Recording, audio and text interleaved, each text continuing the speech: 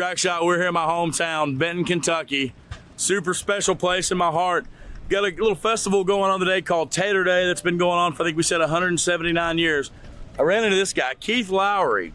He's not, what'd you bring out here, Keith? I brought a 50-20 and a 50-10. Well, you're gonna have to tell everybody what that is. John That's Deere. a John Deere. John Deere tractors. Now you build these tractors and store them? I do not. I bought them as is, cleaned up, ready to go. Oh, so you're one of those guys. One of those guys. Bought, not built. Bought, not built. That's how you one operate. One of them come from Meekum Auction up in Davenport, Iowa. Bought one up there and I bought the other one up in Iowa. Good Lord, if I had your money, I'd burn mine. Really? I'm just kidding. No, Hey, thanks for talking to us, Okay, Keith, man. Appreciate it. Yes, All right. sir. Track Shot, we're here at the Rural Heritage Show at Tater Day. Started last year by this guy, good friend of mine, Marty Barrett. Now, Marty owns an excavating company here in town, does a lot of work for people, but he's also a county commissioner. He was elected last cycle, right? I'm in my second year of my first term. Yeah, and so Marty had reached out to me last year, and I've done some flyers for him for his son here, TR. He was a 4.8 sharpshooter, done some stuff, asked me if I could make a flyer for this, and I kind of thought it was a crazy concept, but it seems to be working out really well. I'm really surprised by the turnout. Yeah, it's really, last year it was kind of thrown together in a hurry, and this year everybody from last year was excited that it's going to do it again. So it's double what it was last year, and then as long as we can spot to do it, we're going to keep doing it. Hope it grows. Now, what was the guidelines for this show, Marty? As far as, wasn't it an era, a certain year? No, it just anything to do with rural living. You know what the old. Like we've got some old cars, we've got some old trucks, we've got hit and miss engines, tractors, just, no real modern stuff like 80s and 90s, but 70s back, just anything like that. Just to show people, because a lot of people don't know about this stuff because they've raced in the city, they've never been around the rural heritage, rural life, and it's just a celebration of that, and try to, some of these young kids that come to Tater Day, they can come down here and see cool stuff. Sure. Now, growing up here in Benton, and like you said, in the rural heritage and stuff, a lot of this stuff people say, oh, look at that cool old tractor. Well, I see stuff like this working still. Yeah. So this is kind of normal. My tractors here, I got 3 of them here. They're working tractors. They're, some of them like to shine them up, and that's fine. My old pickups, they're not shiny. I call them survivors. They're in their work clothes. Yeah. But these here, I used one of these to grade the parking lot here before we had the show today. So absolutely. Well, I'll tell you, to me, it's really important, Marty, with TR. Of course, I've known him since he was a little guy, and you're passing this on. So hopefully, when it's our time to check out, TR will keep this going and keep that heritage alive. Maybe so. All right, Marty, thanks for talking to us, buddy. Thank you. Appreciate it. Yes, sir. Thank you.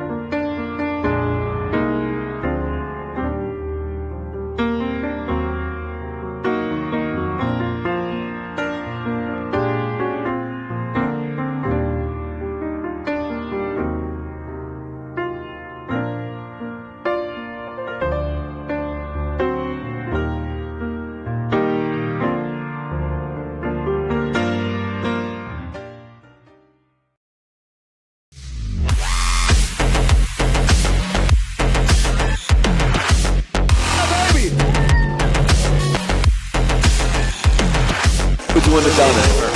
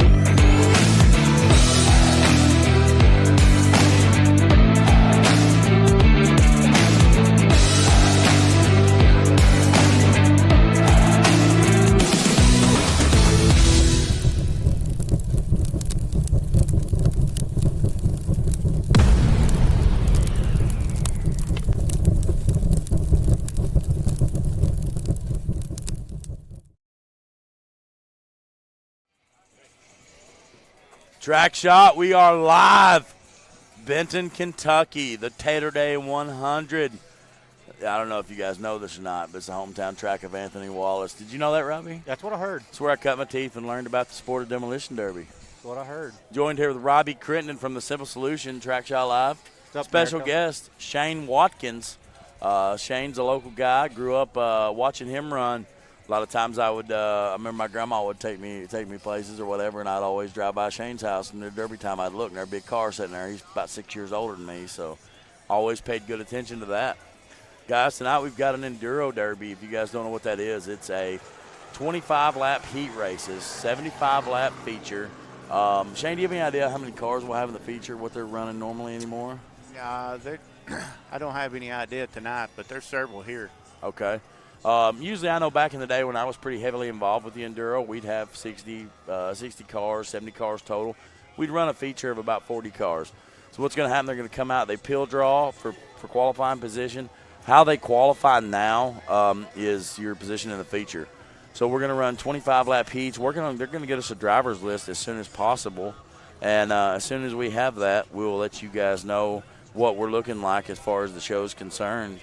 Robbie, you pumped up? Oh, I can't wait to watch this. I was talking to a lot of the drivers, and we've seen all the way from Toyota Corollas to Dodge minivans that's going to compete in this. So they said a lot of the V6s they're after the V6s for the horsepower and the speed. So yeah, a lot of times you'll see a Camry. A Camry's a great car out here. A Honda Accord or any Honda. You'll also see a W-body. Sometimes if a guy sets up a W-body, disconnects the right brakes, a lot of little tricks to this. A car can really move. This track is gigantic. Did you ever ask the measurements, Robbie? I did not. I never did. I tried to figure it out, but it's got to be over 200 foot. I'm gonna finish. I'd be shocked if it's not. I'm gonna send a message right now and see. I took a ride there on a live earlier with one of the young ladies that's going to be running tonight. Skylar Whited. Yep, and she was barely giving that Camry gas, which is a 4-cylinder, and we were going 15 miles an hour. Yeah, and barely moving. So under racing conditions, I would say they will hit at least 30. Oh, every bit of it. I mean, it's going to be going way faster than that because of spinning.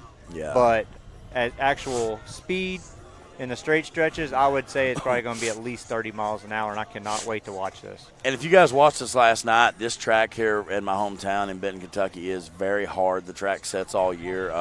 Typically, other than once a year when we have the rodeo, they will plow it over and all that to soften it up for the cowboys. But during the rest of the year, the track's set, so it's very settled. Shane here operates a backhoe. He works for the county road department.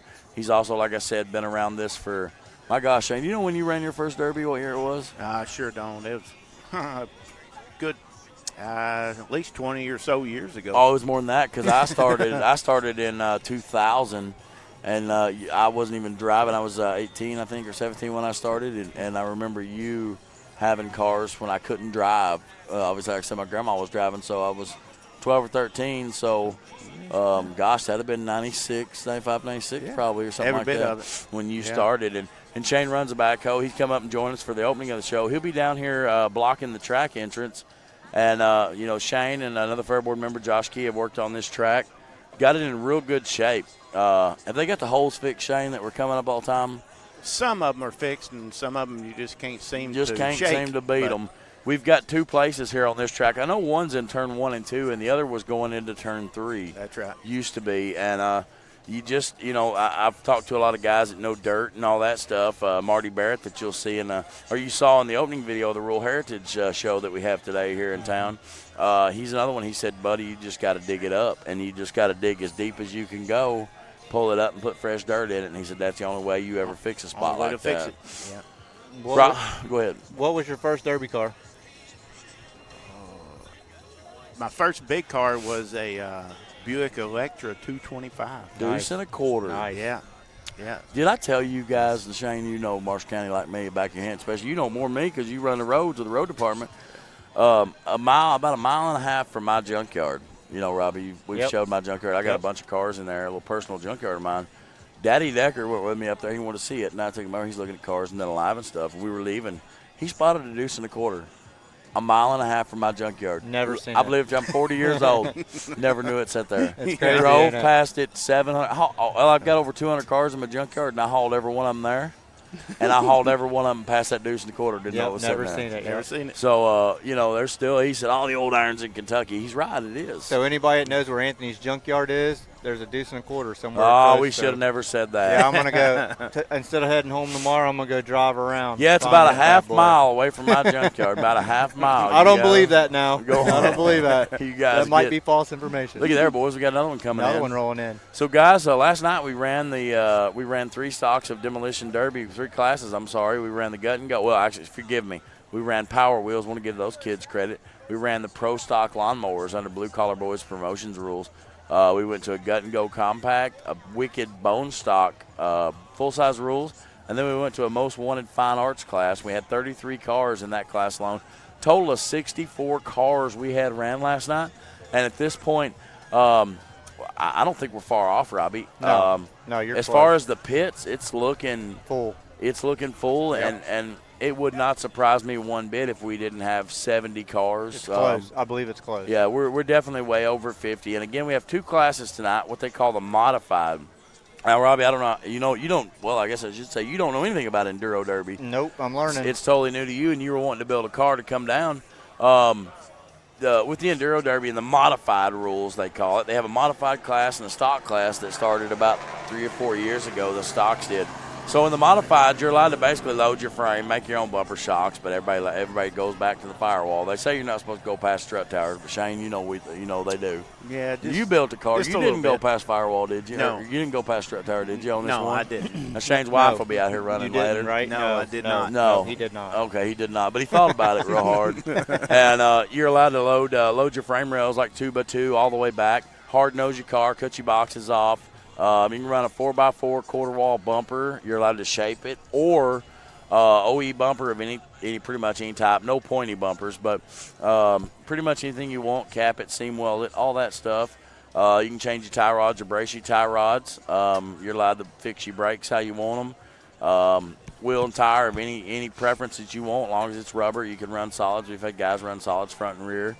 4-point cage. You're allowed down bars, roll bar, any bolt-in parts other than getting excessive like a cradle or anything. You're allowed in that class, and that's going to be the main class tonight. That'll be the heat class, and then we're going to pull out a stock class where pretty much, honestly, other than adding a 4-point cage and a roll bar, it's the most wanted fine art car.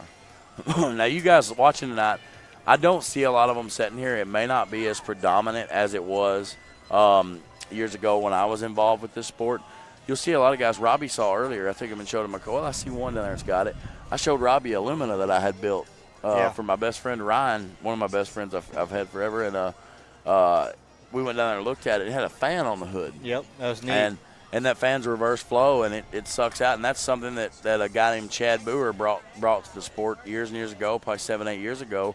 I haven't seen it. I've never seen it on a derby car, but I don't know why not. I mean, what's maybe no maybe the rule. hood bending and locking it up and burning the wiring But up. Maybe, still, or I something. mean, you could still do that. So you're going to see Diffuse that it. helping with the cooling of the cars. Yep. 25 lap heat. It's Consolation. I think the Consolation used to be 20 laps, but I'll get you guys that information. 75 lap feature, and then we go to the stock class, like I was saying, with a 50 lap one and done. After seeing that, Anthony, I was thinking about cutting a hole in the roof of my car and put one on the roof with some mesh on the inside where you couldn't put your hand in it. And Not a bad idea. Let it suck some of the hot air out of the inside of the car. That's not a bad idea whatsoever. Yeah. Or even if you turned it in, blowing cool air in there. You get in those 45-minute heats when it's knocked down drag outs, you get pretty hot in there. Absolutely. Yeah. Last night was one of those. The most wanted. Yeah, it was getting pretty good there toward the end. We had a lot of fun last night. Yes, we did. I was very nervous, guys. If you guys you see me tonight, you can't tell, but I'm a whole lot calmer. Yep. Robbie and myself got to ride around on the golf cart today. We got to go to the Rural Heritage Show put on by our county commissioner, Marty Barrett. Went to a cool car Me show. and Robbie had to use the bathroom. Seen a bunch of tractors. I had to use the bathroom. I said, "You need the gas station? Ride with me," and he went with me. And here comes Robbie, and he's like, Robbie's a glutton for punishment. Robbie always looking for something broke. Yep. If nothing's broke, Robbie wants something to break. Yep. So, because he likes to work on stuff. I got a brake right now on my truck he needs to be working on. He's seen a car show, and he was like, hey. And so we stopped there, went live. You guys go back and watch it if you didn't see it. Some nice guys and very nice people we talked to. Yeah, so other than me having a ton of cars to get home this evening from last night and tomorrow that I've got to get home, Robbie and I just hung out all day. Let's sell them to somebody here, and you ain't even got to deal with it. We ain't even had a funnel cake or a Polish sausage yet, Robbie. Nope. I had 2 pieces of pizza earlier. I was looking at some of those big old turkey legs over there they got right behind us. Oh, man. Why'd you have to say that? I'm hungry Me now. and you look like vultures just picking at it. Yeah.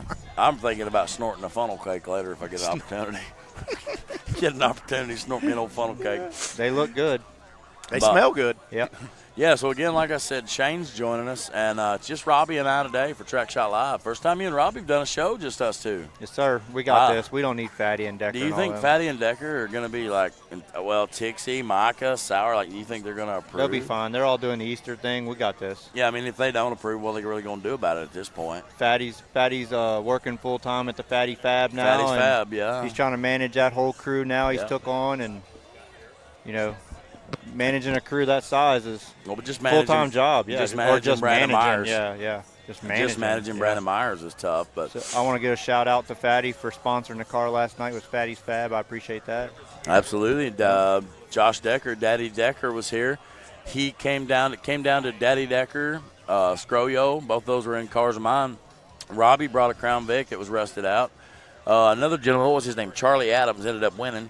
And coming out of those 4 for the win. So Scroyo got a second. Daddy Decker picked up a third, come down from New York. And he was headed home. Robbie said he left like 5 o'clock. He left my room this morning at 5 o'clock, yep. I called him at, like 9:30 or something. He took a shower about 1:30. We got in there after my little incident I had at the motel. We got in the room about 1:30, and he took a shower, and we chit-chatted for 2 seconds and reminiscing about the Derby, and he said, hey, I got to get some sleep. So got back up this morning around 5 o'clock, and he was out the door. Yeah, so Demo Dave, if you're watching, Robbie left a note, but if you're missing a tail-out on your trailer or your buddy Fish's trailer. He answered me back, yep. Okay, so we're squared away there. I really don't think it's Robbie's fault. Just whoever built it on a Friday and didn't know how to weld. I'm thankful that weld broke and didn't bend that piece angle. Yeah, they didn't have their heat hot enough at all, did they? It looked like a goose. Wasn't no penetration there. Had pooed on it. Yeah. So we asked Shane to come up and join us to open the show, and we've got another gentleman named Donnie White who's going to be coming up here in a few minutes, and then a good friend of Robbie and myself, Robbie Darrington, going to come on with us for a little while. And maybe we're going to try to get some track interviews and stuff if we can, get the opportunity to get out. As again, I said it's just Robbie and myself tonight. So you think Decker was the first New Yorker to ever run on this track? I'll guarantee it. That's what I'm thinking. I'll guarantee it. That is something, Shane. I'd never thought about that. Yeah. And you see it on TV, watching him run and some of y'all, but it's different in person. And I'll tell you, Shane, with you saying that with New York, also keep in mind, now we had guys from Indiana and Illinois last night as well, I know. Yep. But I know we've had those guys here before. Right. But now we had a driver out of, I want to say they're both out of a town, and you guys forgive me if I'm wrong, I think they're both out of a town named Iuka, Mississippi. And that was Matthew Shields and Brian Anglin, who owns OC Events and Promotions, that did our Track Shot show 2 weeks ago.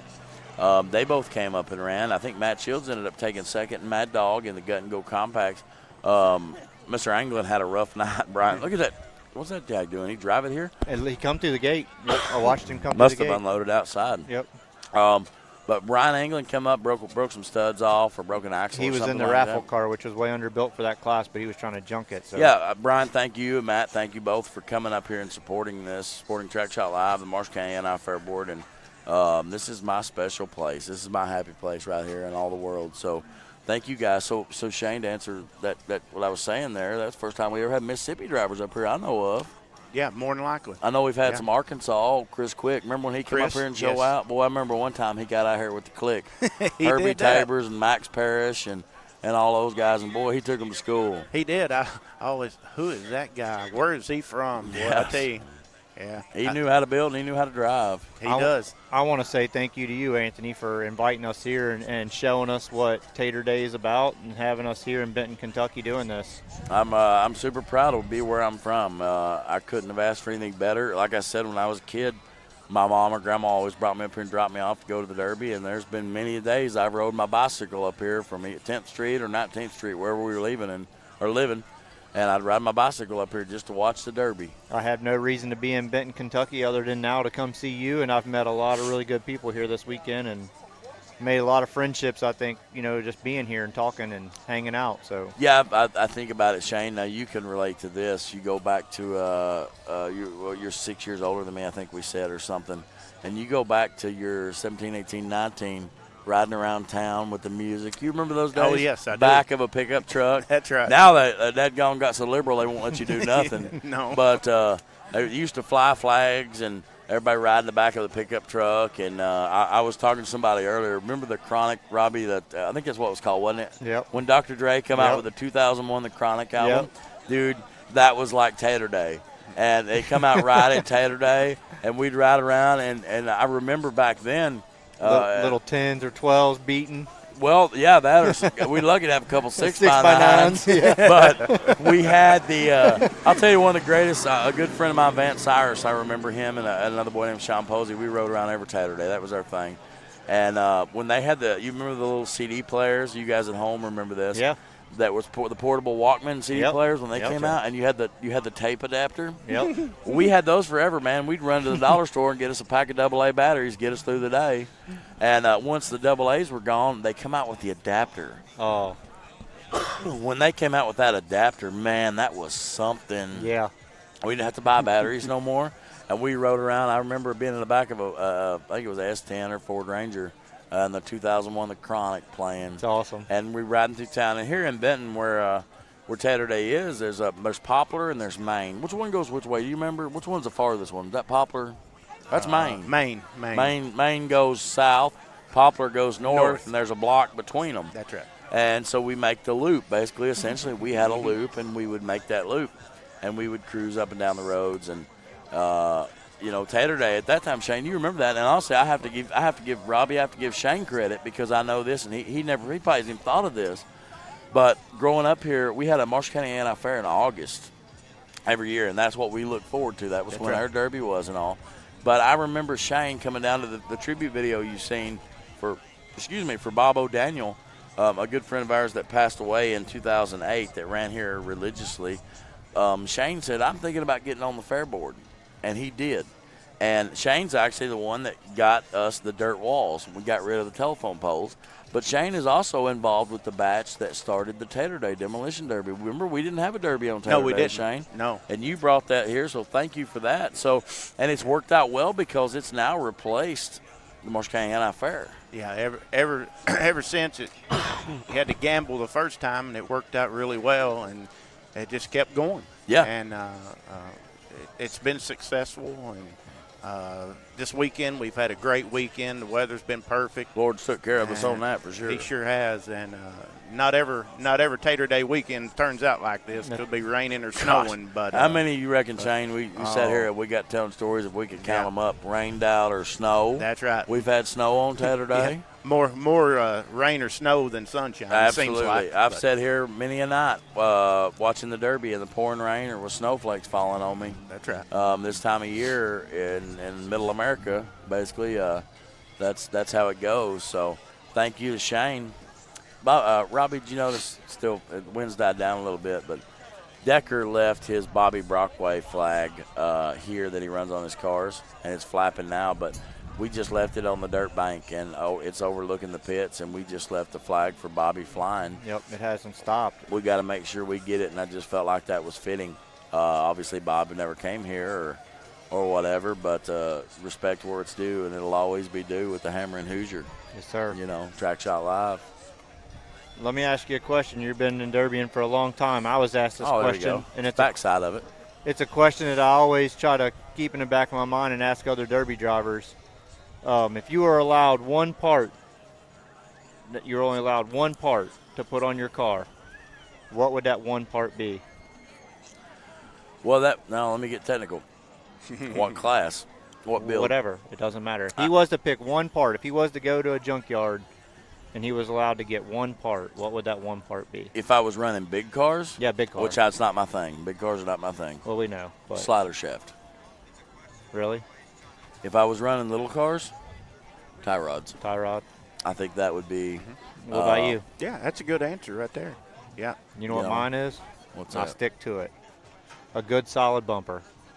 Oh, But for me, I gotta protect my investment. That's you know? true. So, yeah, but in a big car, my drive shaft does just fine. that bumper's only as strong as the rules. But You know it's what I still mean? protecting it. Yeah, it is. Not saying it's right or wrong, but that's my pick. There again, I'm saying tie rods, which Yeah. is going No, to be that's a good. more That's stocker really good. class, Yeah, and you're absolutely. saying bumper, which is Right. going to be to get to where you can swap a bumper is going to be a harder class. Yeah. Have you ever ran little cars as far as front wheel drives? Yeah, Have you? a I lot didn't know of if you them, yeah. had. I knew you'd run a lot of Mustangs and Pintos. Yep. back in the day. I never ran like the Camrys. I did give a Camry to one of my buddies back in the day, and I was running a Chevy Caprice, and the axle shaft came off, and he made it through his heat, and I ended up running that Camry in with the big cars. It's kind of like the MWFA back home. We called it bone stock, but I ended up running that Camry in a feature heat and did pretty good in it. But that's the only Camry that I've ever ran. So you guys at home, you don't see the track right now. Bill, can you show the track for just a moment? Does that be possible? Let's get Bill. Okay, guys. So I just got a message from the fair board here. This track, Robbie, 100 foot wide, 300 foot long. I knew it had to be. Football field. Yeah. It's a football field, right? How wide is a football field? I don't know. You're going to put me on the spot. Somebody. I don't watch sports, Bob. I'm a Derby guy. Let's just look this up. Somebody, I know you guys are like, you idiot, you don't know that. I don't watch football. I'm not a sports person. I'm into men's sports like Demolition. I like Derby. baseball. I like going to the baseball games. I don't like watching it on TV, of course.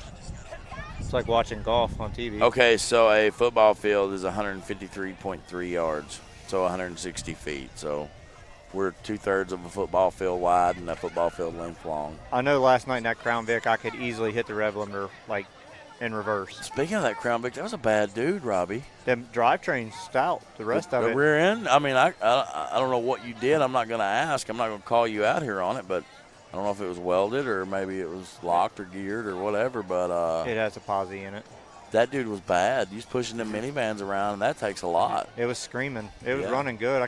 When that shifter cable broke, that's why I was shoving that white van around. I was like, here comes somebody in with a car. That's my trailer. Jeff Mitchell borrowed my trailer. The fender's completely gone with 2 flat tires, but that ain't no big deal. Yeah, I should have said, yeah, you can borrow my trailer. Take a car to my house on your way.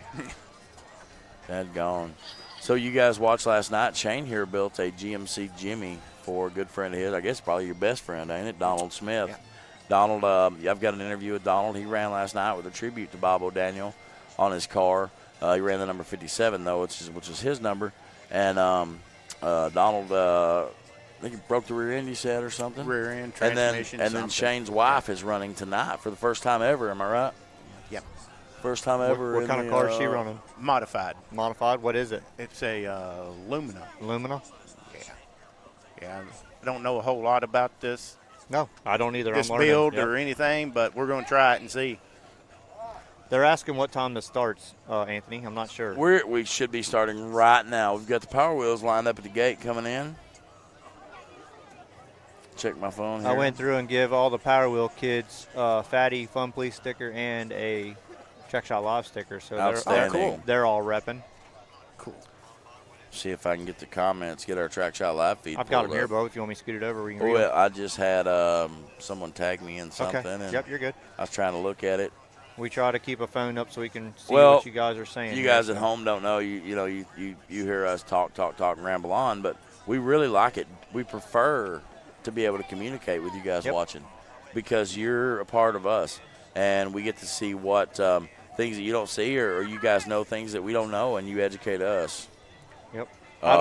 Justin Lee watching from Tennessee. Yep. I don't know you. I just met you this weekend.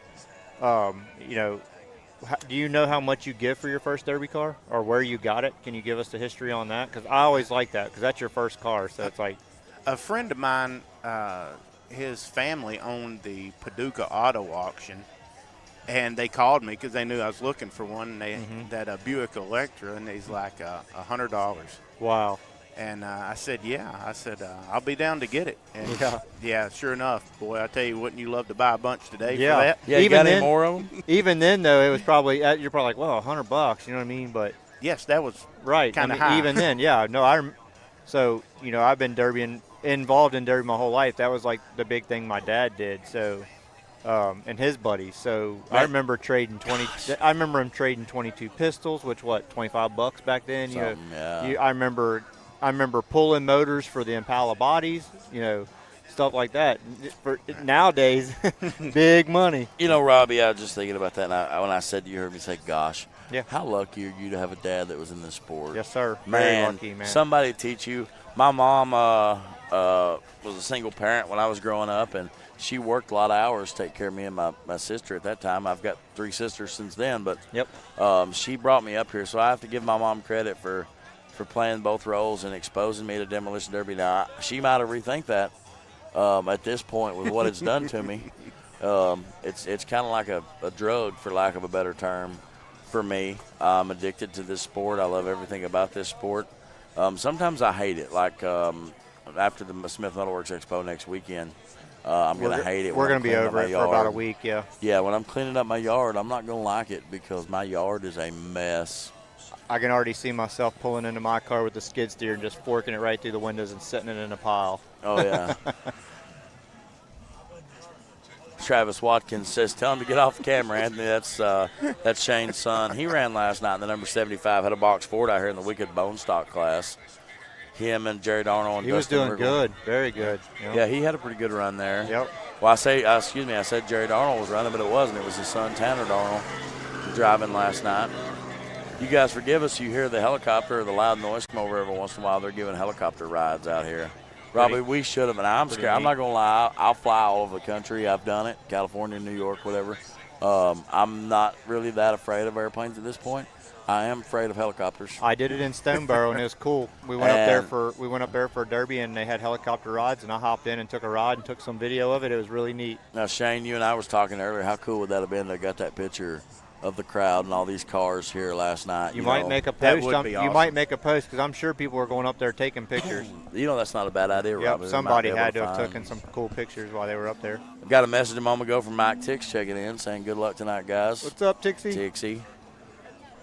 You know, all the track shot guys, thankful. And I got to say a special thank you to Robbie Crittenden for coming down because if Robbie hadn't been, it'd just been me and Uncle Bill. Decker hit the high road, come in, wrecked the car, went home. Fatty's busy building a car. Joe's busy building a team car.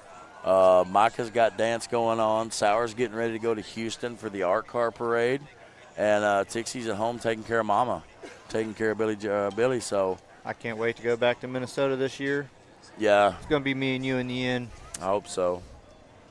Or we'll get the Olsen boys out there. We with messed us. up last year and didn't go all on the track together. We were Yep, all over that's the place. a mistake. Yep. You can't. Me and Joey were side by side, but we were stuck in the middle. When they said go, it was like the Malachi Crunch right in the middle. We were stuck there. Joe Lanky. I love Joe I was Lanky. getting hit from every direction. He was supposed to stay right with me, and I was in a little bitty peanut compared to everything else that was out there with me. What did you run, Robbie? It was a Kia. I think it was a Kia. It was an EDB. I could touch the speaker deck.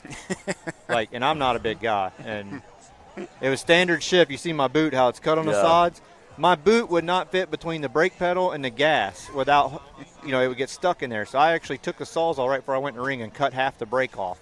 That's what that is. That's where I cut it. It was cutting my boot. But that was an itty-bitty car. There wasn't a time in that Derby, Anthony, that I wasn't getting hit from some direction. And I wasn't setting duck. I was still trying to go. And I was very fortunate to pull a good spot. You were down on the end, yeah. Well, I started out about a quarter of the way into the octagon. Yeah. And I was maneuvered. Kazenball was there in that Durango just ripping hell. Yeah. And I was lucky enough to stay away from his suicide mission and get on the end. You got second out of 119 cars, Anthony. No, I got third, 111. You got second. I got third. I got second at 47. Caught a 47 cars in New York. No, I thought your door came open for second place. No, at third. It I was should have third? had second. That's why I got out and slammed the door. I thought I was know. going to I have thought to it whoop was second. Tixie. Okay, yeah. Thought I was fixing to have to whoop Tixie for a minute. I was going to whoop him for telling me I had to heat in the motor swap or hit in the motor swap clutch. Yeah. Well, I'm Tix, a driver, what are Tix. you Come on, you know doing? that. Tix. I'm getting that money, boy. Maybe next year we can get old Tix down here. Yeah. Bring some of that Minnesota nice down to our beautiful break state. his stick off. The bluegrass. Make him hit. Break his stick off. Absolutely. So, guys, I know you're going to talk to us. Drivers meeting going on right at the moment. Power wheels lined up at the gate. Start off with the power wheels. As soon as I get a running order, I will let you know. Let's see, I can see. Watching from South Dakota, Richard Dozark. I see 7 or 8 power wheels down there, so that should be pretty good tonight. That's a little bit more than last night. Dustin McCoy watching from London, Ohio. Old Chicken Man made it home. Morton Loomis watching from Utica, New York. Sorry, bud.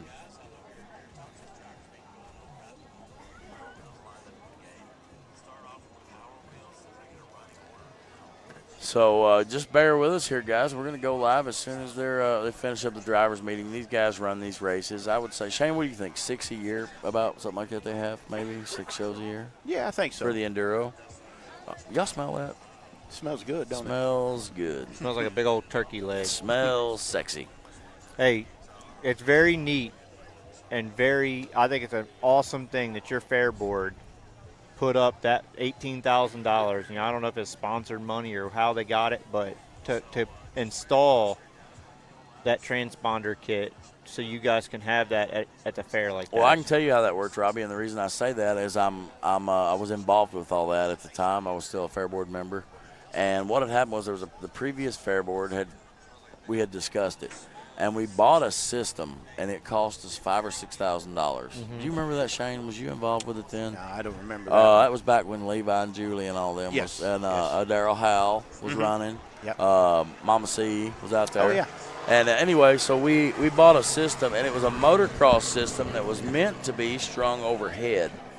And so we strung it up. We built these towers and all this stuff. And we strung it overhead, and it wasn't no good. And I was a little disappointed. I could see that getting taken out. So we reached out Jason Dunnigan, and I'll tell you about Jason Dunnigan here in a minute. But Jason Dunnigan reached out to the Clarksville Speedway in Clarksville, Tennessee, and said, "What do you guys do?" And they told him, I forget the name of the brand. Is that Race Tech? That wind's getting a little something crazy like that. behind Shane, us. you remember the I name don't of that? remember certain. No. But they ordered this system, and this system at the time, now they've had this system. I've been out of the fair board for 5 or 6 years now, and we had it for a couple years before that. So the system's probably 6, 7 years old. At the time, it cost $17,000. That's what she said, yep. And so what they do is they have this little bitty resistor that looks like an igniter for a model rocket engine. That's 2 wires with looks like a matchtip. And it goes on the end of the wire, and you tape it up, if I remember right, and you make a loop in a wire, and you'll go out to the straight stretch and come back to the infield, or whatever you would call it. And these cars have transponders. Now, they used to mount all these transponders on a piece of metal in the back driver's floorboard, but it became to be so hard to get to and all that I found out recently that they've changed it now, so they mount in the right front, the passenger front floorboard. I went live during the live, and we talked to the guy that was driving a minivan last night in that blue and black car down there that lost his helmet. Yeah, Caleb Stone. Yep, Caleb. And he has his mounted in the passenger rear floorboard with a big hole cut out with this metal tube bracket. Yep. And it's like right above it. Yes, you you have a transponder that's like say the size of a pack of cigarettes. You could say it's itty bitty, and it goes in a small pouch with a little twist lock. And they got it zip tied. Zip ties around this pouch. Zip ties around your metal, and that is the lap counting system that we run. So they will the computer scoring is in the tower. I think Samantha Mitchell, a Fair Board member, runs the scoring system. We will have some issues tonight, Robbie. You watch, and you see this. I'm telling you now. The if I'm not mistaken, well, actually I may be wrong. Shane, is the wire on the far side now? They do it on the far side. So it used to be right here by our entrance to the track off the grandstands, but it's straight across. Where that pole is. So when we go red flag, Yeah. you'll see like a guy know where he's at, and he just gets stopped. They'll go red. They won't stop until they get past it. Okay. But then a lot of them, if you watch them, they'll try, won't they, Shane? They'll definitely. back up. And try to get to another get lap. another score. So Gotcha. she has to sit up there and monitor that, and that's the only place that the human factor comes into play. With the scoring system, it's really flawless. We did a 24-hour show a couple years ago. Gosh, that's been, well, I say that, man, that's been 7 years ago, probably 6-7 years ago in Mayfield, Kentucky. I called it the Torture 24, and it was a bone stock ride. It's right up your alley. I know now where I screwed up with the show as the promoter. It was tough. I was waiting for 24 hours. So it was basically pretty much, it's like a most wanted thing, but we were racing. Well, my theory was we get 20, 30 cars out there, it's bumper to bumper, and they're going to be slow and making loops. Well, that wasn't the case. I was thinking it's the Torture because it's like Nashville traffic, bumper to bumper from one end to the other. I was sadly mistaken. Quickly turned into a race, and we had no cages. We had a guy get hit in his door, break his pelvis. Oh, Adam my gosh. Elliott. It was so sad. But I couldn't slow him down. We would take red flags, and everybody go fix their car. Who would have thought a car could race for 24 hours, old stock car? We never thought it. And if I'm not mistaken, we had, say, 22 cars, and all but 3 of them finished the race. And that we used that lap counting system. It stayed hot for 24 hours. I forget, it was 300-something laps or whatever it was. And that was just tons of fun. It was like in fall. It was just a ton of fun. And now I know if you guys ever do that and you ever do any kind of enduro type thing like that, make them only allow them to pit under green. Reds, no pits. Yep. Lesson learned. That's what screwed us over. So They do something similar to that up by us, Anthony. It's called, like the Le Mans, but they call it the Lemons. yeah, lemons. But you got to have 3 drivers, and everybody's butt has to at least touch the seat for like so many laps. Yep. And it's 24 hours of racing, so you literally see them changing motors, changing struts, changing wheel bearings, you name it. It's pretty cool. Something similar like what you were saying. So guys, I've got the driver list here, and I'm going to go ahead. Ooh, I about lost it. If you guys don't mind, I'm going to go ahead before they start and get you guys some drivers' names. I've got a few numbers with cars. Some of them don't have numbers. The number 47 in Power Wheels is going to be Emmy Garner, Adam Watson, Noah Watson, Raylan Watkins, number 19. You know her, Shane? She any I've relation? seen her. Any kin? Yeah, I've seen her a couple of times. So we've got. Gosh, you got 2 kids out here with Travis last night running. That's right. Raylan tonight and your wife, all going to be running out here. Then we got, I want to say it, Chevy. Okay, Chevy Wallace in the that's a cool C4, name. no relation. Gunnar Harper, Hunter Lane, Trisha Elkins, and Paisley Reed in the number 20 coming out tonight for the How Power many is that? Wheels. 10. 10. Awesome. 10 Power Wheels drivers. Now, last night you guys were watching, we ran the Power Wheels Demolition Derby. Tonight we are running the Power Wheels Enduro Derby. Not sure how many laps. I'd say it's probably, a 10-minute time limit, Shane, you'd say? I'd say so. Boy, Something like that. I tell you, they had a ball last night. They did. I love kids seeing were those. smiling like Did crazy. you see the guy come in last night? Hunter, or was it Martin? Last name Martin Harper, and he had the 02 up Camry, driving. It's a daily driver car or whatever. Yes. And he had a Power Wheels in the trunk, and he had another one ratchet strapped to the roof. Hey, that's Dad of the Year right there. And I was It like, is. he was Grandpa, Grandpa, and he said yeah. it's the first time my grandkids have run, and I was making sure they were running. That's So, awesome. That is Salute to you, That's right. Mr. Demolition Shout out. Derby Grandpa, Yes, sir. for doing that for your grand ones. Those kids will never forget that. Absolutely, man. So let me get back. Oh, Josh Canup's watching. Zach Sullivan out of Mayfield. Josh Canup, I didn't know he watched anything about The derbies. grocery getter class. Yep, exactly. My old buddy Brad Walton, we go way back out of Marion, Kentucky, was watching us here. Oh, Relic Lindsay watching from Ontario, Canada. Canada. Yep, absolutely awesome. There's Pawpaw. Jared Arnold just chimed in. He's watching us. Probably just woke up from a nap. Oh, yeah, he's a hard-working dude. So, like I said, guys, we're going to kick off here. I'm sure we'll have a prayer, and I don't know if the prayer and the national anthem will be before or after the Power Wheels, but Explain why we go quiet for Yeah. that time. definitely. We have to go quiet during that time. Doesn't that just make you – I got to watch what I say. Doesn't that make you mad? Yep. Dadgone it. We live in the greatest country in the world, When you hear us do that, we know that we have to silence it and during we the can't national sing a anthem. song about it. So, You know, we can't sing a song on whatever. So looks like we're going to start out tonight, guys. We're going to start out with the Power Wheels. Then we're going to the youth class, which this surprises me. We only got 3 youth drivers tonight. Usually there's several. 10 or 12. Yeah. Oh, my mom's calling me. I'll have to call you back, Mom. Then we've got Mod Heat 1. Shane, looky there. Mod Heat drawed number 1, 9-12. Another Watkins. Mod Heat 2, Mod Heat 3, and then a stock. So we're going to run 3 heats, consolation, feature in the mod class with 1 stock class tonight. And I'll get you a count here in just a moment of that. Let me look at my phone. Shout out to a bunch of our sponsors. Yeah, salute to all of our sponsors there. Skinny Salvage. Yep. Definitely want to give those guys some recognition. Last night we had a heat brought to you by Fouché. I know we had a heat brought to you by Gray Area Demo Parts. Fouché, is that how you say it? Fouché, I'm sorry. Sky High. Sky High Steering, boy, he's taking over the world, ain't he? Yep. What an awesome product. Absolutely love that guy. Great dude, Jake. Strelo Insulation out of Minnesota area, Wisconsin, Need to get them guys Minnesota. to come to Kentucky. Strelo is Jeremiah Strelo, or is it Jeremiah?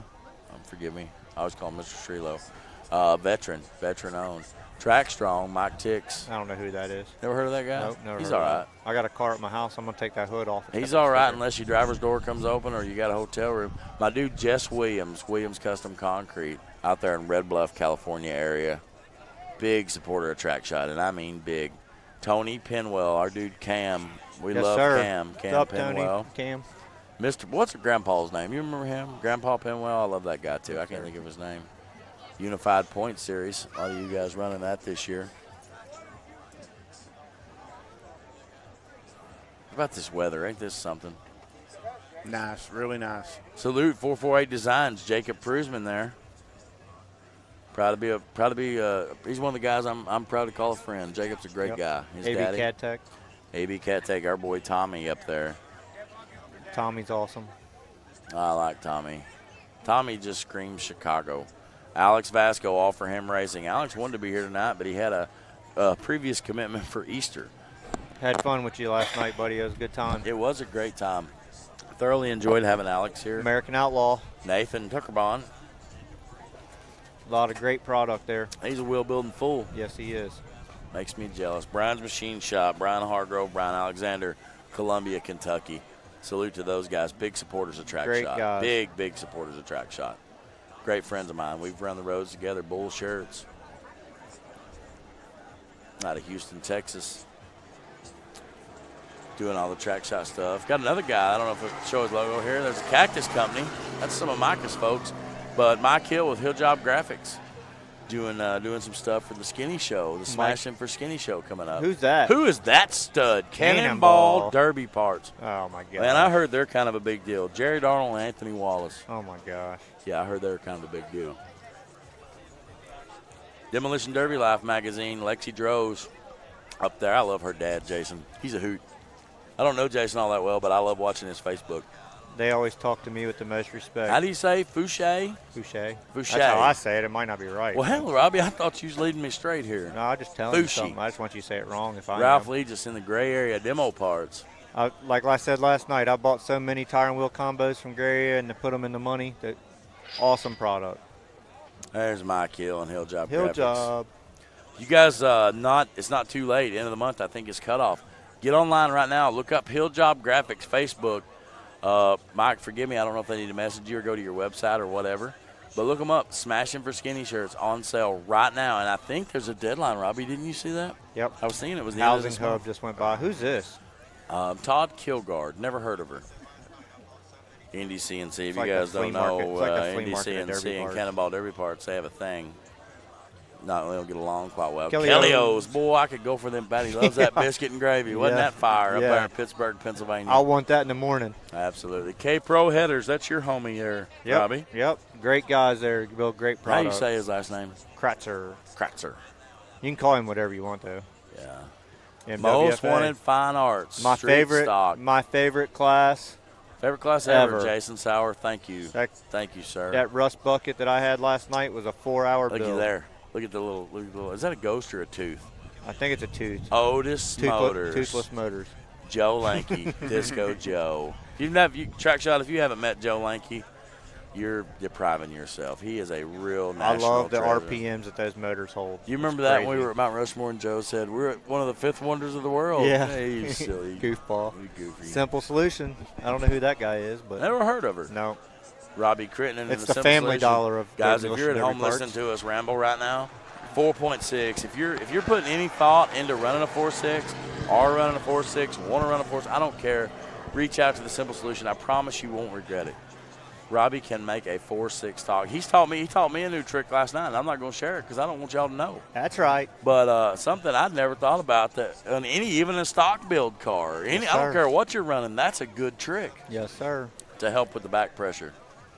Those cars, that car last night was still screaming. It had every bit of potential that it started with, except for Frame rails. the rusted shifter bracket Yeah.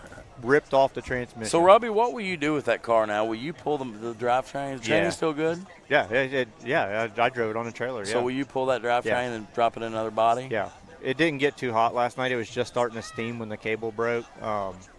So I'll take it home and I'll probably pull the rear end out, even though it's rusted almost in two. You keep the axle shafts and stuff like that just in case we need them. But the spindles, 9802 spindles, is a big item now. And I'll pull the motor in training. We'll probably put it in a youth car or something for a kid or something, Anthony. I'm not sure. But okay. Hey Robbie. Yeah. Right quick. You remember this morning we were at breakfast and I showed you that video? Yeah. We're gonna play that. Bill, play that for us right quick if you can. Yeah. You guys check this out. Indy CNC. We were talking about Todd, the Indy CNC phone mount that's so popular. That Todd done a great job designing that. I don't like the guy, but I'll give him credit. Check this video. That was a good product. Check this video out. He hit so hard that the chin strap actually broke on his helmet. Yeah, literally. This is Caleb Stone out of Sturgis, Kentucky. He's a young driver. He's very good. He's a top contender or not. You see the Indy CNC logo. This is full track on a 300-foot track in a Toyota Sienna van. Watch this. It's short at the end, but watch his helmet. Gone. Neck brace and everything. And you know the neck brace like I do. We've all run them. Yeah, play that again, Bill. The neck brace helps hold it on. Yeah. I was going to say that I don't like running them. It actually felt like it hyperextended my neck because it filled that gap up, if that makes sense. Sure. But you can see his helmet come right off. Like it broke it. You can see the strap hanging down where he's got it tied and everything. Yeah. So you 300 foot with a minivan. Anybody that's ever ran a minivan knows that was solid. The only thing that could have made that worse is if he'd have been in a Chrysler. I'm glad I wasn't Instead of a a receiving one in Toyota. that Rusty Crown Vic because they would have had to cut me out of it. What about that? What about that little Buick of mine last night that Derby Lee ran? The passenger The car door was clean. Yeah. The car come out of Hardin Chain out there over by the feed mill, a little trailer park out there. Yep. I picked that car up, Mo Derby ran it. Didn't have an alternator, but running drove good. Man, somebody rolled him up and smoked I don't know him what right got in him in that passenger side. door. Yeah, it buckled the roof 3/4 of the way. Yes, absolutely. Absolutely. You talk about that all the time about not having a seat bar in there, you know. Yeah. On a track this big in MWFA, you probably should have them. Well, I'll tell you, Robbie, you're kind of one that taught me leaving the passenger seat in does a let lot. it pack against it. Yeah, Let it pack against it because you got the floor skin that it's tied into, and you know it's got to roll that whole thing, right? So yeah, so if it does roll into you, you got some padding there. Yep. It's going to V you down, right? And on a rear wheel drive, it could push the hump into the dry shaft. Absolutely. But I would rather do that than it be sitting on top of me. Yeah, I'd rather do that than them touching their bumper. Always put your ground side of your battery toward the door too. Put the hot toward you. That way it doesn't ground out on the door skin if it comes in on top. That's a really good tip that I never thought about. Always put the ground toward the door. Shane, if me and you stick with Robbie, I think he'll have us wearing diamonds bigger than horse turds. You know what I'm saying? We may. If we stick with him. Let's do it. But that's a valid point, guys. You guys at home building right now, put some thought into that. Put your ground post to your as a matter of fact, it makes me think of Mr. Barnes. There's two brothers, and I can never remember their names, but it's Hands and Brains. Hands ain't got no brains. Brains got a lot of brains. They're a tough team together. And he arced out. He was running pro stock in Russellville, Kentucky, and he took a bad shot in the A-pillar, and it bent in and laid that over into his box, and he arced out. And if he had had his battery reversed and turned around, or even put your positive toward the seat so that it's on the back left corner as far away as possible. On my battery boxes, not trying to sell my part, but that's what I had it as where it was just a flat top all the way around. I changed that to where one side of it has a high side, and you can put that toward the firewall or toward the door to keep it from packing over on top. Robbie, I was just thinking, how cool would it be if we had a place? Now, I'm not a real I do all the social media for TrackShot, a lot of it, but How cool would it be if we had a place? Now, we have Weed Crash, but you have to search for hours and hours and hours. If we just had a place where you could go in and put in, here's an idea for battery box ideas, right? Or just like a list that like that right there. How many guys have thought about that before and forgotten it? Yep. You know what I mean? Yep. I said that to Demo Dave last night. I was talking, and I think we had said Demo Dave had ran close to 400 cars in his life, which he's wrecked a lot of cars. How much has he forgotten? And you guys watching at home, you think about that, and you know, you're always humbled, but think about how much they had figured out about the old ways and stuff that they've forgotten back when we were running milk crates. And milk crate battery box. For sure, yep. You know? Yeah. I was making fun of your battery box, not really making fun, just making fun of Indy CNC this morning about the battery box on your trailer, Anthony. I had a wooden battery box when I was a kid, like, because we made a metal one and it arced out. Yeah. The battery slid, it arced out. So we made a wooden one, right? Absolutely. We all threaded through the floorboard, piece of wood. Absolutely. Bolted it together. Absolutely. So, guys, I'm going to, if you don't mind, Robbie, right quick, I'm going to run through the driver's list one more time for you guys tuning in at home. We've got, 10 Power Wheels, wasn't it? Yep. We've got the number 47 of Emmy Garner, Adam Watson, Noah Watson, Raylyn Watkins in the number 19, Chevy Wallace in the C4, Rex Nolan, number 14, Gunnar Harper, Hunter Lane, Trisha Elkins, and Paisley Reed driving the number 20 in the Power Wheels Enduro Derby here tonight, Benton, Kentucky, in the Tater Day 100.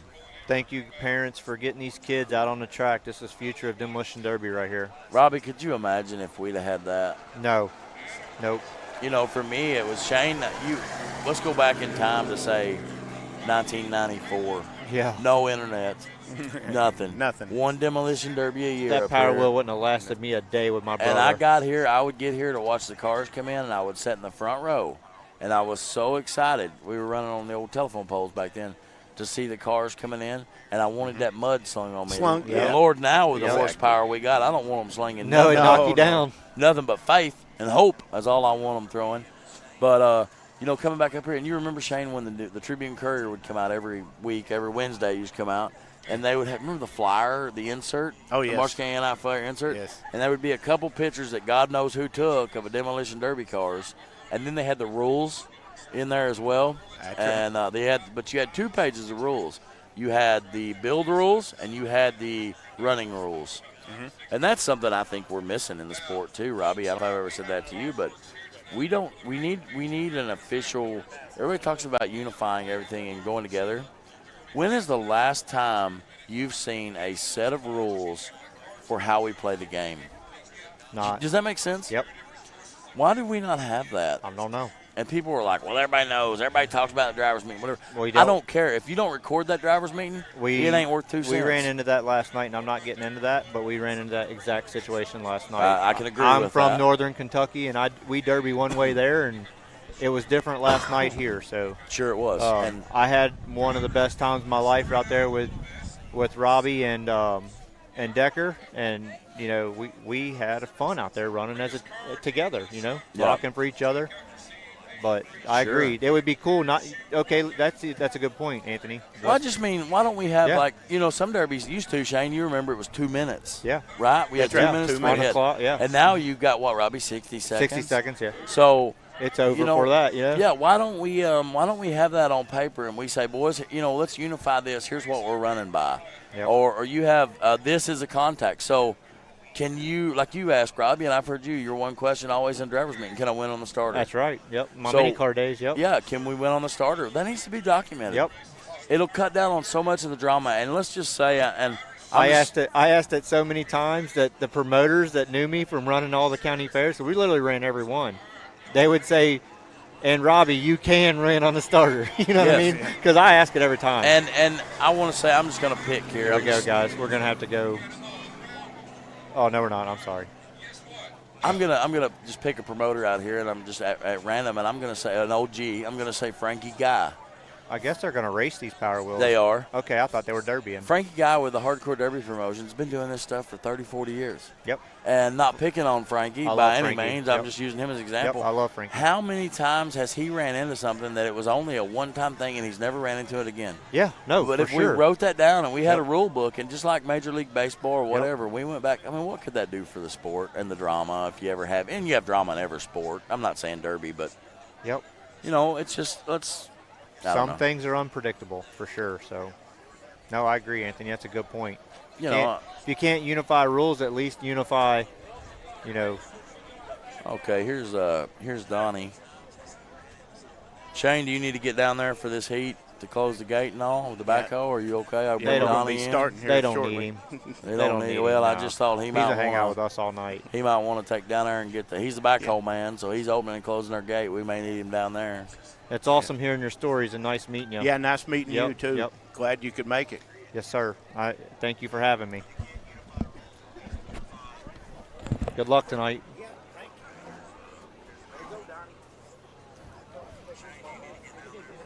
Give us just a minute, guys. We're going to do a little changing out here. You still got Robbie and myself, but bringing another gentleman on. Let's get I like that hat. good-looking hat. Thank he's you. got on. Yeah, it's a good-looking hat. I about lost a leg on a chair. My back's hurt me, guys. If y'all see me keep leaning forward, yell at me. I'm sorry. I'm stiff today. I would say so after last night. I took a warm shower this morning for about 45 minutes. Anthony's like, where you at? I'm like, I'm still in the shower. He's lying to y'all. I called him. I went to the scrapyard, dropped the car, pulled up the hotel. Thought I'll have to wait 15 minutes. Hell, he was out there looking at the car he wrecked last night. My back was killing me. Guys at home, we're joined here by Donnie Whited. Now, Donnie is a Fair Board member. And I'll tell you, I've known Donnie for, I can't tell you how long I've known Donnie. 25 years? It's got to be probably 25 years. The first little car I ever got, the second car I ever owned, I think it was like the third car I ever ran, came from your uncle. Escort. Yep, 91 Ford Escort. His uncle was Crazy Curtis Whited. And when I talk about legends of the sport, you know, we didn't have the internet back then. So a lot of the legends and the people that have formed our sport have went by the wayside. The names have been forgotten. They've passed on and all that. Donnie has, in the last 7, 8 years, joined the Marsh County Fair Board. Now they hold a demolition derby and an enduro derby here in the summertime called was it Crazy Curtis 100? Or Yeah, the Crazy Curtis Memorial, yep. Crazy Curtis Memorial. So it's just like what you're seeing here, but they also have a demolition derby in honor of Crazy Curtis Whited. Robbie, Curtis was your kind of guy. He passed away from cancer about 4 or 5 years ago, I think it was. 17, yeah. 17. So, yeah, well, gosh, that's 7 years ago now. Yeah. And this dude, Robbie, he won Benton. I remember one year he won it back-to-back. He could get a car right now, strip it out, and be out here tonight. And he just peed excellence. He peed talent. He was that good. It's awesome. And would come out here and just he let the car drive him, and that's one thing I can say about Curtis. Yep. Wouldn't you agree with that, Donnie? You got to become one. Yep. Yeah. He let the car drive him, and it's just one of those guys that there's, you know, kind of like in the bull riding lane, Frost or whatever. There's just he was one of those guys, and I'm super proud to have known him. So cool. Yes, and proud that Donnie's keeping his memory alive. Donnie is also a member of the Marsh County Anti-Fair Board, if I failed to mention that. He's a big track shot fan, been watching track shot for a lot of years. So, of course, like I said, we've known each other so long, and then all of a sudden he's got a friend on track shot, and I wanted to bring him up and let him call a heat with us. Now, Donnie, no, you don't have a kid in the youth, do you? I don't have one in the youth no more. She's actually running in the stock class. It's actually the same car that Robbie went around the track with earlier. Yeah, okay, Skylar Whited, yes. Very respectful. She's running the big car, the Yeah, she's modified. running the stock. stock class, Sorry. I heard her down there said, I didn't know my grandma was coming. I said, well, now you ain't got no choice but to hold it wide open. She said, what? So, Donnie, you have 2 girls, right? That's all? I do. I have Skylar, who's 18. She started racing when she was 15. And then I have my youngest one, Ashlyn.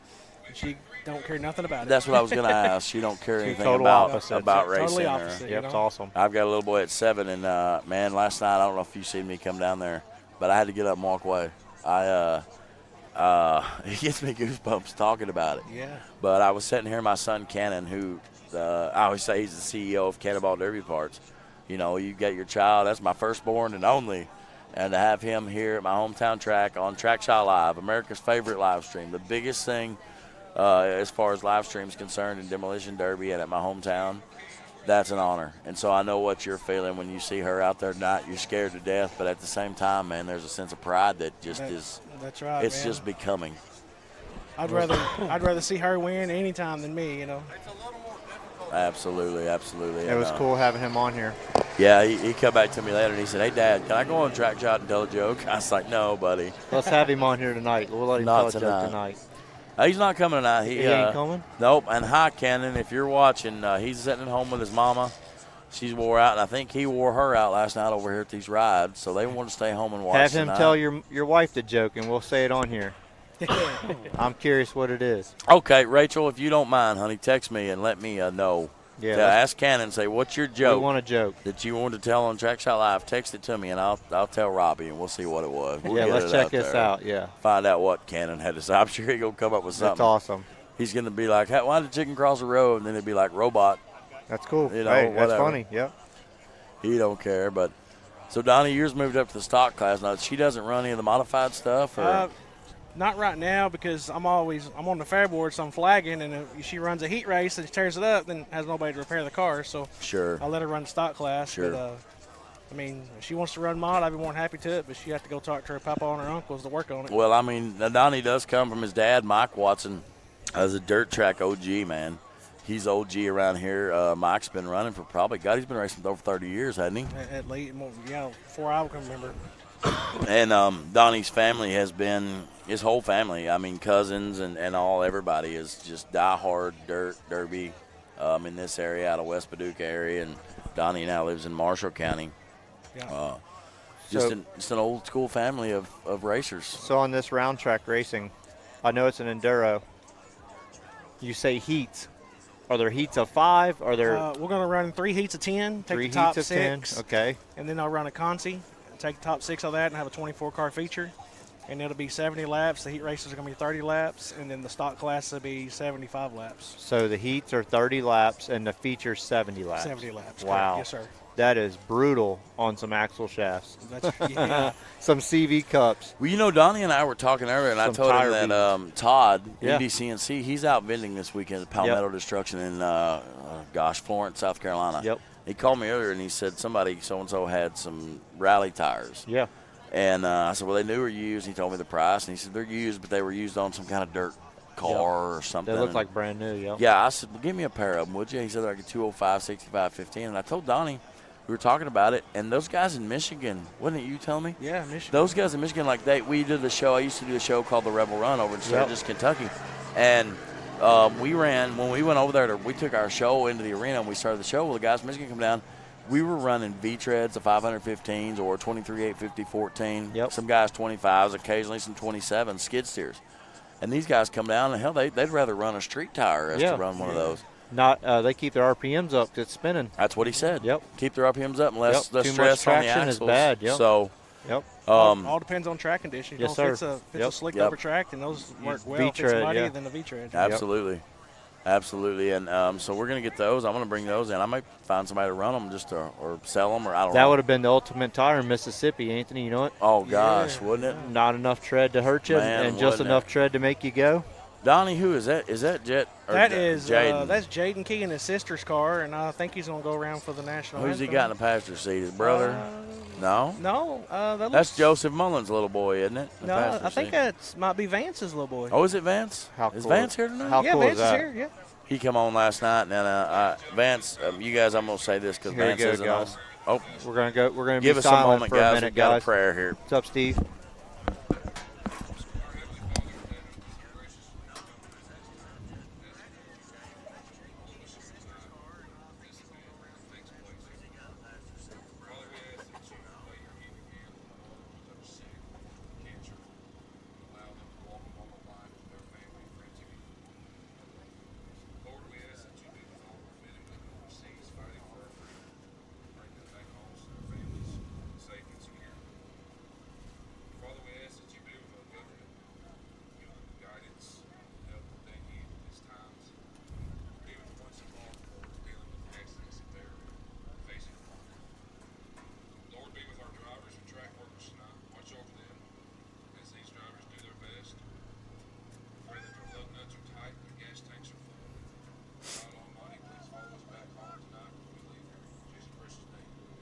Amen. Amen.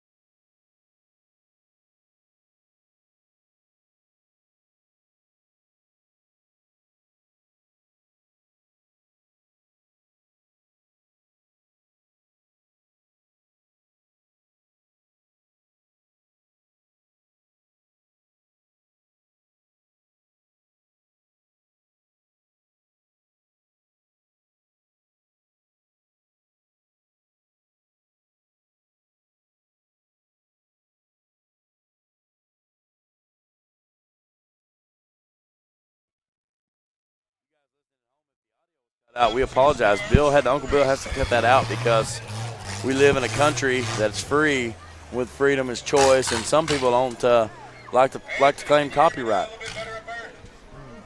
They will shut us off. So. Yep.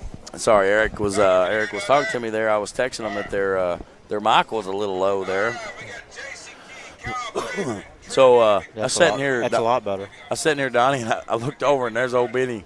I don't know if I was here or not at the time that the car went up and caused him to take a dive off the. Man, that was a crazy night. I'm very fortunate because the night before, I ran the Demolition Derby, and I got a big old mess up on my leg, and I was flagging. I couldn't hardly move, so Benny's like, I'll take over for you. And like 2 races later, he got knocked off. Man. Yeah. Wow. It's crazy. Yeah, just a fluke deal. But if it can happen, it'll happen to Benny Mitchell. I guarantee it. I was out at Jeff's one time. We've been out on the lake. And, Jeff had traded for a motorcycle or something, and Benny wanted to run it. And hell, he pulled out of the driveway and broke his neck. True story. Pulled out of the driveway, laid it over, and broke his neck. And he wasn't going 30, 40 mile an hour. Just one of them crazy. things, Yep. And So they wet this in the curve, or they leave it dry in the curve? We'll make it more wet, and then, of course, there's the I know the straight stretch is wet. They're wetting it pretty good. yeah, of course with this breeze blowing too, it's going to help dry it out pretty quick. So wetting this track, I know last night my car was wheel hopping real bad with those meter eaters I had on the back, and the body eating it up. I'm not sure which was which, but it was wheel hopping bad though when I'd full throttle it going in reverse. Donnie, now we had asked Shane earlier when he was on with us, and then Robbie, of course, wouldn't know this information, but you and I, over here in turn 3, we always had a bad spot. Especially back in the day when the track was narrower, back when I was still doing this stuff. And then in turn 1 and 2, we had another bad spot, always run out and cause rollovers. Have you guys got that remedied? That's what I was going to ask, is with them wetting it, would it erode the corner? That was what, It will if you, it will, but not as bad anymore, because what we did is, if it used to be, the corners used to be in further. Yeah. So we made it a little longer. Oh, that's what you've done. We made it a little longer, moved it out. That way we got, fresh ground there. And then got you. After the last show, they packed it really good and let it set over the winter. Oh, it's hard as a rock. But you know what I'm saying? We worked for years on that hole. I remember when Anthony was on, we came out here one night and we had a guy here and he had a dozer and you couldn't see but the roof of the dozer right over here in the corner where he was digging it out and redoing it for us. Filled it up and it was still it'd come back next race. It just they just eat it out. But what was the dimensions on this track, Anthony? 300 by 100. That is ridiculous. When you guys, I'm telling you, when you're out there, It is so big. Hey, Gully, if any of you guys are watching up in New York, Decker, shoot me a message and give me if you know the specs on San Felipe's track. It's also unbelievable. And Tixie, if you're watching, give me the measurements on Minnesota Throwdown, Dakota County Fairgrounds track. I would like to know that to let everybody at home know, just for a comparison type thing. I think around here, this is probably the second biggest track. I think Bardwell may be a little bit bigger. Do you have cars turn over in the corners there? I see you got the earth mover tires in that pile. Yes, we do have. Do they go up on the dirt and roll? Yes. If they're getting shoved, Yeah, I guess, they or can, cut too tight. We usually, of course, we had the Derby last night, so Yeah. the track work, and then they're having a rodeo in a couple months. But Yeah. We usually take dirt berms and make a little oval in the middle. Gotcha. It's more like a dirt track. Yep. Hey, real quick, Robbie, I want to Yeah. say hello to a couple little Yeah, go boys. ahead. Couple Yep. little boys watching in Pennsylvania. Wow. Little B and Caden. You guys, thank you for supporting TrackShotLive. Appreciate it. I'm assuming their last name is Collins. Got a message there from their dads that they were big fans and watching. Boy, my phone is blowing up right now. Thanks for your support. Okay, Robbie. Yeah. Here we go. Uh-oh, am I in trouble? No, I got the joke. Uh-oh. This is from Cannon Lee Wallace. Let's hear it. This is going to be awesome. What is a snake's favorite subject? Ooh. Chicken Little. History. That is awesome. Good one, Cannon. And then, oh, yeah, Good one more. one. He had two. Oh, it's a You new guys at day. home, It's a new think day. about Yep, this yep. now. What did one ocean say to the other? I'm not sure. Nothing. He just waved. I love that kid. That's awesome, Cannon. He is such an artist. He's so talented. You always dream of your children following your footsteps and doing what you love. And I've kind of learned now that let him go on his own path. Thank the Lord for my good friend Jason Sauer, because with his art, he's made an impact on Cannon's life. He told us that was his favorite. Yep, Cannon's got a big painting from Sauer that I got him, and sitting in our hallway area. And I told Cannon, I was like, let's make some art sometime. And he's like, well, what do you mean? And I was like, let's paint something, like you paint a hood, and then we'll wreck it and we'll hang it in the shop. So he thought that was cool. Yeah. You guys at home, man, you could do that with your kids too, whether you're an artist, and put it to the ceiling, and just you'll be happy you did 20 years I've been later. collecting a lot of hoods over the years. Yep. Yeah, me Same too. thing. Just having one piece of that car. Yep. It's all memories. Okay. Here comes, what class is this? This is the youth class. This Youth? is 14 to 17-year-olds. Okay. That's JC. I think JP23 is JC Key. K14 of Kyle Craven. The number 11, Trinity McDonough. This is Trinity's first race ever. Also. First race ever. Yeah. Her dad came and bought some tires from me yesterday, and this is her first race ever. See in the bumpers, this is a mod class, right? Yeah, bumpers the youth run mod rules, yes. Okay, Robbie, you see on the 14 there, you see the fan? Yep, I do on this. Yep, that's awesome. On the You guys hood. watching at home, check out the number 14. I don't know if Uncle Bill here could zoom in on that car. The number 14. It has on the hood, Bill, if you could. Right behind the header. Or beside and you guys the at header. home, this might be something you guys pick up and run with if you're racing or whatever. I mean, a lot of rules obviously aren't going to be, right behind the header there, Bill. I'm that telling pole's you, right in the way. I'm telling you, my fair car that I've got about halfway done, I'm seriously thinking about cutting a hole in the roof and making it where it's blowing air either on me or sucking it out of the car. What if you put it on a three-way switch? Yeah. You know what I mean? Yeah. Reverse it. Donnie, how many laps do we run in the youth class here? I believe they're running 20 laps. 20. And guys at home, these are aged 14 to 17. There we go, green flag. JC Key, got them jump on them. JC Key's got racing in her britches. Is it required that a parent has to ride with them in the youth? Yeah, they got to have a rider. They have to? Has to be, at least an 18-year-old or older adult just to help these. Because a lot of these kids are 14, 15 years old. Good. That's good. Sorry, go ahead. Not allowed to touch nothing, just ride, right? Just ride, yeah. Okay. JC actually won the Halloween Havoc show last year, and I think she's only ran 2 or 3 races, but her second or third race she won. Now, who's riding with her right now? Is that her daddy? I think that's Corey Coulthard. That's Coulthard. who she chooses to ride. You guys will Josh is see. on the bank flagging. You guys will see Coulthard out here later. He'll have a chicken on his car, chicken roof sign. I would assume he still runs that. Yep, he's a W body guy. He likes him. He's 3 got ones. them figured out when it comes to these the enduro derby with the W bodies. very good, and he's out there riding with JC, and you can tell JC's got some practice. Number 11 is getting the hang of it on the curves. Yep, Trinity McDonough on the number 11. I said that. Tell They you did what. really good the last time. Don't want to give a lot of secrets away, but a lot of these guys will clamp the right front brake off. That way when they go in the corner and they get the brake, it automatically turns the car down. But don't you do the right front and the right rear also? Or You can do the right rear, but it pulls a little it harder. pulls a little harder, yes. I guess more experience, a little more seat time, you'd be better off. with What that. would be neat is if you could have a hand valve where you could turn it off, and then when you're doing this, you just hit it and the back brakes would lock up. Yeah. So you didn't have to think about it. Yeah. You guys watching at home, I know that the pace is not real crazy right now. Of course, there's only 3 cars in this youth class, but I promise you the track's a little bit slick. But Donnie, Donnie can attest to this. After a heat or two, things will drastically increase. This track is holding together good, too. So can a car that's lapped down still make contact with the lead car? They sure can. Man, that's hard to. Yeah, yes. I was just looking at the number 11 there, and I saw the grimace on the sign, and then I didn't realize I didn't put it together. It didn't commute in my brain. Look at the roof sign. It's grimace from McDonald's. Yeah, McDonald's. What is it? McDonald's. The roof sign on the number 11. Oh, yeah. It's grimace from McDonald's. Yep, I see it. The little Yep. figure, the little fat cartoon guy. You know, what I love about this is these youth cars is, like right now, youth, usually there's 10 or 15 of them, but Yeah, it's majority females. It is. You know, the young ladies, and they will put it to you. This is my daughter started. She won, 8 or 10 features, and we moved her up, and I mean, this is a great starting class. You know, one other thing about this is teaching these kids life skills as far as driving in the snow.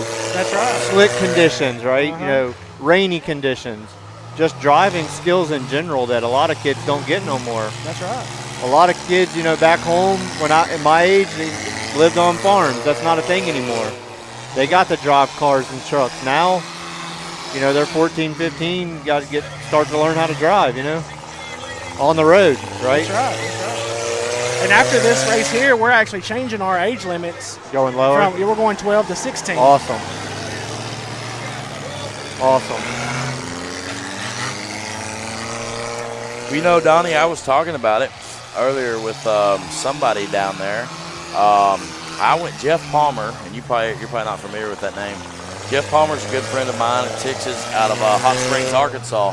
He runs Campy Promotions, and he runs a show called Hot Springs Havoc, which used to be the Razorback Rumble, if I'm not mistaken.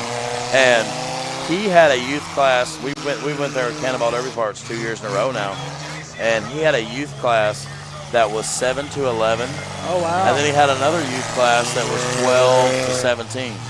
Wow. And that was cool. Did an interview with JP, number 23 earlier, and she is only 14 years old. 14 years old. Yeah. 14 years Look old. at her Look how calm she is. Look where her hands. Look how calm she is. Look where her hands are on the steering wheel. Yep, You 10 guys and at home 2, can't yep. see it. Pulling off into the Pulling curve. the e-brake. Making sure she's got control of the car. Uh-oh. The number I 11 think the having some cabbie trouble. broke a tie rod or a ball joint. Oh, there we lost the Yep. wheel. That's a Cavalier Lug nut. wheel. And those, Yep. if you go around they're a just Cavalier, those Cavalier throwing their wheels fist in yeah. there, man.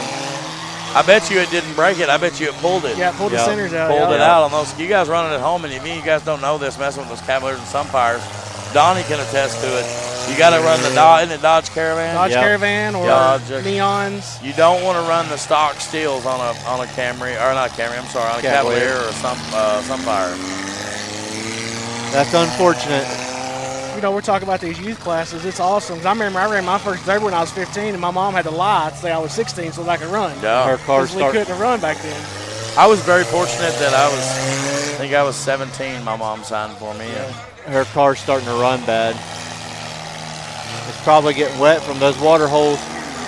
That end of the track down there in that curve on the inside is starting to go away. It's a big hole. They're dipping in bad. Yeah, that's one of real the bad. holes that, Yep. What happens a lot of time on the end of these tracks, this grandstand is at a slope, and Yep. all the water runs down into the track. So just hold the water there. Correct. I wouldn't be afraid to say, Robbie, that I spend more time at this track than anybody in Marshall County because I come up here at least twice a week and eat breakfast. Oh, wow. Just I get set. up in my shop. Yeah, a lot of people Just don't know. set. But I get up, and this is just my happy place. This is Yep. my special place. And now we got the steak, egg, and cheese bagel back at McDonald's. That's what I'm talking about. I Yep. get up before I start building parts, and if I don't go to Four Pigs and get some breakfast, I go to McDonald's and get me a burger or a chicken biscuit or a steak, egg, and cheese bagel. Come up here and sit at the track entrance and just be peaceful. Justin Lee, that girl can wheel that car. That is for sure. What's crazy is she was out there driving it like that on the dry dirt earlier today. When She's got two little brothers coming up behind her, Jaden and Jet. If you Jaden is a soccer and all that sporty kind of kid, but he's a good racer. But now Jet's going to be hell on wheels. If you see Beanie over there, he just gave her the white and checker flag. That means 2 laps to go. Her next time by, she'll get the white flag and then the checker. I wasn't counting, but how many laps was this? They ran 20 in the 20 laps, guys. That is a lot of work for a youth kid, turning that wheel, pulling that brake. Right. White flag. In the JCP. mud. Last lap. Well, last lap. 14's coming in hot. Oh, getting a little rough. Oh, she drove out of it. Yep, she kept her to the floorboard, pulled right out of it. One more curve. 14's starting to drive hard. God, look at that kid drive them cars. Pulled it right out of JC it. and There she Kyle. is. Look how outside Both she of is. them driving Yep. the wheels Good job, off kids. of it. Great JC, Great all right, job, JC. That's where it's at right here, guys. These youth, we got to get them. We got to get these kids in these cars. Speaking of youth and cars, Robbie Crittenden, Simple Solution, TrackShotLive doing their part to get the kids in the car next weekend. Yes, sir. Smith Metalworks Expo, Demolition Derby Expo in Eaton, Ohio. Donnie, you may not know this, but Robbie has built a fresh Lincoln. 97. 97 Lincoln. Black. With everything he builds pretty much except for a few things, right? Not allowed by the rules. Yeah, I didn't change the body bolts like the rules allow, just in case the kid decides to run it somewhere else, because you can't fix that, you know. Yeah. So it has a non-loaded front bumper, which meets the rules, so that's good. But it is built with every single part that I can almost put on it to meet the rules that I do, and I hope some kid wins it that appreciates it. Yeah. That's awesome. I would value the car somewhere probably around 12 grand. Now, we're not saying, Robbie, am I wrong? We're not talking about how that's getting giveaway, right? That's a secret till we get there. That's correct, yeah. But it's cool, guys. Any youth kid that signs up for the Smith's Metalworks Youth Cadet Derby, they're having a mini and a full size. Any of those kids have a chance to win that car. Wow. So, Absolutely. And you will, they can run the car there. yep, or take it home fresh. Yep, but we are not talking about how we are going to do that drawing. So we know how we're doing it, and it's all in process, and it's going to be really cool. Anthony and Fatty and myself will all be standing side by side when it happens, and I have a lot of people to thank for helping me build that car. A lot of people had their hands in it. I also had youth kids. I had a whole day where youth kids came to the shop. How cool is that, Robbie? I That bought was so tool cool. kits for the front, the passenger side, driver's side, and the back. So I had 4 full tool kits, hammers, pliers, anything you could think of. Harbor Freight stuff, but it's good for kids. And I just put them in groups and just let them tear the Man, thing that's apart. awesome. Yep. Yeah, that was a cool thing. Yeah, That it a was. cool I think thing there was to do. 12 kids there, so Yes. we had a whole day of awesomeness. I mean, it was the best. But That's great. And you guys, next weekend, you guys don't know at home, Robbie. What's the name of the town? Dry Ridge. Dry Robbie? Ridge, Kentucky. Where your shop is? Yes, sir. Robbie, last time I was up at his place, he was still building out of his home shop. Yep. But he purchased a place or whatever, at least Yep. a place, and he's got he's turned it into essentially, Donnie. It's a demolition derby. It's like basically like It's an old Lovett's, gas station. Yep. Wow. but yeah. he's changed it into a demolition derby shop. So it's a demolition derby store and shop. Yep, and I'm even starting to get, which is very awesome. You know, a lot of us guys in the derby world, you know, we have our own mental issues, right? Like our own issues Absolutely, in we our all lives, do. right? And us guys, we don't talk about it. We bottle it up and we just keep going day to day. You know, suicide prevention is a big thing in my life. You know, just getting guys. I'm starting to get a lot of guys that don't even care about derby. That's just coming out up there to hang out with guys. They don't go drinking, so they don't go to the bar. Right. You know, Awesome. so I'm loving it. So it's turning out to be something amazing. You know, I remember I was watching one of the, I think it might have been last week or Mississippi show. He was talking about how you're close to the Ark. That's a good reason to get my wife up there. She can see noise. 2 exits down. That'd be my excuse to come to your shop. And Yep. For you, for you, it'd be 2 exits north. So. Yeah. Yep.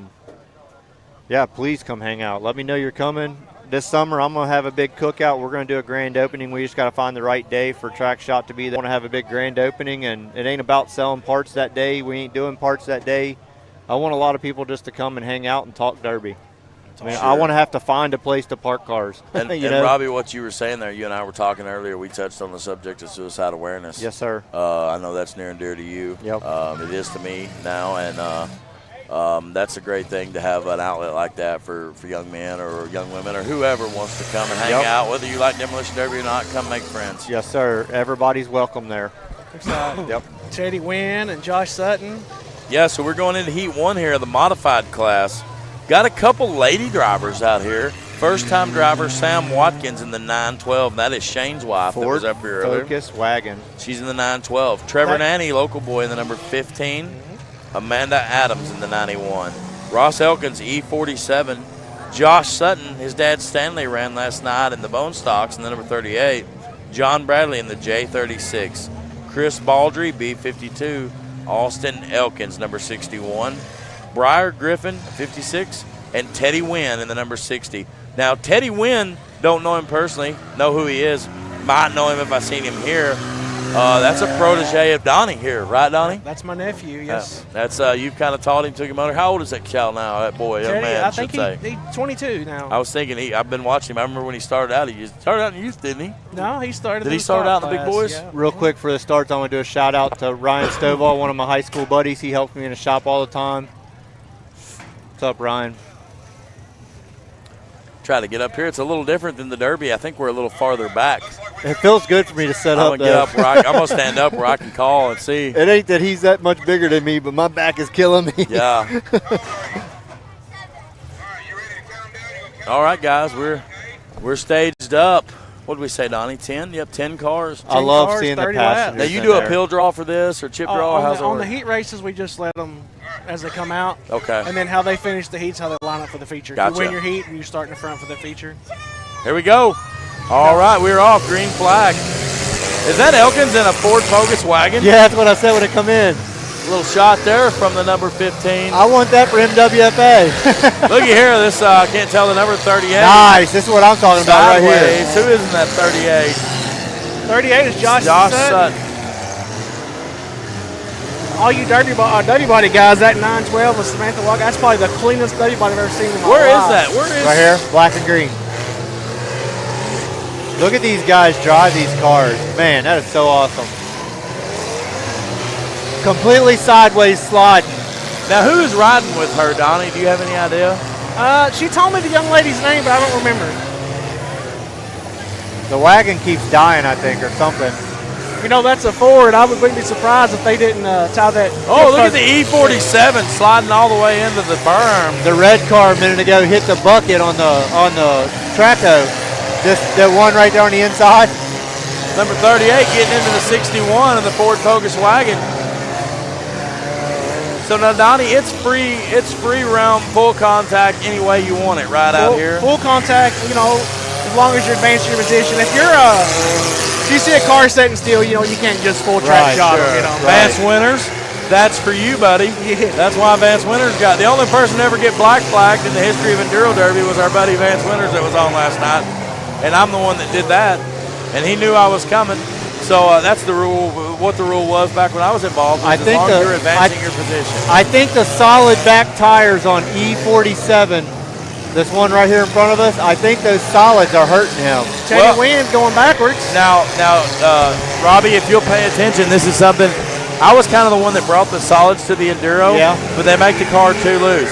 So if you'll look at that E47 when he comes around, he's in the dirt every time. His right rear is a spinny spare, and his left rear is a solid. So he's got one holding. Well, that and you're getting hit in the left rear. Oh, okay. So you're taking your hits to your solid, and you've got your right rear to I didn't see the other side had a donut. I didn't know that. Yeah. I got you. Yeah, he's getting better at it. And now I think Donnie would probably agree. I'm assuming, Donnie, that right now might be a poor choice. But as the track progresses and dries out tonight, you're going to get a lot better situation. And that's another thing. Will you wet it again, or is it done? We'll probably keep it like this the rest of the night. That way it doesn't change. If it gets super dry, then we'll I got you. Now, guys at home, I wish I could tell you the leader currently. No idea. But if I'm mistaken, it may be the 15 of Trevor Nanny. okay. Unofficial. Unofficial. Yeah, anything we say up here tonight is unofficial from any of us. We're just talking to the best of our ability. And the reason I can't tell you the position as we're here live on TrackShot is because it's all on the computer, and we won't know any of that information until it's complete. Right. They have little transponders. I think Robbie showed them earlier inside these cars mounted on the floorboard. And that was a hard hit. Look at that. Took the whole front fender off. Oh, goodness. That's the number. Is that the 36 of Baldry? This red car, the Lumina going in the curve down here, did that one. Yeah, that's Briar Griffin. Pretty sure. Who is that, Donnie? Briar Griffin. Briar Griffin. Yeah, he caught him right above the front wheel. Okay. The one going around right now, I believe, is the one that did that. That was a good hit. I'll tell you what, Donnie, since you're kind of knowledgeable on this, I'm going to jet for just a minute if you'll stay up here with Robbie, and I'm going to go down and ask them to give us, communicate the winners of each heat to us. Okay, yeah. I'll be right back. No Actually, hey, Robbie, if you're okay, I'm going to send our buddy Robbie Darrington up here for a few. Yeah. You good with that? Yeah. Okay. Yo. What if you was to go pick the best car out there, what would it be for this? For modified. You know, it's about like derbies. A lot of guys like double bodies and Luminas, and then Cavaliers, the Ecotech Cavaliers. Okay. I like the Camrys, and I also got an Ecotech Cavalier. The W body V6 and the Ecotech 4-cylinder, right? Ecotechs, and then the 2.2s, and then the 3.0 Camrys are both really good cars. So I know the Cabby's probably got some performance stuff with them being dirt track style builds, so that might be a benefit, right? Right, it is. But it looked like the wheels might be an issue, or the spindles, right? Or whatever happened there? Correct, yes. Red flag, what happened? I missed. Here, I'll help you, Robbie. Good? Man, it's fancy. Yeah, you look good, though. Fancy. You look good. Do I got to suck in the whole time, or? No, I'm here. I'll make y'all look small. I keep setting up. And I told America that my back is killing me from last night. I know you're sorer than I am. You were laying down some way more. Yeah. Yeah, I got. He don't even know how he got it. I lifted my arm up earlier, and you said, "Man, you nice bruise." I'm like, "What are you talking about, man?" I said, "I think it's from your seat strap." He said, "I don't run a seat strap," so I have no idea how he got it. There was some funky things going on last night. That's all I said. Robbie, I think you got a car at your house to be good for this, though. Oh, I man. don't know if we can say it, they'll fire, you know. Oh, yeah. Yeah, the old slip and grip. Yeah. Yeah. Man, that would be, like I said, unfair to anybody else who might show up if I bring her out of retirement. I just want to say it that two Robbies do make a right, so. Yeah, right. You're experiencing a Robbie sandwich right now. I'm a Robbie sandwich. You are. Got a lot of meat in here. Yeah, those are the best sandwiches, you know. Oh boy. A lot of you guys are wondering these cars. Most of them have a They've got a fire, something going on down here at the end. They got people out of the car here. They had red flag. Yeah, they're inside that. Maybe a battery. Man, you almost have to have a roof sign. Or the passenger might be hurt. Maybe we don't want to zoom in on that or nothing. So just give them time here to figure out what's going on. You know, I've noticed. Fire department's taking care of whatever's going on down there. Without a roof sign, they get so muddy you can't tell what car they're in. Yeah. That's right. You know that they're eating that mud from them front wheel drives with those wheels turned. You eat a lot of it when you're out there. You do. Deep in your lap when you're done. Yeah, I actually wear tear-offs on my helmet like stock car style. And Steering wheel gets slick. Rip it off and have a new vision. Steering wheel gets slick. Oh, yeah. Yeah. I could imagine. Like this little car, I think, what is that, a Cavalier? It was. Look at how muddy the whole front is. The wheel wells are like a tire and then mud. Yeah, they run like a tear-off on the whole car. Yeah. Yeah, Spray it with WD. Yeah, I run them on my helmet and I can just rip it off. And I'm not sure what they got going on. Is he getting back in or is he done? Once his feet touch the track, is he out? No, as long as it's safety, Looks Get like he back is in, getting yeah. back in. They're putting helmets back on. Yeah, maybe they should implement that. Like every 5 laps, they all stop and get right around the car. I think we should do what we said last night in the Derby during MWFA. We said a lot last night. You have to remind me. Two people in the car, and America, anybody can do this.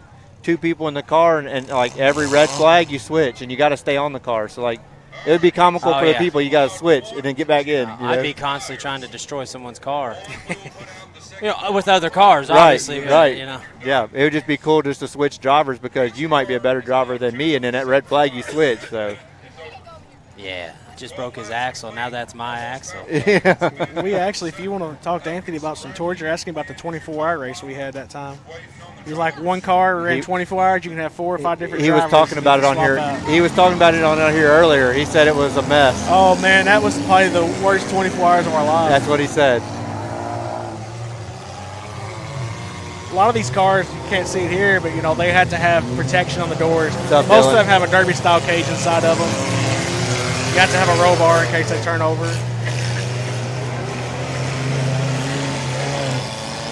$3.99.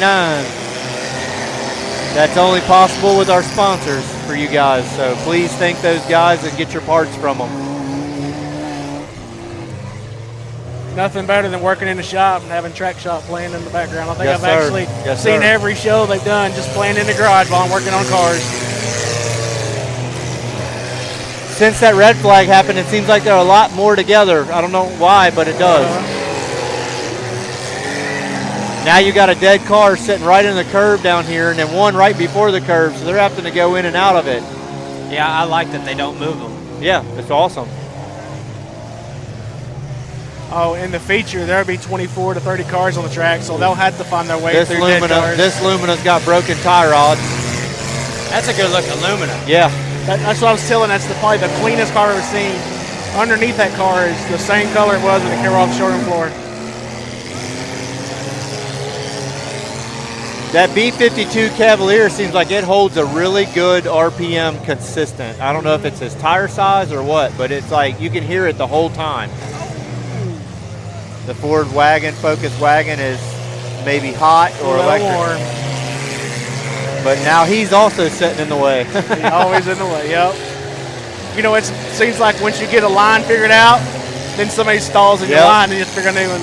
You can see in the corners it's starting to dry out a little bit too, so it's fixing to get He fast. got it fired back up. So that might have been steam from where it died, so where it's getting a little warm. It's still steaming on the overflow. Yep. I have no idea who's winning here, guys.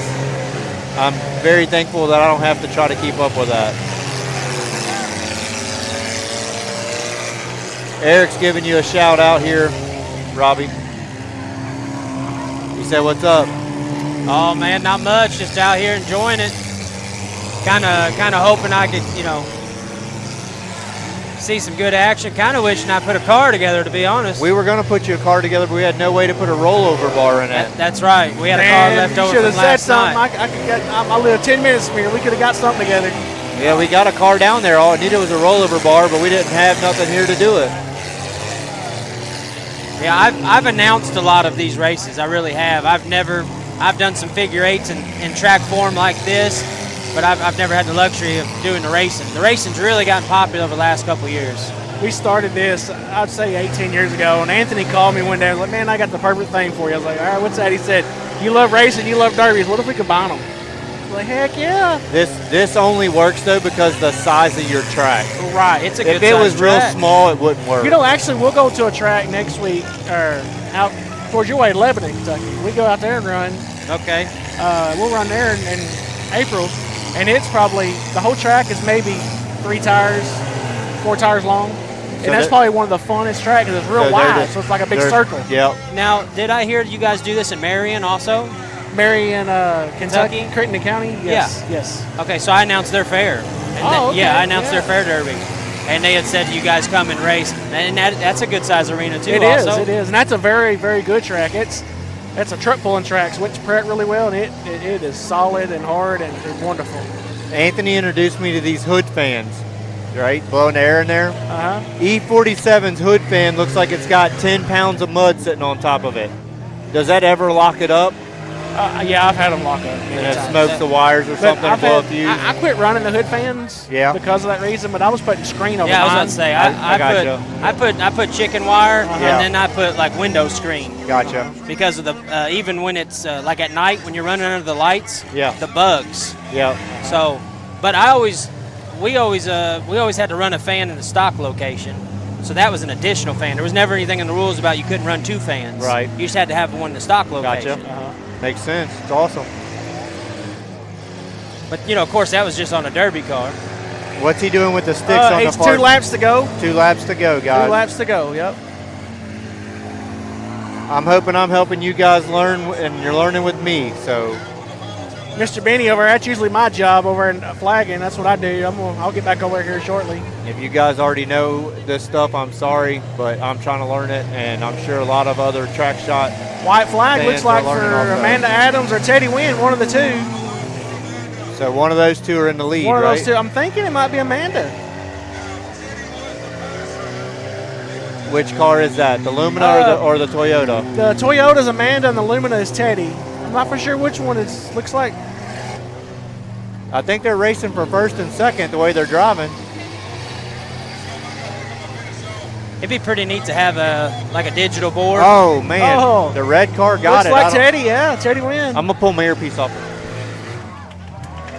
I didn't get to hear what he said. Amanda and then Teddy, I think. Unofficial, guys. I was trying to listen. I think it said Amanda and then Teddy. So, for anybody watching that knows them, I think that was the order.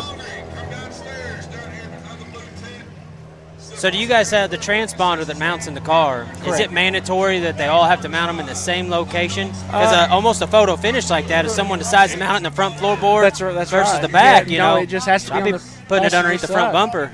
Yeah, they have to be inside the compartment, but it can be in the front or the rear floorboard. Okay. So there you go. Like you can move it all the way to the front of the passenger Yep. side. Yeah. See, you're a cheater. No. Have you seen the way that my I cars? meant- Have you seen the way my cars move? I meant computer. I'm sorry. You're a computer. Yeah, my cars move way too much. way too much. If I keep them not moving, I'd go all night. That wouldn't bother me a bit. I did the frame delete on mine last night trying to cut weight. Yeah. That was tough. I'm surprised you made it through tech. I was too, bub. Yeah, I'm surprised they let me run it with it being that rusty, honestly. You know, to be a sharp-looking car, when he showed me the frame, I was like, holy cow. Yeah. I was going to go up to the driver's meeting and act like I had the baddest car here just to try to – but I usually if a big car guy sees the rust on the fenders and stuff like that, you know automatically what the rest of it looks like. You know, that's why I like that class. You can run anything. Anything, man. yep. You know, that's a good car, but not good enough to run a big show or anything. I bought the car and- just for the motor and training. Right. And it proved itself last night, so it gets to come out and the car's still going to scrap. Yep. You still got a lot of car left. I should have let you race that tonight. I only need 4. We could have put my trailer ramps like on there and made it like a roll cage. Yeah, we could. Have you seen some cages, man? we Trailer ramps. That is a great idea. We could have That is way better than some ramps. The ramps on Anthony's trailer, we could have ratchet strapped them up and over and just sent it. Now, I'm not saying it wasn't a good cage, but I seen a cage out there earlier. It was like 1.5 inch rebar. Yeah, I seen it too. Yeah. I mean, it ain't gonna move. It's still good, but it's like goodness gracious. I seen one that was angle iron too. Test. I hear you. Yes. Yep, you sound good. Anthony's down there running for mayor, you see him? Oh man, I'll vote for him. Shaking hands. See him down there? But he's shaking his own hand right now. Anthony? Yeah. Okay. Warming it up so it ain't cold to touch. Talking to Jamie Dowdy. Jamie ran in the most winning class last night. Yeah, that MWFA class is a very neat class to try to get even beginners, because it's so easy to build it. You can build it if you lived in a subdivision because it's gone on Monday when you go to work. You take it, drop it off, you know what I mean? At scrapyard or wherever. I But remember watching one of you guys show last year, and a guy drove the car to the track, built it, and Yep. left the car there. Yep. We had, 33 cars on the track last night. We probably could have got another 20 on there easily. It was a good-sized track. I mean, even driving out there, I've been in a lot, closer quarters. I was trying to stay down here on this end of the track. That side of the track was sloppy and muddy. They were getting with it a lot more than we was down there on the other end, too. He just ran his chain over. Pull that bucket off. He yanked his own chain. Yeah, he yanked his own chain, didn't he? Yeah, that MWFA class, I'd like to see a lot of other promoters battle to try to break the world record. I mean, that's a class that you could easily do it. So what is the world record? Anthony's going to do I'm not sure. I think 140 something. Don't hold me on that, but I think it's in the 140s. We had 119 in Minnesota. You guys got me? Yes, sir. We can hear you loud and clear. Hey, I just want to see what it felt like to be Fatty Clark. You look good. You got the walk down. Oh, well, you got a poop walk because I'm walking on mud. Gotcha. You know what I'm saying? You know what I'm saying? You know what I'm saying? I'd like to see you walk with your head high so we can see you trip and fall. Oh, I lost you. Lost you there for a minute. Sorry. Yeah, I'm sure you did. I just wanted to come out right quick and make sure it's worked. You got everything up there, Robbie? I'm going to hang out down here and catch some drivers on the next race. Hey, come on down here to the midway. It's like sloppy right between these two tires. Yeah, will you do a mud angel here for us? Tomorrow. Okay. All right. Well, as long as you do it. Hey, right quick, Robbie, while I've got you on the phone. On the phone. What am I Yeah. saying? You never call me back. But anyway. Right quick, while I've got you, I've got the finishing order for the first heat. So when you guys come to me, I'll give you the finishing order for each heat as they send them to me. Okay, perfect. We're taking, I think Donnie said top 6. Number 1 was the 91 car of Amanda Adams. Number 60, Teddy Wynn. E47 of Ross Elkins. B52, Chris Baldry. J36, John Bradley. And the 38 of Josh Sutton are the top 6 advancing from that heat. And if I'm not mistaken, Anthony, I think that's Amanda's first win of any kind. Oh, is it? Yeah, I know I don't know. I think she drove that car really good in that heat. Sorry, got a little bit of a short in the cord here or something or another. How many times, how long she been racing? She races off and on. She runs a couple of years. She's probably been doing it 4 or 5 years. That was mod heat number 2, right? So we're in 3 now? 1. Oh, 1. Okay. I got ahead of myself here, guys. I'm sorry. Hey, real quick before I jump off here, you guys at home, if you don't mind, just go ahead and drop in the comment section how much better looking and better at this I am than Fatty Clark, if you wouldn't mind. You got anything else to say? That's all I need. Can you do, like, any Fatty dancing, or you know how he's got those special dances he does? Or? Well, I was trying to think, Robbie, Fatty doesn't even have anything that he really says all the time. His newest, like Tixie's like, you know what, everything or whatever. Yeah. Fatty's new thing is he scrapes his shins on the concrete wall. That's true. Yeah. And hey, this heat's brought to you by Fatty's Fab.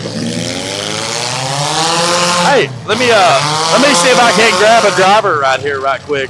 We get him staged up. I'll talk to Corey Colfarb here right fast.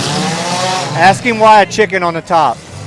What'd you say? Ask him why his roof sign is a chicken or a rooster.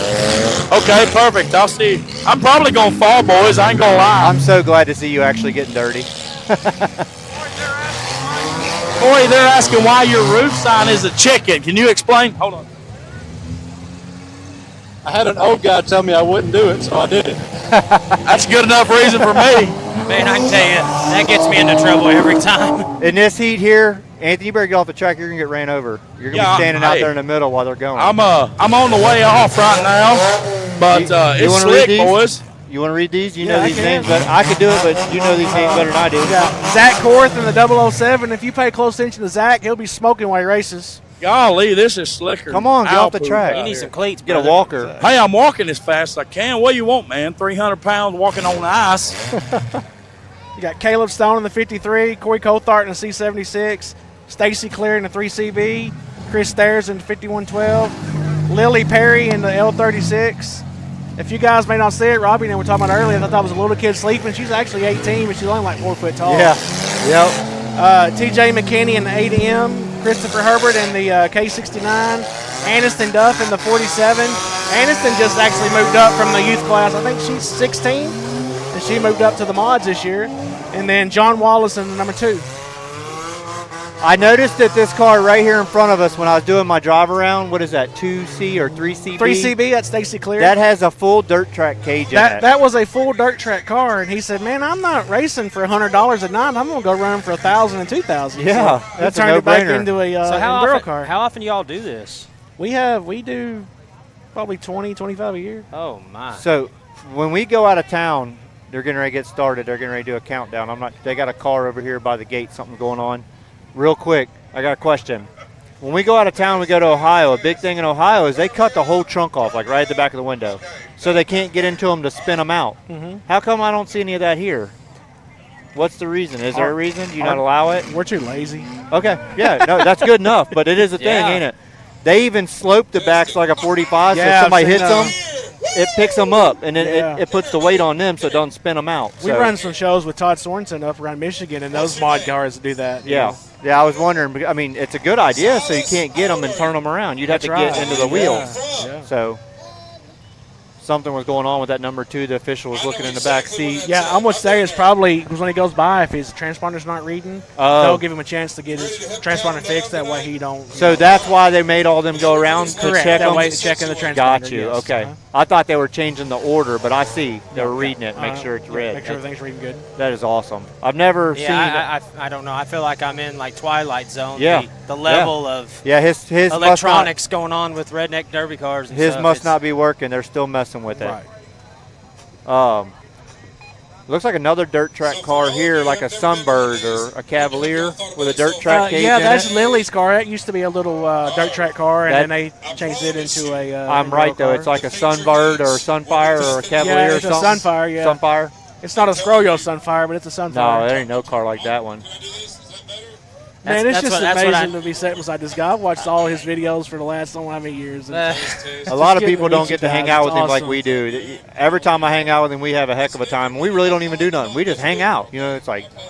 I'm like a kid in a candy store. You guys watch football and stuff, and you got your favorite players. Yep. I watch these guys, and these are some of my favorite guys. Yes, you know, sir. Yes, sir. Just What sitting it's here about. with them is awesome.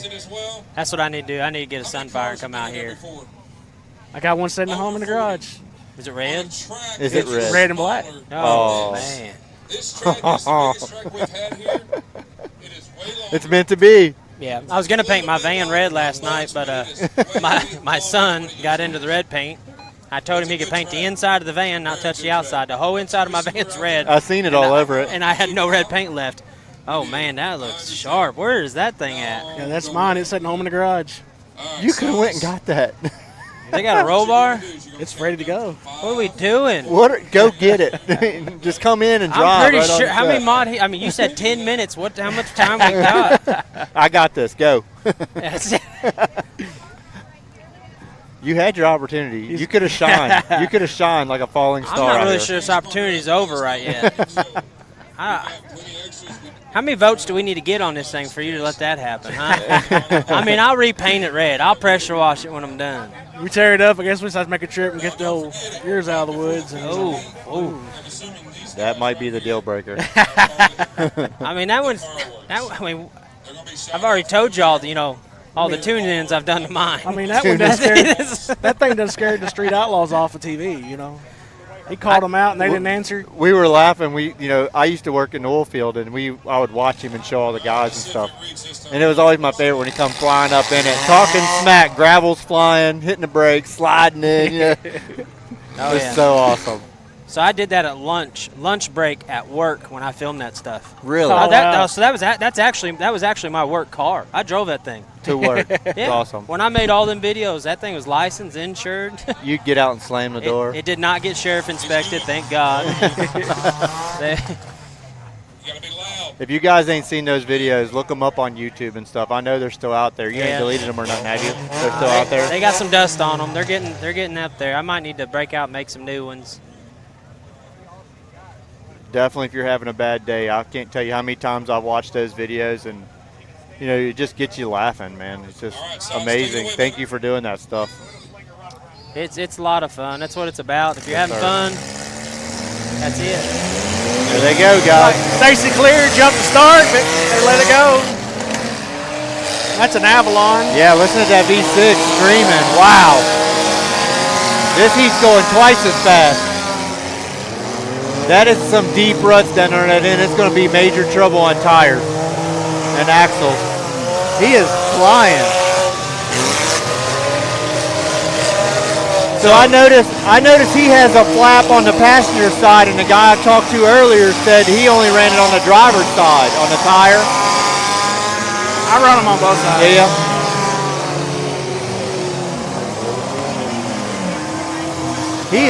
That thing is moving. Yeah, so at 53 in third place at Caleb Stone. Yep. We talked to him earlier. Yep, he was the one. Caleb's a great guy. He actually won the Halloween Havoc show here last year. That's what he said. So he's coming off a win. He's coming off a win, yeah. That's the guy in the car we're talking about in the 53 blue and black. He's the one that lost his helmet last night in the NWFA, the video we played a little bit ago. Right, yeah.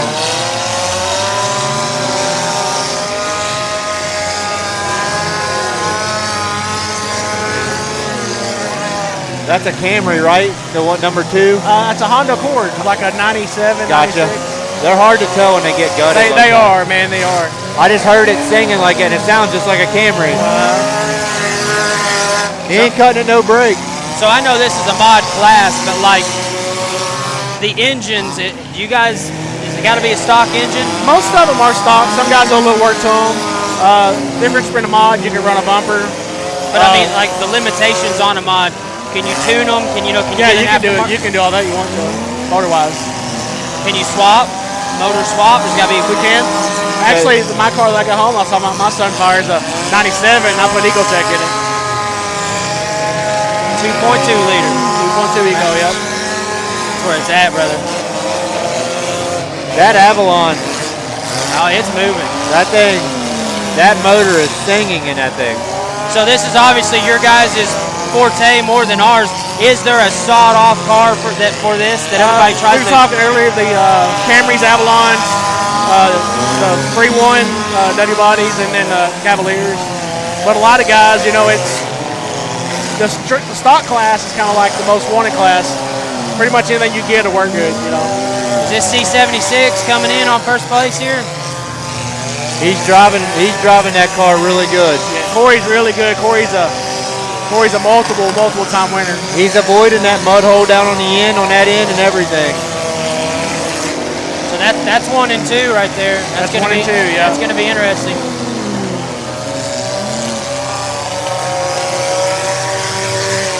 See, he's going to the outside, and the Avalon is going through the middle of it.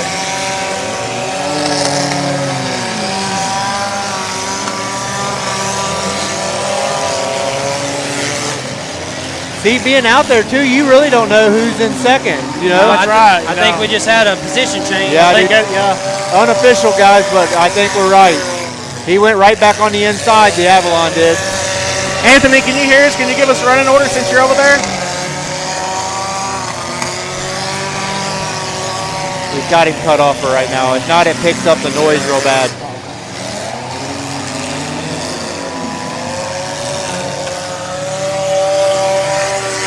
He just had something lock up on the front. I seen that. Yep, it turned. I think this side right here. That's unfortunate. He'll have. Is there a Consi heat? Yes, we'll have a Consi. So, how many will be in the Consi? What would the maximum be if every single car could make it back? See, 12. And how many lap is that? We're looking around 15 to that. 15 lap Consi. And then if we don't have enough to show up, then they'll let them all go in the feature. Got you. What is not enough? 5? Like if we have less than 6, they'll let them all go in the feature. Okay. Number 2 smells like something's getting hot. What is that smell? It's a little warm. It almost smells like gear oil. Got that smell to it. If you can see the number 2, they talk about the hood fans. You can see how that hood fan is blowing that steam completely Pulling it out, yep. Pulling it straight out of the engine compartment. At first, when I seen that smoke, I thought it was the fan smoking, but it's pulling it out. They're running out of steam, that's for sure.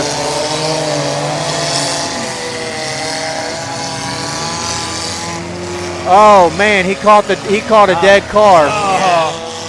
and he's got the caution tape tied around his wheel. Here he goes. So that might have been first and second there, got split up a little bit, maybe.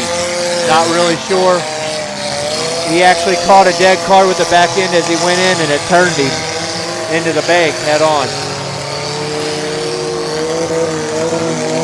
That 007 is Zach Horth. Man moved in a second. He's clean running, driving smart.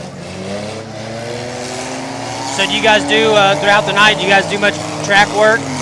Yeah, once the in between the features and in between like the heats and the stock and stuff, I go out and grade the track a little bit, make it a little smoother for the stock cars and the mod. We believe C76 with the chicken on the top is in first place, unofficial, but we think that is the first place car. Yeah, other than down there in 3 and 4, the rest of the track's holding up pretty well. It is very good. I was worried about this corner down here. Last night it was like when you got over there, I could feel the power difference in my car. It was dry. On this side over here, I felt like I had. Man. Oh, 3 CVs blowing up the smoke. Man, he was running great.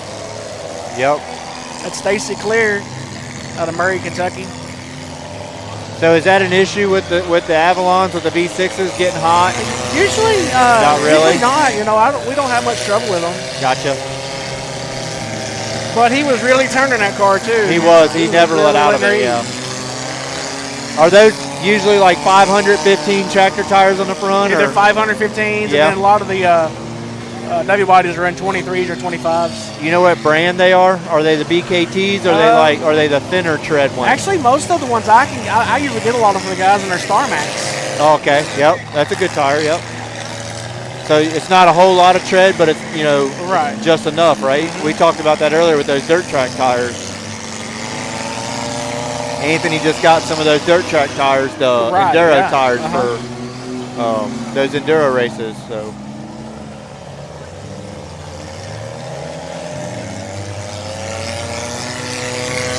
Yeah, I guess just a lot of the battle is finishing the race because it is. The first half of the race, second and third place are both sitting in this corner. That's right. Yep.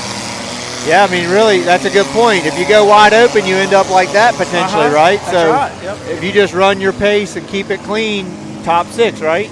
Top 6. So you just got to place 6th place. You ain't got to be first. That's like in the feature. You know, you got 70 laps. Yeah. You know, take your, pace yourself. You know, kind of like a derby. You know, they call it bagging, but no, it's pacing yourself. You know. It looked like I just seen gas slosh out of the gas tank in K69. I hope it's a trainee cooler with an ice box or something, but I definitely seen something slosh right here coming by. Yeah, it's definitely wet. Yeah, it's definitely wet. He's just showing off his full tank money. Fill her up. Yeah, I filled her up, guys. What's up, Todd? I see you on here. Yeah, Corey Coulthard is the leader. They just gave him 2 to go. So C76 is in first place. He's ran a very consistent race. It was hard back and forth. And I'm going to say that the 007 and K69 are probably 2 and 3. I also see that C76 has his battery up really high on the passenger side. Is that weight distribution, you think? Trying to move weight? Usually, I say no because we have passengers. Yeah. So they're hard to get them in the front, so he just puts it on his cage. He just put it in the back? Gotcha. I was thinking it was to help throw the weight. Right. But, yeah, I see. Number 2 is very, very hot. I'm not sure he finished. Are we going to have 6 that finish? If they didn't, then the most laps. Yeah, whoever were on the scoring system, they'll advance. Oh, that's how that works. That was a good. Yeah, top 6 on the scoring system. Man, that's so much better than the person in the stands with the cards. Trying to count them. That takes me back to the day. I remember going. I don't know if you guys ever been to Hopstad, Indiana. I was getting ready to say because I used to win the reverse races there. Oh wow, that's all the reverse stuff. Is that what got to coming on the track backwards? Anthony's going to go live here, guys. Anthony, can you hear us? I got you guys. You got me? Yes, sir. Sorry, we got a little short in the court here. Hey, come on out here, man. Get out here real quick. Give us just a second. Come on out here. That'll work right there. Just sit right there. That'll work. Guys, I'm here with Christopher Hubbard in the K69. Drove a hell of a race. Chris, now I got to say something. I've been around this since it started. and you're the first person I have ever seen run a shifter. I wish we could show you right now. He's running a gray area shifter, which is one of our sponsors. And you've also got a harness. Who did your harness come from? That come from Corey Davis. Corey Davis, okay. How did you like running the shifter out here? That's not something you normally see in the Enduro Derby. No, it's not. I decided to give it a whirl and see what it'd come to. To be honest, I'm going to stick with it. It's working. I'm going to go with it. What brand is that? I would agree, shifter? man. That was a great call there, and it seemed like it just simplifies everything. Absolutely. Hey, Chris, thank you for talking to us. Anything you want to shout out or thank at home? Yeah, absolutely. I want to thank my mom, Debbie Hubbard, for being a big supporter in my life. I sure appreciate that. Guys, Chris is shaking. He's pumped up. Absolutely. Yes, sir. Thank you, Chris. What brand was that shifter, Anthony? Sorry? What brand was the shifter? It was a gray area. Gray area shifter? Yep. That's what put me out of the Derby last night. I'm not going to lie. He's got a gray area battery box. Got an aftermarket fuel cell, just a cheap fuel cell. This is a fine-built car right here. My years around Enduro Derby, and Donnie can attest, I've been around it since its beginning. And this is one of the best-built cars I've seen with aftermarket parts. Nice. Very good car. Got column in it and everything. Yep, nice. Yeah, that was a great run. He pays attention. I like how he domed the trunk down there at the speaker panel too, just in case he took a shot so it doesn't blow up. I was hoping that I would have the list here of how that finished, but I'll try to give you the rundown. I know first was Christopher Hubbard in the K69, and second, no pun intended, the Cock of the Walk was Corey Colthar out of Mayfield, Kentucky. Awesome. Taking top 6. The chicken car won. Yes, sir. All right, guys. Hey, back to the hog barn. Thanks, Anthony. I think he just called us the hog barn. The next heat here in Heat 3, we got Tyler Harper, 124, Tristan Roberts, T83, Joseph Mullins, car 42, Wesley Shell in car 11, Jaden Hart, 17H. Kara Baldry and I couldn't read it. Kara Baldry, C52, Brian Baldry, B36, brother and sister. that's Brian Baldry. That's actually a lot of father-son. That's actually mother-daughter. Mother-daughter. Check that out, guys. That's awesome. Derek Raymond, Max. I can't read that handwriting. Max Mahan. Chris Portis. Chris Portis,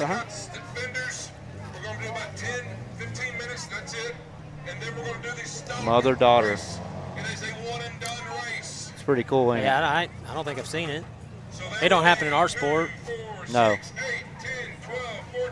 Imagine. That whole family, actually, they got you was talking about the little blue neon earlier, the B-52. That's actually the dad, and then the mom, and then both sisters and brother all run together. So imagine how hectic it is for us getting cars ready for the Derby, for us and maybe a couple buddies that decide last minute to run, like always. Imagine getting everybody's cars going, you know? Yeah, but I mean, then you got the other end. Imagine, spending the money. Go do your chores. Yeah. Go weld my doors. Yeah. That'd be nice, wouldn't it? Yeah. Go weld my doors. That's true, yeah. You're grounded. I'll buy you a battery box, go weld my doors up. Yeah, you didn't make curfew, go strip my car. Yeah. I mean, I don't. This is a win-win, I feel. That's my daughter. She said, Dad, I learn how to weld. Heck yes. Come on, I'll teach you. Let's go right now. We're not letting this one pass. My daughter's eat up with it too, so she won her first big car derby. I was riding shotgun with her.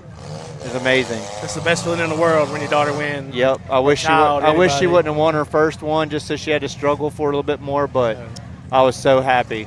I definitely feel your pain there. Yeah, my daughter, she raced a full year and didn't get a win, and she was all, just take it easy. Yep. Well, I won a trip at work. I was in Florida. My daughter raced and won, and I wasn't even there. I was 2,000 miles away. Man. Oh, man. You still have a good time on your trip? Oh, I did. So there's a brown car down here. Is that the one that brought the tree with him? It's like a Chrysler, ain't it, or something? Yeah, like a LeBaron, or I'm not sure what it is. Are those any good? Not really. Not that great. In the Derby, they're firebugs. Yeah, right. And that thing there, that's the one that had the 1.5 inch rebar in it. Oh, That no. he was talking about. Yeah. The trunk's going down on it. So I'm Yeah. not sure if it ran in the Derby last That's the one night that had or all the tree limbs, and Pine stuff. needles Yeah, and pine yeah. needles. I'm not yeah. sure. I was just curious if that was a good car or not. I didn't know if those motors were any good. No, they usually, I think it's got the 3.3 in it, and they usually get hot pretty quick. 4-cylinder. Yeah. You okay, Bill? Okay. Man, I just want to thank you guys for having me up here. This is awesome. No, thanks for having us in Benton, Kentucky. What an awesome place. I haven't met a mean person here yet. So You must not talk to my wife yet. very good time. I was about to say, you haven't been over in Yes, this. you you want- talk to you- my I'm wife. joking. You- I'm joking. I'm joking. You warned me, so I stayed away. And this is 2 hours for me. Oh, wow. Yeah, I didn't realize I was this close. This car's I don't know if they're making him do it. Nope, they moved him to the outside. That car we were talking about, the brown car. So just in the heats, do you guys determine the run order they draw for it? No, in the heats as they come out. Okay. And then in the feature, how they finish their heats, they line up the feature that way. So, okay, I got it. I understand. I see.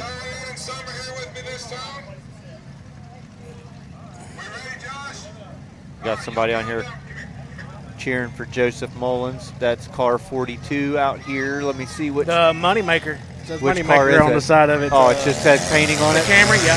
Okay, right there. What? It has the white roof sign with a skull on it, guys. That's who Zach is cheering for. Joseph actually ran the most winning class last night, too. The PBR car might be going too fast for the curve. Holy cow, that car was flying. Oh, yeah. Got one around. He's driving the wheels off of it. No T-shirt. That's a little scary. Chris Portis in the 00. He's ran several with us. We talked to him. Who's that? The guy with the hay rake tires in the Dodge Stratus. Yeah. He said his wife actually, or girlfriend, I'm not sure, talked him into getting back into Derby, into this. So Yeah, he's been out. I think it's probably been 2 or 3 years since he's ran. what awesome support that is, right? Yeah. You can tell by how someone takes a turn if they've been doing it for a while. Yeah. Right, yeah. He's got those hay rake tires on the front that look like cut boggers. You know, we talked about surviving. You see how smooth Joseph is in the Moneymaker. He's just Yes. riding. Yep, right through it. The Stratus, those cars run pretty good. They do, yes. Yeah, they usually run pretty good. In the Derby, they get hot quick. Right. So I'm curious to see how it does out here. I'm not sure if that's just because you're beating and banging and where everything's at, but in the Derby, they're usually hot pretty quick.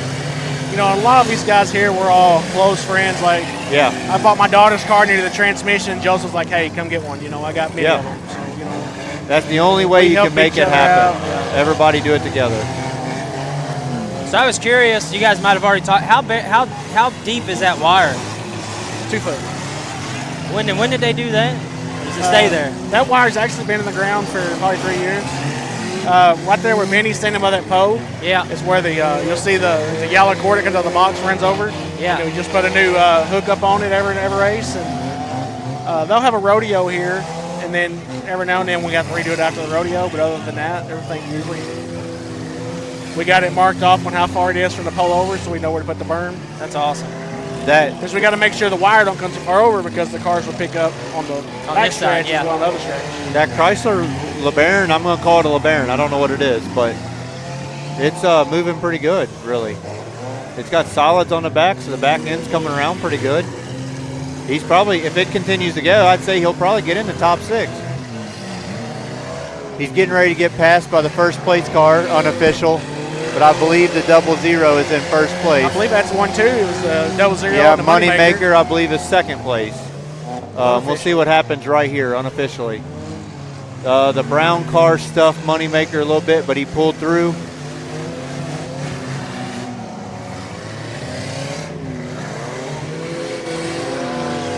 Good inside move there, couldn't get the grip.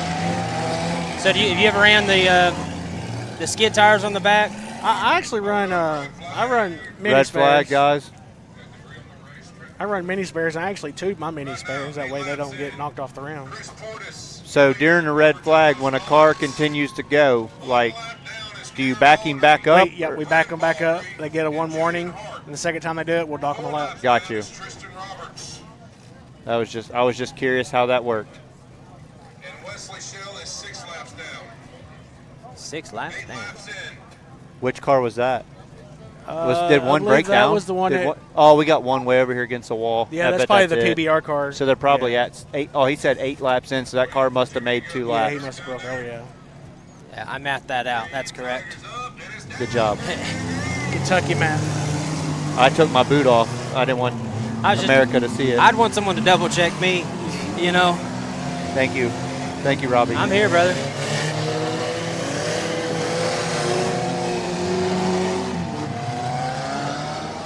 Double Zero's pulled on Moneymaker here a little bit. Not sure if he ran into traffic or if he's just dialing it back a little bit to go the long haul or what we got going on here.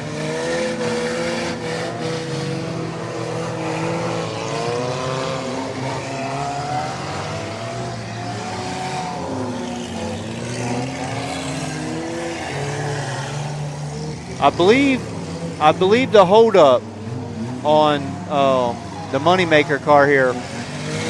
It looks like he's running 23-inch. Are those skids or tractors? He runs 23 skids. Yeah. So I think he's bellying down here on the inside. I think it slows way up, and you see the tires spinning. Yeah, What? See right there? Uh-huh. Yep, it's spinning a lot. And you see like a little smoke off the mud, like it's bellying out. So I think he's dragging bottom there a little bit. When that happens, do you try to go wider, or do you just try to keep staying in a rut like dirt bike racing or something? I usually try to go a little wider. Just go a little wider. Maybe he needs to get some spring spacers. On my Camrys, I run the Indy CNC strut risers. Yes, to get them off the ground a little more. Sir. Yep, Indy CNC's got that figured out. That is a great product that they make. Moneymaker on the passenger rear or driver rear door here. They're fender to door coming into, I guess you call this what, turn 2. Yep. So Moneymaker on the inside, pulling out on the lead. He's got the nose out front. Unofficial first and second, but I believe Moneymaker just took first place.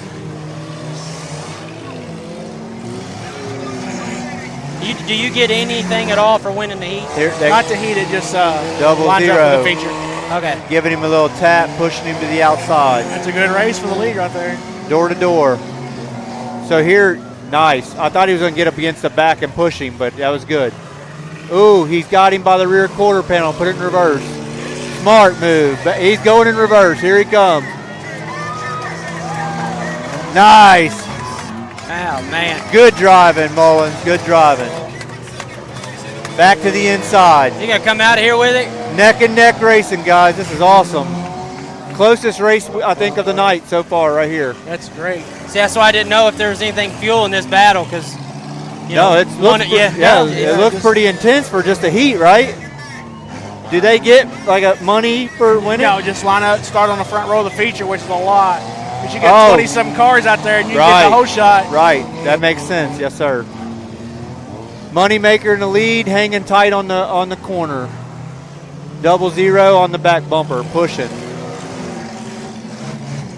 The track is getting to just about right. It's going to be great racing for the features. The black car is a Camry, correct? Yes, that's a 2.2 Camry. It seems like it pulls a lot harder out of the curve than the Stratus does. Even bellying like he is, it's actually bringing him almost to a stop now when he hits it. That Stratus is a much heavier car, isn't it? Yeah, that's true. The weight, yeah. The Camry sounds like it might have a little motor rattling of Mullins on the Moneymaker. 5 laps to go, guys. They're bumper to bumper here, pulling. I think Double Zero might be running this one smart and just letting him go, and just going to finish the race here. I think that's what he looks like he's doing. We got a pile up here in turn 1. Double Zero getting caught up in it, pushing him through.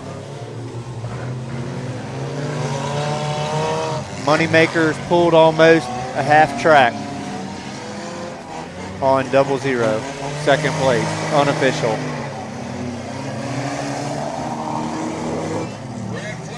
Red flag, guys.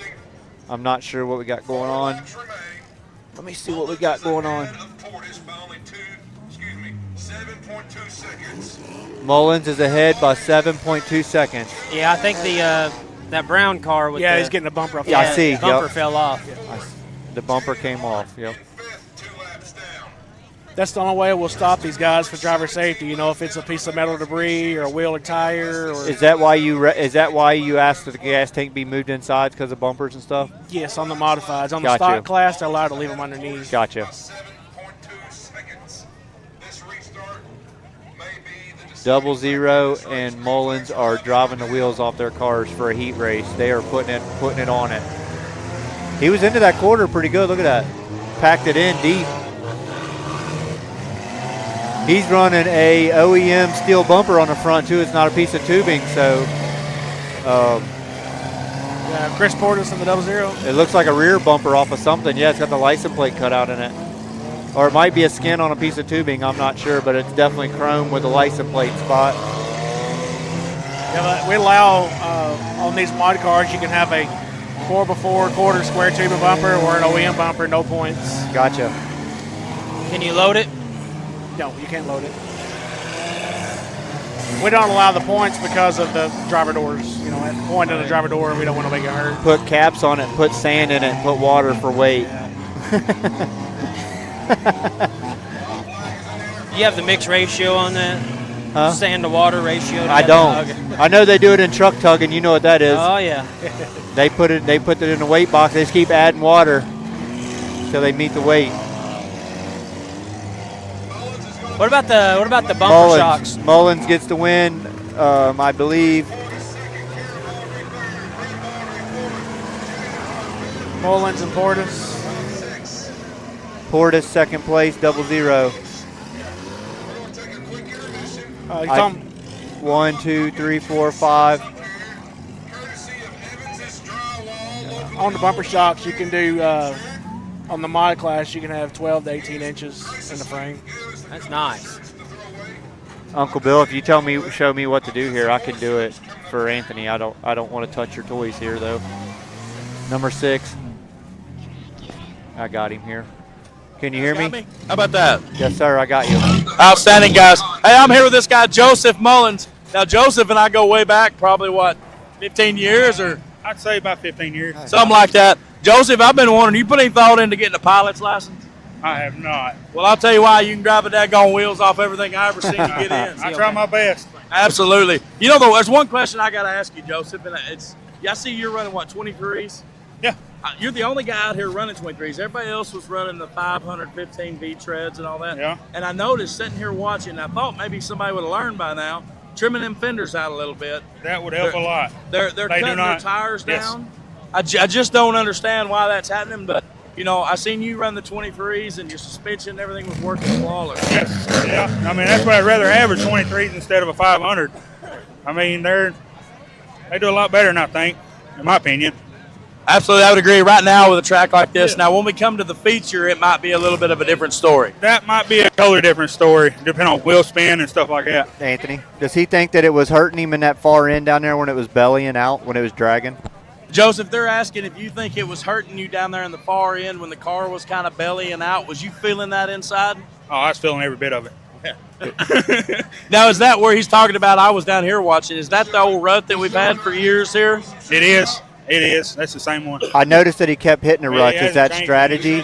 Or, you know. Say that again, Robbie. I noticed that he kept on going right back through the ruts instead of trying to go to the outside and go around them. Is that hook the lane, or is that, you know, is that what he was planning on doing every time? Joseph, Robbie's asking, he said, you keep going, watching your pattern, your line that you're running, you keep going through that hole. You keep going through the same hole instead of driving around it. Is that strategy? Do you feel like that's the line you need, going through that ruts faster than going around it? Well, no, not necessarily, but the second place guy was right behind me. And that me and him both more or less doing the same line. And I was trying to keep him behind me instead of getting in front of me. Gotcha. Gotcha. Makes Man, sense. Joseph, Yep.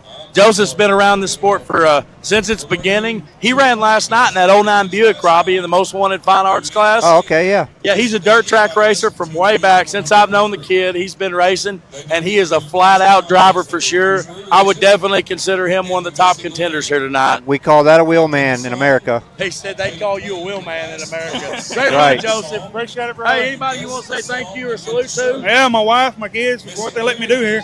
Absolutely. I know that's a family sport. Joseph always brings his family. Good luck, Joseph. Great job. Thank you, sir. That's Good luck. That's his little boy center right behind him, man. He slipped in the mud and went down. Oh, yeah, I just saw that. He stopped right when he fell. He just stood back up and waited. Yeah, he's got the Mullins on the back of his shirt, throwing him in. Joseph's a heck of a guy, man. Known him lots of years. It's awesome. Hey, Anthony, I like them guys don't cut them fenders out and bust them tires. That's good for me. Yeah, Donnie in the tire business. That's a good thing. But would you agree, Donnie? Am I outlandish in that statement right there? That you're 100% correct. That's the first thing I do on a car is trim the fenders. Yeah, I know. You know, I was doing that years and years ago. I started noticing everybody cutting up the tires and what was happening. I just wonder if nobody else is seeing it or they just don't care. It's just sheet metal. A lot of the Derby cars at home, Robbie can vouch for this back in the areas where he's been in my stomping grounds. They don't even run front fenders on Camrys. They completely take them off because it's literally just a tire cutter. Like, yeah, it's doing nothing. Unless you're hiding something behind it, which we all know what that means. Like Fatty. They don't run fenders, so. It's like something Fatty would do. Yeah, Fatty's fab, cheaters.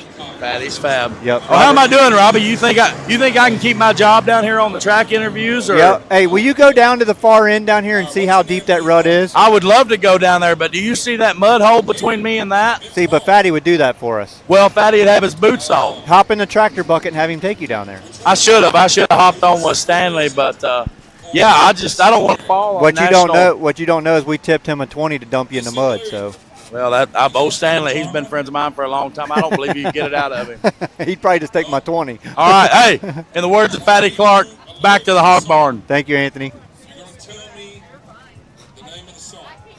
What do you guys think so far? A lot of good driving. Very good driving. I'm not sure. I'm a pick my spot in the track, pull up there, keep going in reverse or forward. I'm not sure I could do this. I think I want to give it a shot. I think you'd be good at it. I've seen you drive a lot of stuff. I think you'd be really good at it. Yeah, I'm getting mildly excited about it because I know it's going to happen. So, hey, anytime you want to come here and run, just give me or Anthony notice. We'll have your car ready. How much of a notice? Hey, I seen there's a derby today. Not 45 minutes. Oh, well. What's up, Robert? How are you, buddy? There's my girlfriend on here. Hey, Kara. Hope you're holding the house down and filling orders for Simple Solutions. All the customers really appreciate that. So I don't have to do nothing when I get home. She's like, yeah, all right. You know that. I got stuck grilling last night. I looked down a while ago. My wife's on the grill, so I might be in trouble whenever I get home. I seen the tent go flying earlier. Man, yeah, that tent went. It flipped it completely over. Where did that gust of wind come from? Right. Just gust of wind and then just went right away. Like, what the heck? It's like I was talking to the firework lady. They've been watching, keep an eye on the wind. They said as long as it don't get over 21 mile an hour, we're good. And she said it was 13 mile an hour earlier. So. That's going to be exciting. They said those mortars are going to be unreal. It's awesome. And they have music. It plays with the with the fireworks. It's in sync, huh? All right, what's your name? So if you guys, what they're doing now, they concluded the heat races for the mods. Okay. So right now they're doing some track prep, and then they'll get the stock cars out here. These stock cars won't have V-treads. They have DLT street tires on them. Street tires and bumpers. Street tires, stock bumpers, Yep. No solid suspension. You are allowed donuts. You're allowed minis on the rear, but it has to be an air-filled tire. Fuel tank stays in stock position, or you can move it. Correct. And what else? There was something else. Suspension. It has to have a rollover bar. Has to have a rollover bar and that's door protection. mandatory. Yes, mandatory. And what? A door protection. Door protector on the driver's side. So. You know, valid door protection too. You know, we've had people show up with a fence T-bars thinking that was door protection. You know. Simple Solutions sells an inner door plate. I don't know if you know that. You literally weld it in your A pillar, rocker, and B pillar, and you shut the door on it. Oh, wow. And I started designing that because you weld an outer door plate on and a bunch of dragging back and forth, it just rips the skin right off. Correct. So your door plate's gone because you only had it welded to sheet metal. Correct. So with the inner door skin, it's full protection and it's smooth on your body. So if you're rubbing it right, like last night we had our door panels. Yeah. But in a built car, you don't have that. So you know how many times you hit your elbow on something, you're in a car like, oh, trying to. It's nice and smooth. I've seen so many people frame rails stab through the door. It ain't stabbing through 1/8" metal, you know. So just something that we offer. We sell a lot of them, and that's a safety thing. So Uncle Bill's taking a picture. We appreciate everybody on here that's viewing and hanging out and sending comments and whatnot. We love all you guys. A lot of these guys in some of these classes here, you know, we don't allow added metal, but a lot of people use spray foam. Yeah, spray foam is your friend in this type of racing. Like my daughter's driver door is full of spray foam, all the way full. I got a friend that owns a heating and air business, and he hooks me up. I tried to spray foam one time in a driver door, and when I got hit, the whole door came in. It was like there was no give between the outer and the inner. Like the whole thing came in. Oh, wow. So I didn't do that no more. But if it works, does it work? It might have just been a bad shot that I took. Yeah, it does that too. But then I've also got I've got 6-inch door bars in it. Oh, okay, yeah. So it's sitting against the bar, right? I did it without bars. I think we were allowed a seat bar maybe when I did it. It's got a full cage, 4-point cage. Nice. Nice. What's cool about this class also, another cool thing, just thinking about it, is you can run that car this weekend. It's probably going to, break a CV, break a wheel bearing, a tie rod, a flat tire, something you can fix in a few hours and have it ready to go in a couple weekends or maybe even the following weekend. Right, yeah. So it's kind of like the MWFA. Once it's built, in this class, once it's built, it's simple after that. Oh, yeah. Last night's MWFA was I seen a lot of carnage on that track. Usually those cars are, mediocre bent up.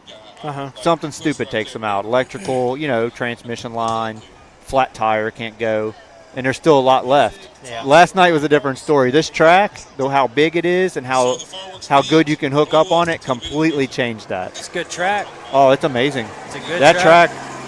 I had to change my driving style because I like to floorboard it right before I hit. You stay in it a little bit, and then right before you hit, right? When I did that last night, I could feel my rear end jumping up and down. I thought, this drive shaft ain't going to stay in here doing this. So that track it was great. For a full-size rear-wheel drive car running with front-wheel drives, it was awesome.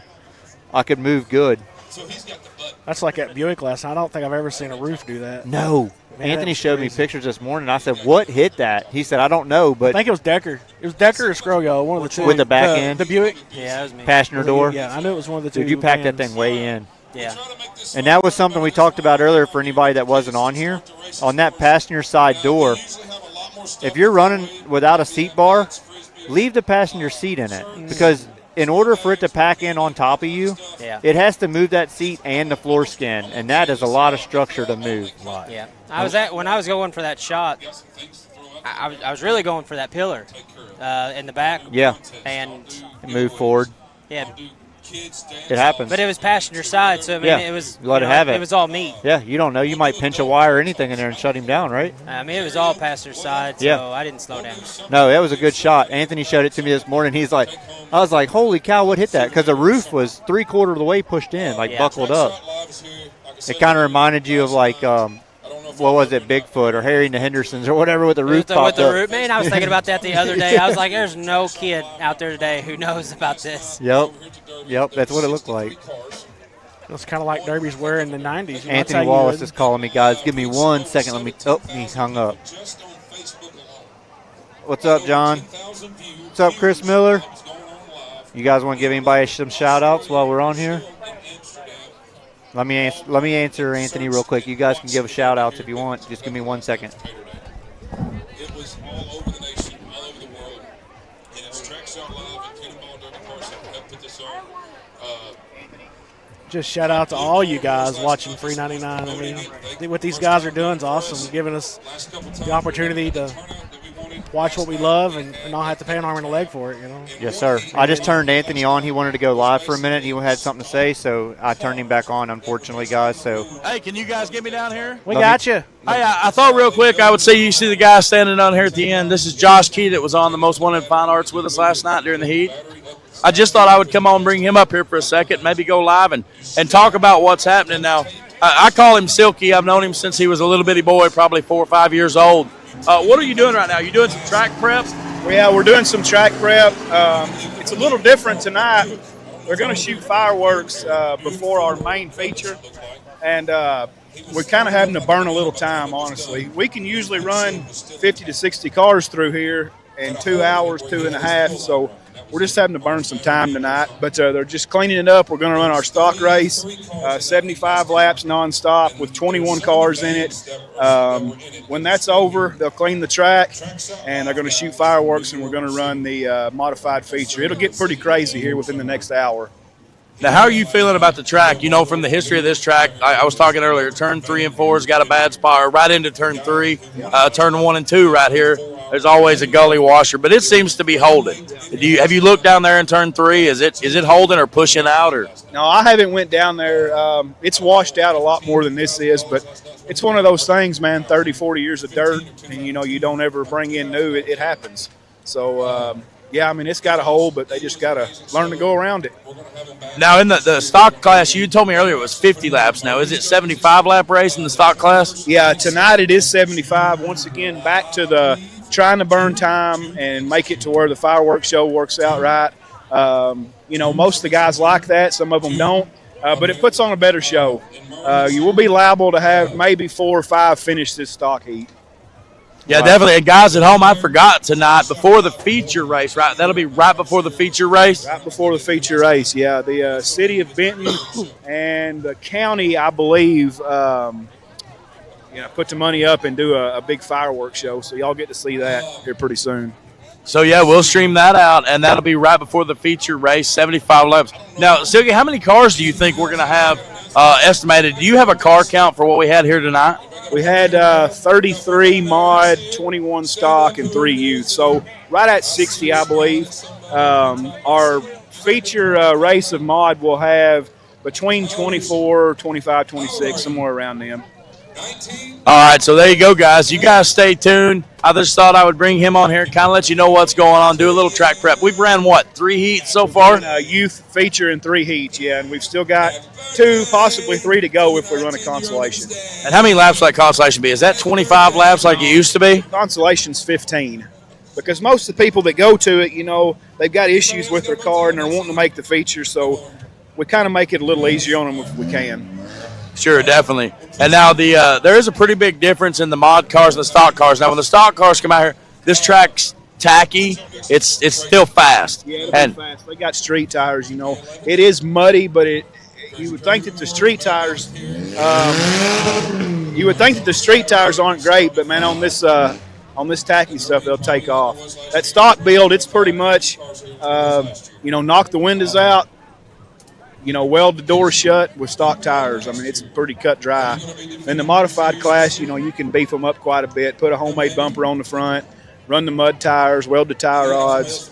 It's a pretty big difference. So you guys at home, you've been watching. We've been running, 10-car heats so far? 10-car heats, yeah. So, and he said, 21 cars in the stock class? 21 in the stock class. So, you're going to have time and a half in this one heat that you're going to have that you had in them stock or them modified heats. Now, can you tell us how many cars you're going to take or going to have in the feature as to what you're taking now? Potentially 24, 26 in the feature of the modified. Okay, guys, so you got that 24, 26 cars in the feature doing 75 laps. And when you go out, wherever you're at, that's where you stay.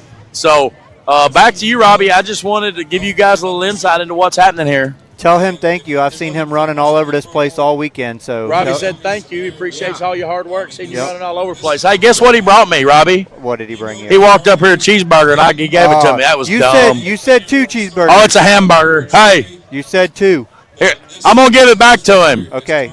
You need one more. Oh, that ain't right. All right, guys. We'll see you in a bit. All right. Some people on here from back in home. Aaron Robbins, Marcus Miller, Chris Miller. That's all a bunch of really good runners back at home. You know some of those names, Robbie. Yeah. A lot of good runners. I don't know what this is on my page here.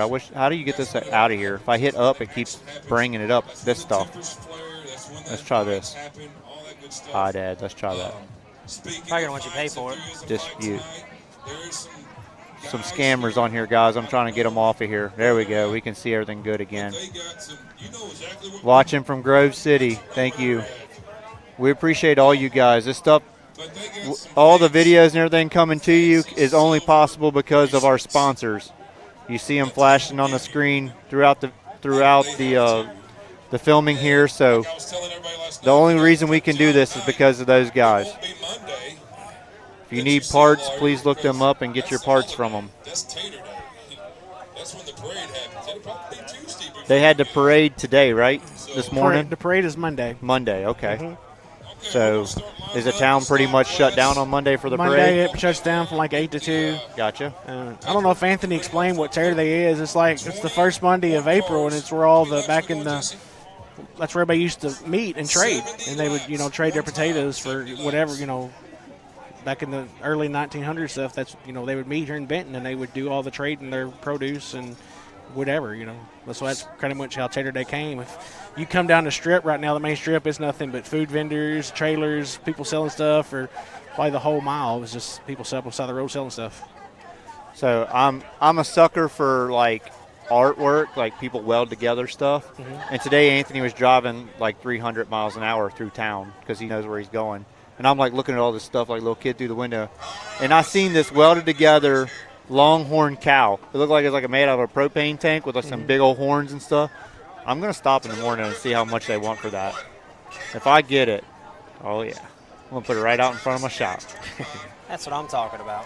It looked really cool. It looked like a cow and it had like these big old longhorns on it. Yeah, now I got a hog in my shop. Do you? Oh yeah, Boris. Yeah, he's up in the shop. That's awesome.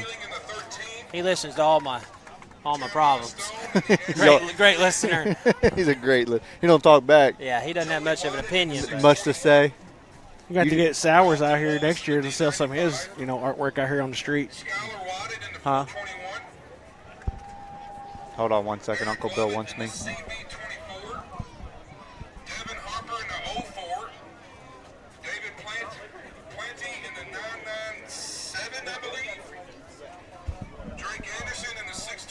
Uncle Bill's going to put a video on today. We went and eat breakfast this morning at JoJo's. They're all about drag racing. They also had a cool thing going on out back with tractors, and we actually talked to a plumber there that had all kinds of antique stuff. You wouldn't think you'd be interested in that, but I thought it was really cool talking to him. Yeah, that's so pretty cool. Uncle Bill's going to run that video and show you guys. Track Shot, we're here in my hometown, Benton, Kentucky. Super special place in my heart. Got a little festival going on today called Tater Day that's been going on for, I think we said, 179 years.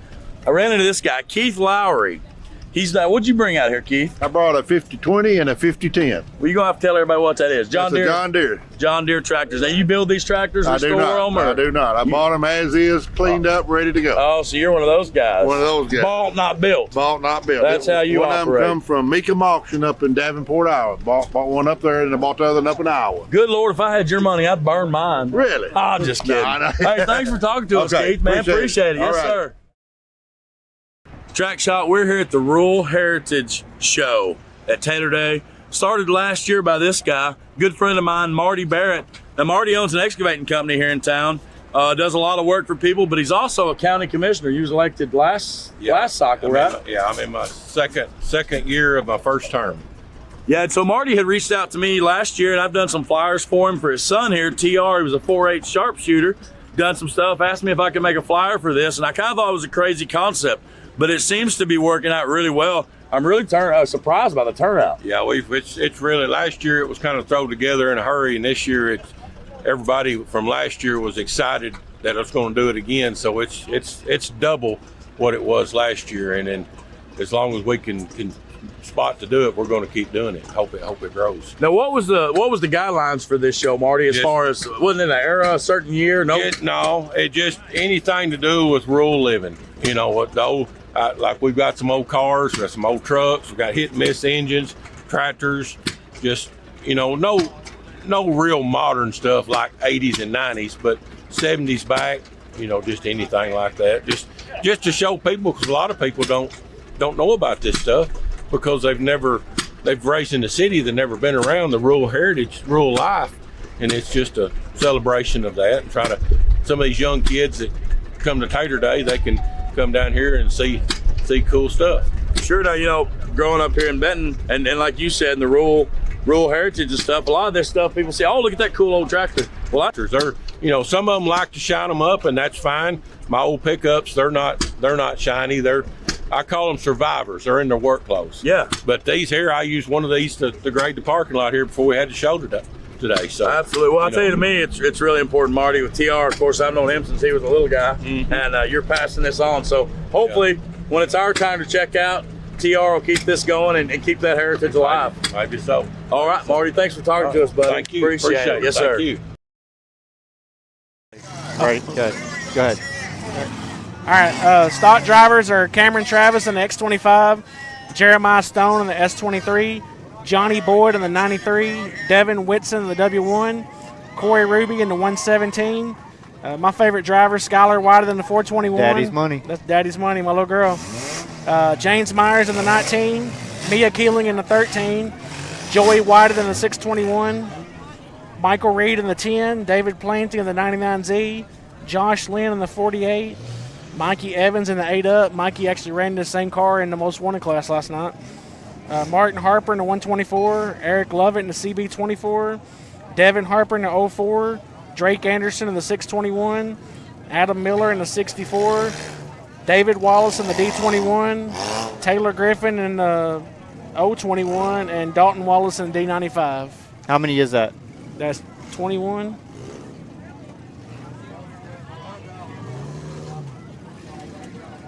$21, guys. This is going to get good.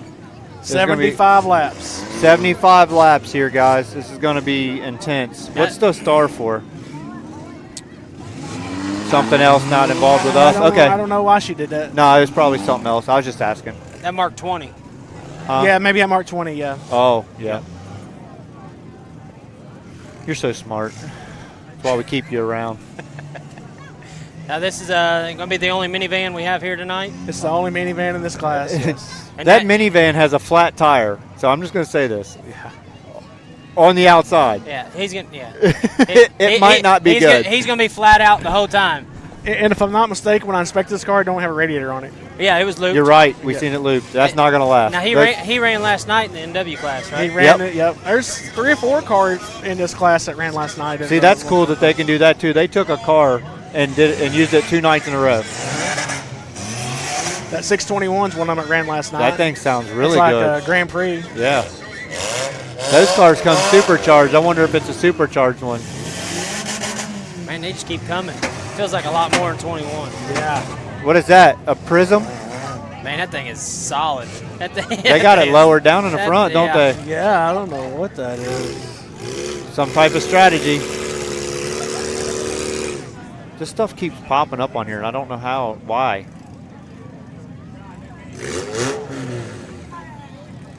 Too good. A couple good-looking guys there. Yeah, it was. Yeah, I scrolled too far, wasn't it?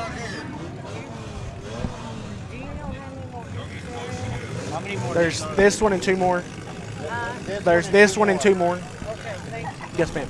Sorry, guys. We had somebody come in and talk to us, asking about how many more heats. It's this one and 2 more, just so you guys know, if you were asking yourself. They're going to do fireworks, and I'm sure we'll try to film that, and then it'll be the feature heat. So the fireworks are supposed to be really, really good. They said last year they were good, and this year they're going to be even better. So we'll see what happens. What are we doing here? They must have a transponder that's not reading. Go around and check the transponder. With this many cars, she likes to double check and make sure everything's reading properly. So they'll do every row maybe? Uh-huh. It also gives the driver a feel for the track, right? So that's pretty good. 2-door Dodge Stratus there. Those things are pretty fast. That's the 3.0. I actually built that car for that little kid. Those are usually pretty quick on the road. On the road, they're pretty quick. If I get excited during this race, guys, I apologize. You're fine. You ever had your child on the track, you get a little excited? If you want to get off here and enjoy it, go if you want. It's fine. If you want to, it's up to you. I think I'm good right now. Okay. If I get a little excited, I may leave. She took me for a wild ride earlier, and we wasn't going over 15 miles an hour, so I don't think that I want to be out there. She's whipping her right around through there. Yeah. It's awesome. Good job. Good dad right there getting them to do this stuff. She graduates high school in 2 months, and she's going to school to be a nurse practitioner. Wow. Good job. Who's riding with her? One of her little friends from school. Another little female. I think it's the first time she's ever rode in a car. How cool is it that they both can do that together? Yeah. And make that memory. Like, imagine being 25 or 30 or our age and saying, remember that time that we rode in that car together? You know, something going on there. Well, they were. Sorry, guys, we got something going on here. I guess it's something with the transponder. They're trying to figure it out. I'm not sure. It might. I don't know if they got a hole in the floorboard or what. You know, it might have bellied out down there in that far end of the track from us. That van might set a little higher. Yeah. It's got street tires on the front because this class requires it, so I'm not sure how long they'll stay on the bead without tubes. Are you allowed to tube the tire in this class? Yes, you can tube them. So you can tube a DOT tire? Correct. You can tube them, but you cannot flap them. You cannot flap a DOT tire? You cannot flap this class now. Gotcha. Smart. I mean, hey. Does the tires put a lot of cars out in this class? Yes. It does? Yes. I'm fortunate enough that I run a tire store, so I can get, you know, pretty good tires for my daughter's car. Yeah. I will not ask you what tire she runs because that's your trick and Just, you do that. Honestly, whatever I can get cheap. Because this class, you know, it really don't matter. I think you made a comment about the Walmart tire on the front of it. No, yeah, I just know. That was just one that you know. Those tires are actually excellent. Yeah, those Goodyears. Yeah, they're actually very good tires. That's why I knew that, because you used to be able to get them for like $60 a tire or something. Yeah, and they last like 60,000 miles or something. So. And on hers, I got a little stagger in it. I got a little smaller tires on the left side. I noticed the right that, side. and I didn't say nothing when I was looking. Yeah. Yep. Those Goodyear tires that Walmart sells, those tires go forever. Shout out to Walmart for that. I've burned through a bunch of those. How many laps? 75. 75 laps, guys. The officials are getting off the track. They're revving the motors up here a little bit. We're getting ready to go green flag for 75 laps of stock class. Looks like we'll be able to hear. How many do you think's actually going to finish? I say 6. Less than 5. That's what I was going to say. Less than 5. That's. Here we go, guys. Green flag. 75 laps. 75 laps. Come on, sissy. She's digging into the back of the van right off the rip. Uh-oh, on the tire. Good thing about this race here is you're going to get behind early. You got 75 laps to make it up. Yep, she just needs to drive a clean race. I have no idea who's leading already. No clue, guys. Sorry. I believe the minivan is actually up in the front somewhere, and 124 might be leading, unofficial. We do have one dead car already. The 93 two-door Dodge Stratus has stopped in the middle of the track. The white and red car in front of us has a broken passenger side tie rod, so it is hard to steer. We'll see how long that axle can hold in there on that 04. We're starting to get a pileup now. It's going to take some maneuvering to get around. You see the 99 going on the bottom. Got a red flag. Red flag, guys. We have a red flag. That van is He's definitely coasting to a stop, isn't he? Definitely does not have brakes. They will back him up.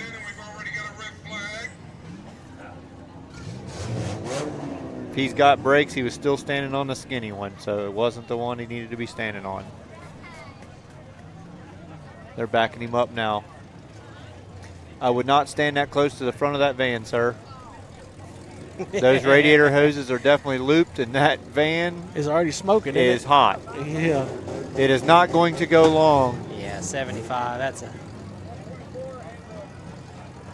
It's steaming right now. So, you know, I don't want to judge another man's building, but I don't think I would go to war without a gun. You know. And hold on, guys. We got a guy getting on the track. He must have had some issues. Oh, I think he realized his tie rod was broke on that passenger side. He was fighting it.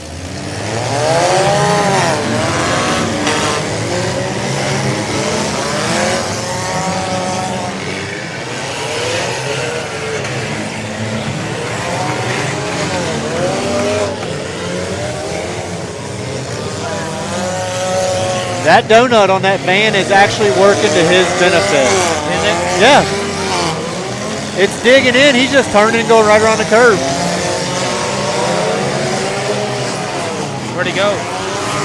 He got packed up in the corner. They shoved him up in the corner and he hit the passenger side against the wall. Whoa!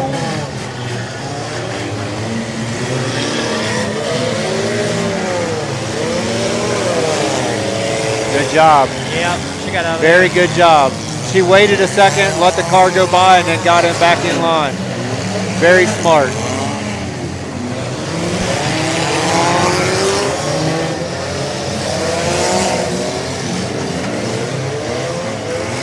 I can't see a number, but on the blue and black car has a flat tire on the passenger side. Come off the wheel, it looks like, but it's still going. I believe that's the X25 of Cameron Travis. X25, okay.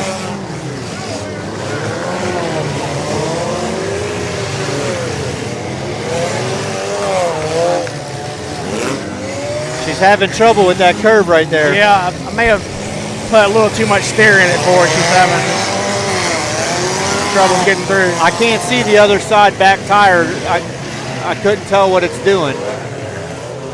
They're beating on her pretty good.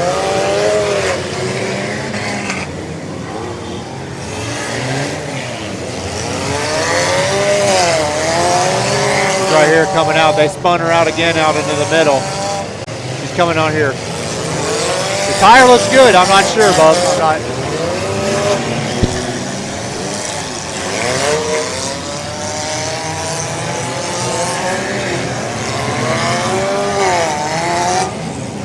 Watching from Missouri. Thank you very much for all you guys' support.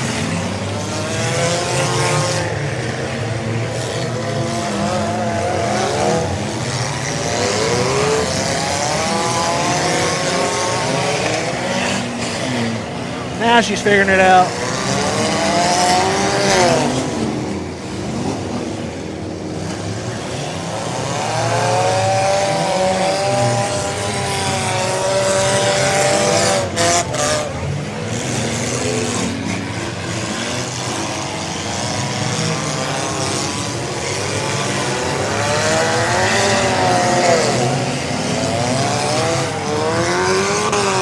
I'm gonna go down here and do a little coaching.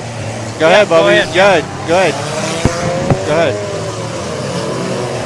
He's going to go give his daughter some coaching there.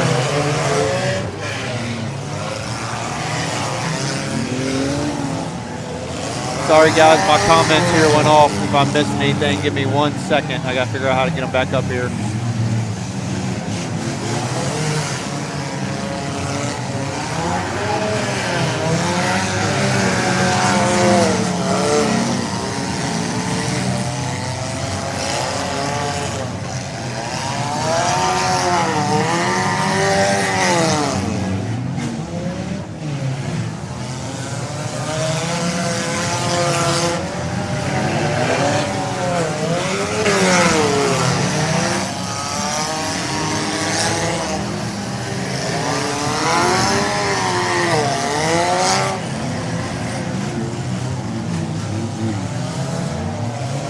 Looks like a lot of these cars got these corners figured out pretty good.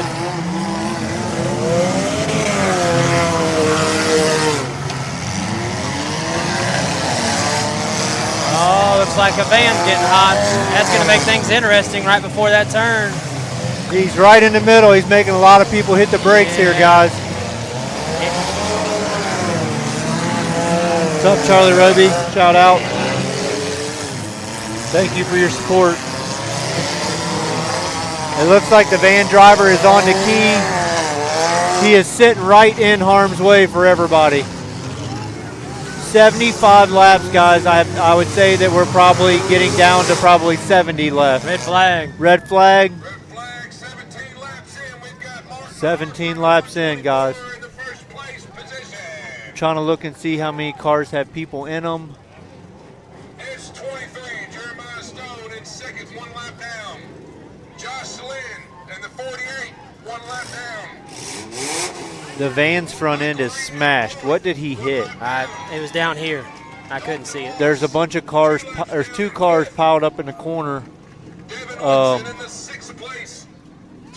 But they don't look that damaged. I'm not sure what he got into the back of. In the 7th spot, Eric Lovett in the CB24, 3 laps down. David Plant, 3 laps down. Guys, at this point right here, it's anybody's race. It don't matter if they're 10 laps down. I could be wrong, but it looks like we only got about 10 or 11 moves. I thought so too. Yep. Flagmen are back on the wall. Here we go. There's a little bit more than that. It's hard to see that into the track. Let's see, 1, 2, 3, 4, 5, 6, 7, 8, 9, 14. 10, 11, 12, 13. Yep, 14 going still.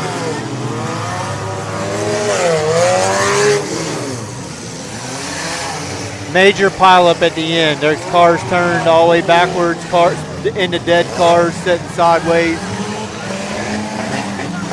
And they're just still piling in. The goal to this is just running consistent. I really believe it. Just not trying to win it, just run. Did they just, is it first place only get some, or are they paying spots? I don't know. I would say they probably pay back to a certain spot.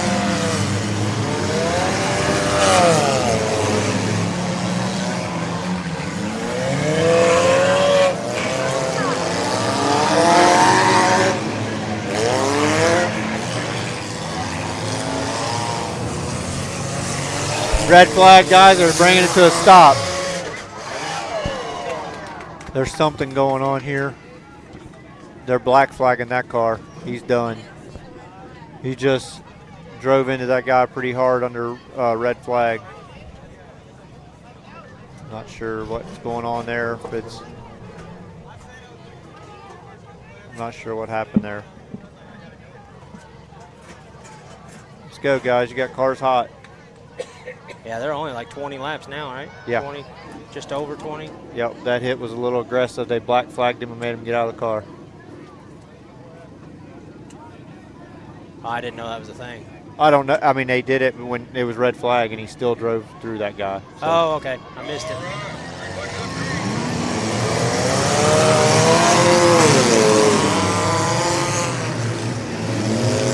I noticed some of these guys look like they are doing that. Like they're just laying cool, going with the flow. So that we were talking about that brown car. It's moving good. There's probably what that van hit. Yeah, it looks about right. Yeah, the back end is demolished. Tell you what, that red Camry, every turn they spin her out. I mean, they get into her, spin her out. Yep. She's been battling it for a while.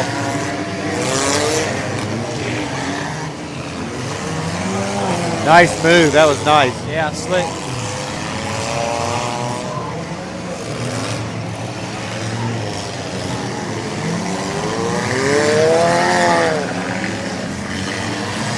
The minivan is still going. Yeah, he did. He took back off. I missed that.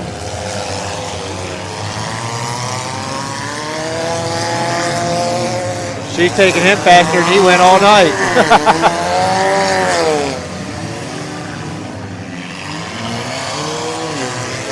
She's getting the hang of it now, guys. Daddy's money. She's getting it. That was the car I took the joyride in earlier.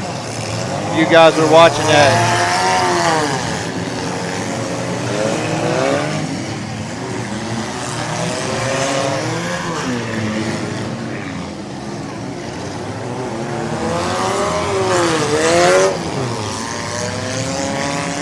The minivan has sparks coming from everywhere out from underneath the hood.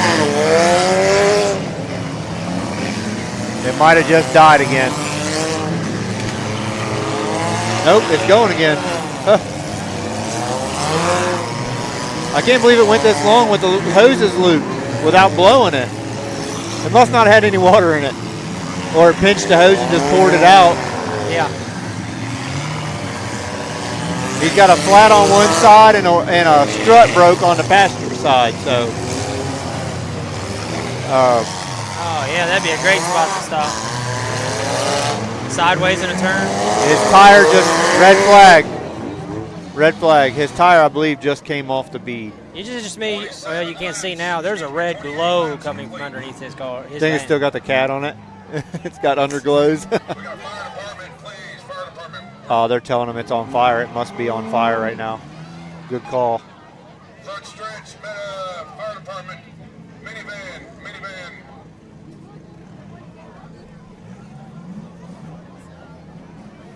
The fire department here in Benton, they're on it, uses a Polaris Ranger of some sort or a side-by-side to get to these fires. It's a little different than home, but it looks like it works. They've done it here for years. I was asking that question last night. So I've seen it a lot of places, and usually it takes longer to get it to the issue than it's worth. But so far here, they've seemed to be able to navigate pretty good. They've got everything they need with them instead of just a official standing there with a fire extinguisher potential, right? So it must have been on fire, Bub. They're putting it out. Good call. You seen that? It was glowing. I just thought he had underglows on the minivan. When a guy's got money, he's gonna flaunt it. Hey, he's getting back in. Heck yeah, soccer mom van, with some underglows. I can't believe the weather this weekend has been so pretty. Oh, it's been nice. It still feels like it's 60s right now here. Yeah. We're in short sleeve t-shirts enjoying life here in Benton, Kentucky. Two fires they're saying, guys. So that van was on fire. They had to stop it for it. He gets one more chance. So that means if he catches on fire again, he will be eliminated. You want to trade? Okay. Guys, we're going to switch out. Anthony and I'm going to do some track stuff, so Anthony's going to take over.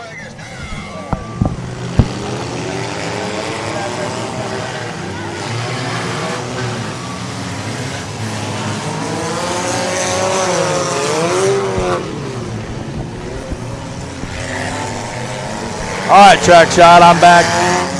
What's happening, Robbie? Holding it down.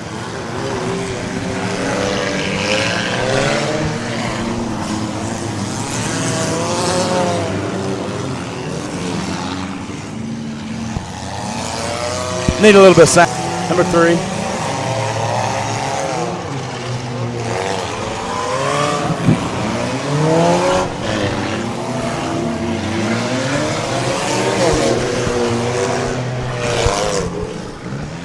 Sorry guys, doing a little swap here. We got Robbie Cridlin taking off, going to take the mic and go down, do some track interviews after this heat. I thought it would be fitting. He's watched most of it. We got another guy joining us here, Jeff Mitchell. Been a friend of mine for a lot of years here in Benton. Been around him since he started. Can you hear okay? Yeah, good. Now Jeff ran last weekend, was it, at the Wicked Team Show? Yeah. I'm not going to say his team. It's Team BL and SG. That's all I'm going to give. Any clues I'm going to give? You ran on. Who was your teammates there? You had Jonathan Tater, Willie Grubb, and Greg Gerber.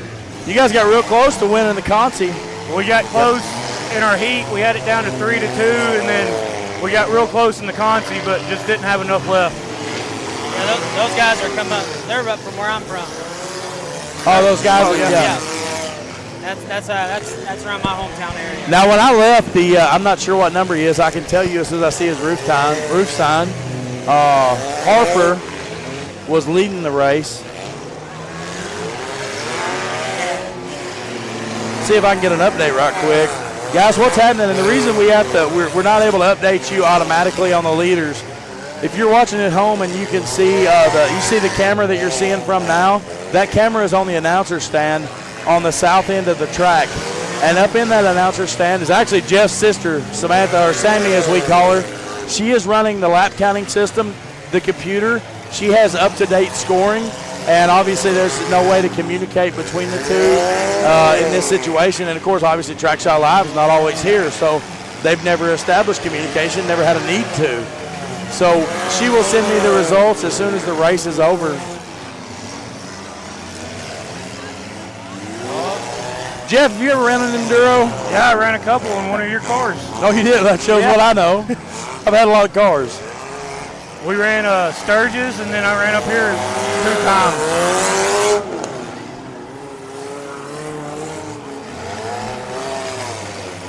sending a message out to one of the Fair Board members, see if they can give us an update. Poor old Robbie been up here so long running that jaw. I know, I say Robbie Crittenden. Robbie Darrington, he has no problem flapping his jaw. I've tried to be awfully quiet. Have you? Yeah, I've tried to be real nice and polite. Been a great race so far, Robbie. What are you thinking about it? It's been pretty good. I like the obstruction. Trying to get up here where I can see a little better, and I'm getting in the fans' way. Yeah, these cars here, it's really surprising, Robbie, that, or Jeff, you can attest to this, but it's really surprising the abuse these stock cars can take. They're not allowed to brace their tie rods, nothing, essentially. So no, not in this class, not at all. What we got? Hey, man, almost flipped it over going to turn 1. Yeah, so these guys are running on stock tie rods, and in Derby, that's one thing. But in Enduro, every time you shift into the curve and put all that transfer, all that weight over, and especially you get hit in that position. The 124 Harper, that's the car that was leading when I left the announcer stand. So I'm assuming. Whoa, was that him? Just rolled that tire off? No, he ran it over. Oh, okay. Already on the track. I would say they'll probably leave it there where it's setting. No danger in going into the crowd.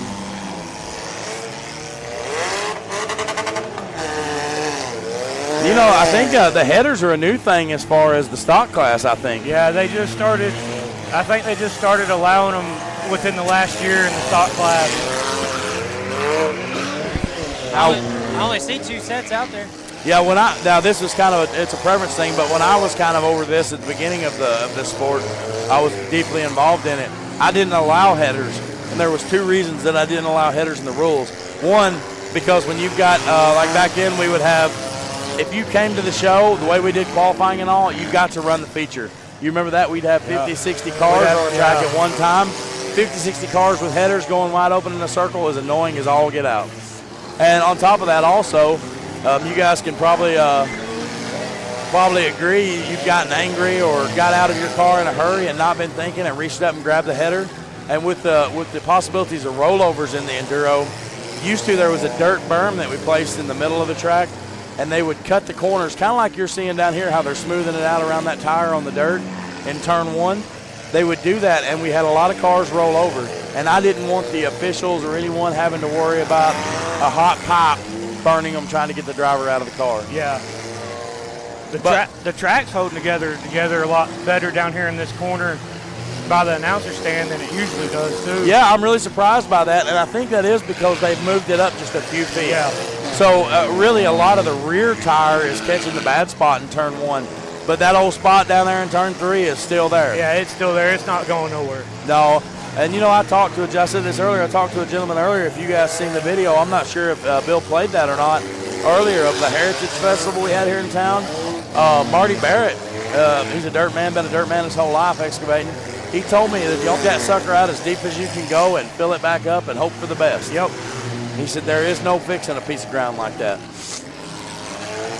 And a lot of this is they do have a cut of drain into this track when it's set stagnant. They cut a drain into the one Joseph Farms had come out here and done some track work, and they were trying to remedy that issue, but I don't believe we ever got there. No, and even when me and you've talked to some of the old timers, the holes down in both ends have been there since the 70s. They've never been able to get rid of them. Now, Jeff, I can't remember. Do you remember when we started the Enduro? Was that like 15 or 16? Maybe before that. I don't remember what year that started. Yeah, it had to be right around 14 or 15 when we started the Enduros. I was thinking so. So what happened here with this thing? You guys at home, I was a member of the Fair Board, and I had left the Fair Board and done some other things. And a gentleman came to me and he said, "What do you think about coming back on board?" And I was like, "I don't know." Well, they asked me several times, and then, there's not a lot of people that are willing to pour their heart and soul and time and money into this, and I'm one of them. And a gentleman named Jason Dunnigan, who's actually a cousin of mine, had this idea for an enduro race. And when the first race we ever had here, you didn't have to do anything. You just had to take the windows out of the car. That was it. And so they we got a red flag here. the very first enduro we ever had here. Do you remember that, Jeff? Were you here? Yeah, I was here. I was in the stands watching. Yeah, so they had nothing essentially. I mean, it was no cages, no tire. I mean, it was just basically it was a run what you brung. And after that show, we had so much debris on the track. I said, okay, we've got to get rid of this, this, and this. We did that. We had another race, I believe, there in the fall, and it was a success. And I said, we've got something here. Let's put some organization behind this. I reached out to one of the greatest guys I've ever met in fairs or anything in the state of Kentucky, and I'm sure you'll agree, Jeff, Doug Omer. Oh, yes. Out of the Union County Fair Board in Sturgis, Kentucky. Misty Strunk, who was basically his right-hand man. And I said, hey, what do you guys think about bringing it? We've got the Redneck Rumble Derby. I said, what do you think about bringing this indoor race, putting some regulations to it? And they agreed. We made it where that was the first time you had to move your gas tank inside. Had to run a fuel cell, move your battery inside. I ran the first enduro we had. Yeah, you had a up there. box Chevy or something, didn't you? No, I ran the Crown Vic that you built for the raffle car up here that year. Oh, okay, yeah, I forgot about that. So that's where it all started. It's been going on 8 or 10 years, and obviously there's a lot more regulations. The rule set's been, I think the rule set's been the same since I left for the most part. I don't know if anything has changed other than the headers. There's a little less hitting now because the track is bigger and it's not near as congested as I had it, which is fine if these guys want to race. Still quite a bit of spinning, beating, and banging. But you remember that, Jeff, when we started out, man, we wrecked. Every time you ran a car, you was junk. Yeah, it was junk. It was junk. And then you get guys like me out there that want to hit everything in its way, so that didn't help none. The 117 there, a Ruby plowing that dead car. Now, if I'm not mistaken, Ruby, I don't have a first name. You guys have the driver's list? Let me see here.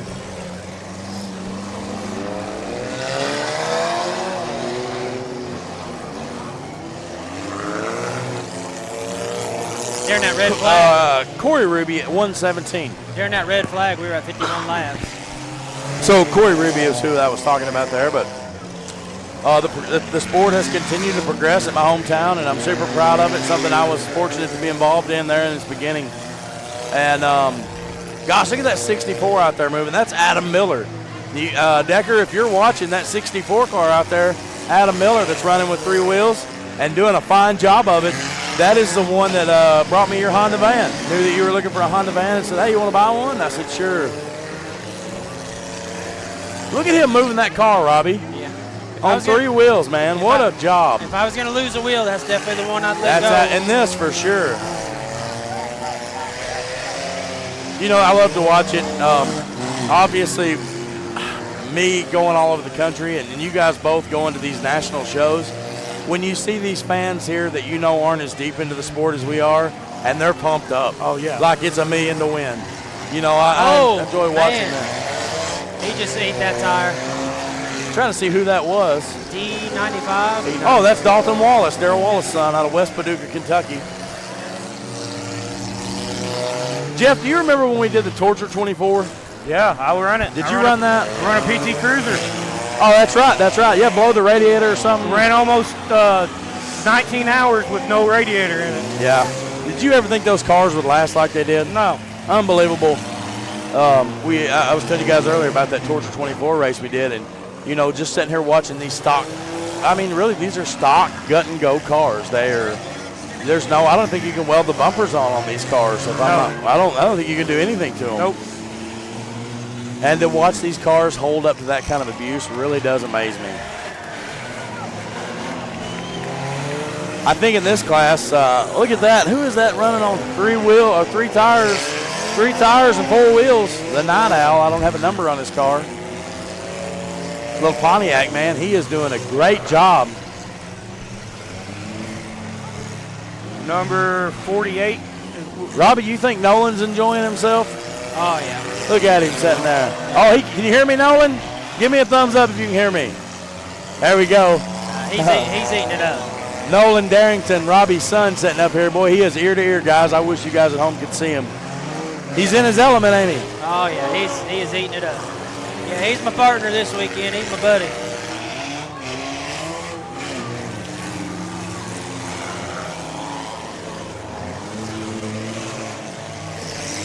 I think they said during the break it was at 51 laps and 48 was leading.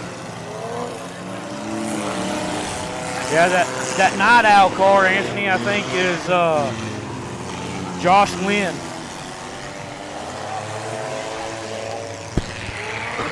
Josh Lynn. I know that name. I text for an update and it came in and I didn't see it.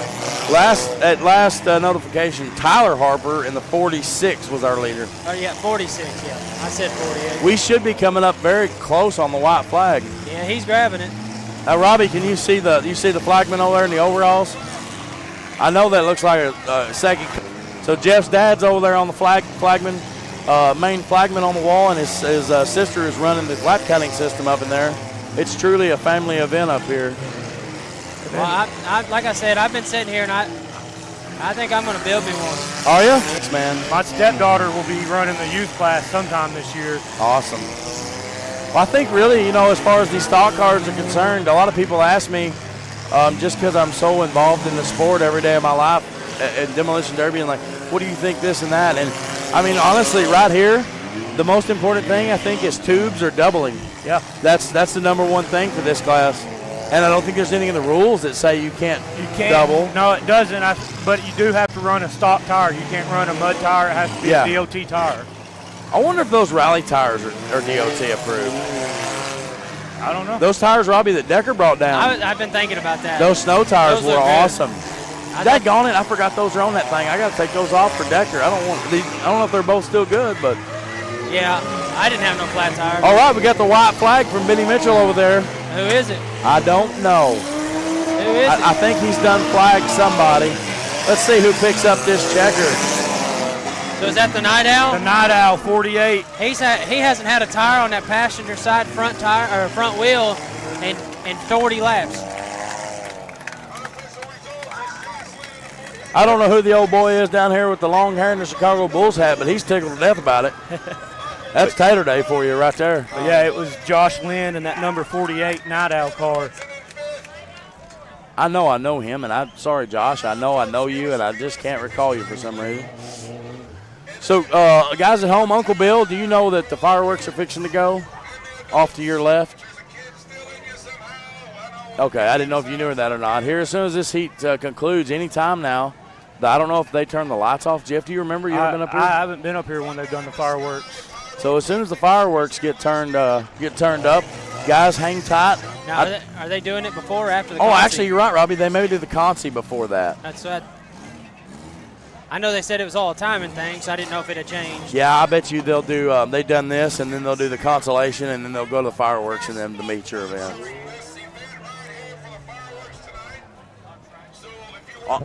Robbie is, yeah.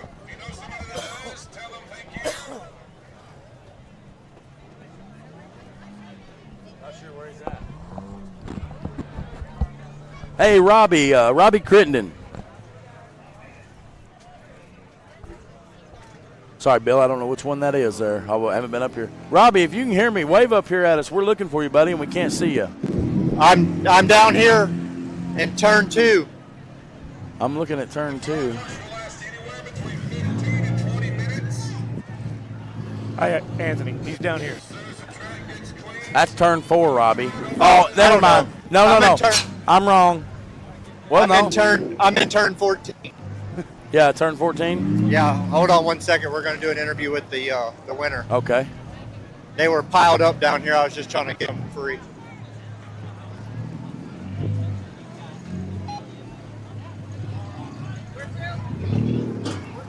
Right here? We'll start. I don't know. All right. What's your name? Josh? How long you been doing this? About 3 years. Do you know you got a flat tire on that side? Yeah, there's like nothing left of it. Yeah, no tire at all. That was a trick. That was a trick question. Do you think that was helping you in the curve? A little bit. It was helping it dig in so I could turn a little sharper.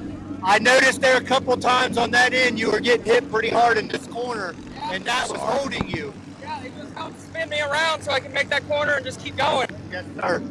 Good job. I know you went at least 40 laps without a tire, so good job. Thank you. Yes, sir.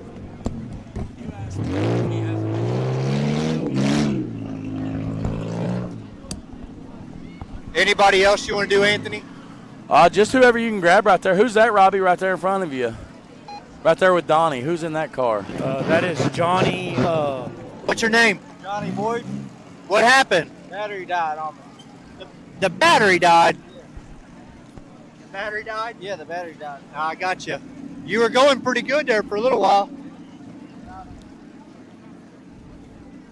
Looks like they got. Looks like the hood might have actually cut the battery cable in half. I just seen it there cut. Let's talk to the minivan guys.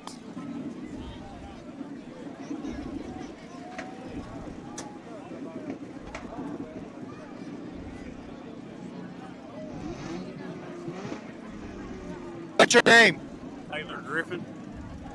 Did you think you were going to go that long in the van? I didn't. We didn't have a radiator at all. Looped the radiator hose around. It's my first one, so. We seen you come in, and we were talking about the tire being flat, and we thought it was going to hold you back. But I think it actually helped because in the beginning you were just flying around. Do you think it helped you? Absolutely. I think it dug in a little better. Are you addicted now? Absolutely. So you're bringing something else back, but not a minivan? Yeah, 100% maybe a minivan.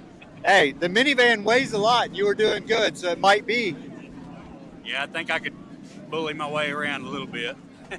Congratulations.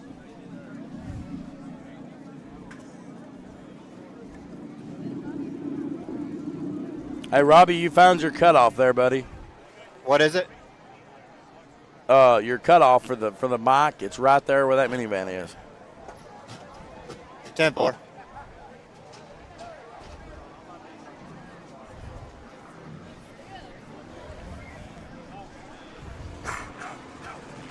Guys, bear with us just for a moment. We're going to get an update from the fair board. Bill, do you happen to have a video you want to go to? Could you play the Rural Heritage Festival video right fast? The one that we filmed today? Just did it? Oh, okay. Turn my mic back down, Anthony, if you want. Okay. Is he you got it there? Guys, forgive us. We're not professionals, and that's what makes it so great.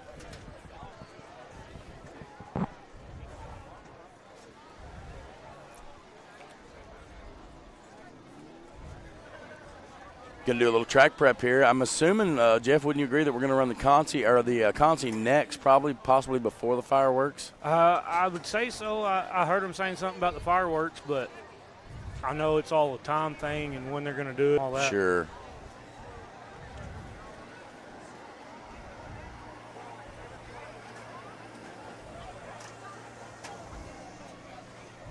Oh, Mikey Evans, he gave it all it had. But yeah, I didn't even realize Mikey was out there. Mikey still got a car left, looks like. Yeah, I think he burnt the transmission up in it. Oh, he did. Lost the front tire and then ended up burning the transmission up.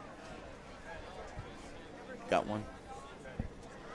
Yep, guys at home, we're going to go right quick to a video or so. Let's give you a break. Just hang tight. Don't forget, we got fireworks coming up, consolation, and a 75-lap feature race with nearly 30 cars at one time. Go ahead, Bill.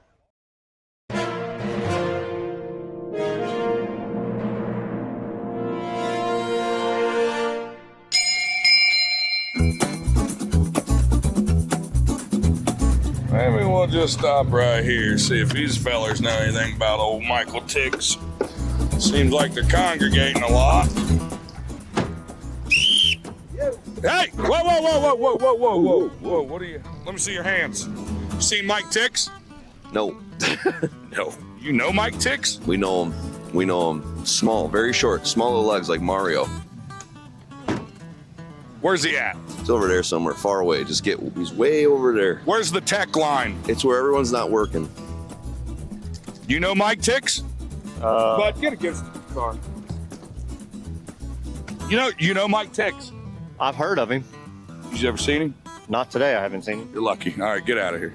Whoa, hey, whoa, bud. Hey, whoa. We're trying to work. You know what, here. bud? You know what? Why don't you get up here? Not that far. All right, bud. You're lucky. You guys see Mike Ticks? No, he's running that way. You could have ironed your shirt. Hey, ma'am, excuse me. Do you have an iron? Sorry, I don't. But I mean, listen. I've been driving for a week, and I need an iron. You think I don't have one. All I can what's do the key here? Yeah, just You feel them guns? I got permits, ma'am. Thank you. Just carry on.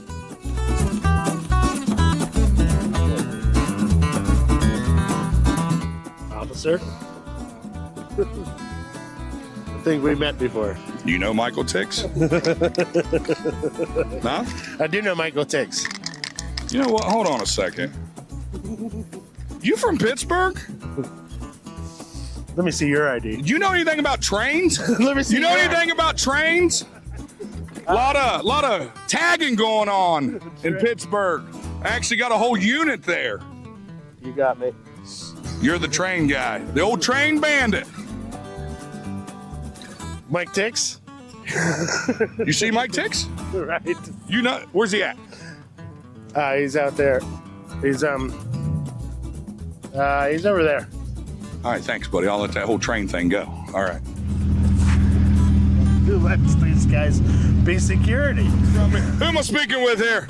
Oh, this is Dan Lapine. How's it going, sir? Not bad. How are you? Hunter Pottinger. You know Mike Tix? No. Bud, get against the car. Get. Whoa, all right. Your friend's a little aggressive. Yeah. You know Mike Tix? I met him one time. He smells funny. Yeah. Like stale feet. Yep. I agree. Do you smell stale feet here? Mm-hmm. I do too, so he's here. He's around. He's around somewhere. steal your car. Tell you what, buddy, come on, get on the ground. Get on the ground. You know Mike Tix? No. You fibbing to me? You fibbing? No. I bet you are. Well, if you see Mike Tix, you let me know. They'll hire anybody for security here. Feel like I'm in the wrong hood. You are. Please. All right, guys. I'll just see you guys later. All right. Not a problem, guys. Good seeing you. Way to support your community. Get out of here, fatty. Hey, you guys have a great day. All right.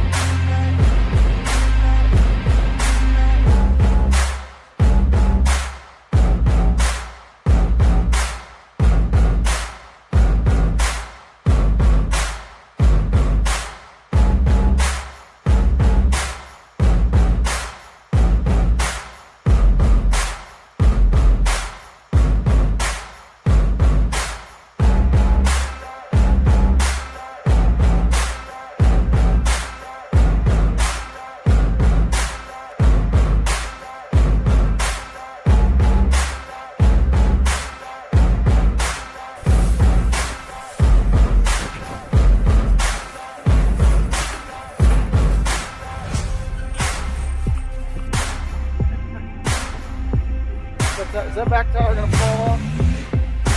We got this.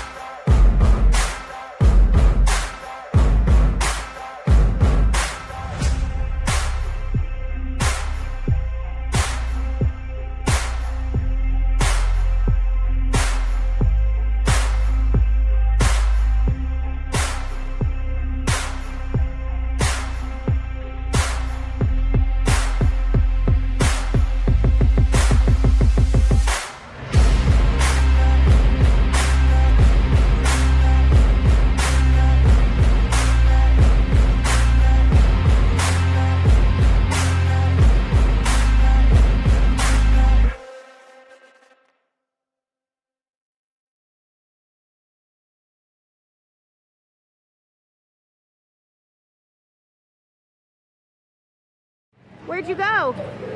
We did do it at derby. Ow, my head! You went to a derby?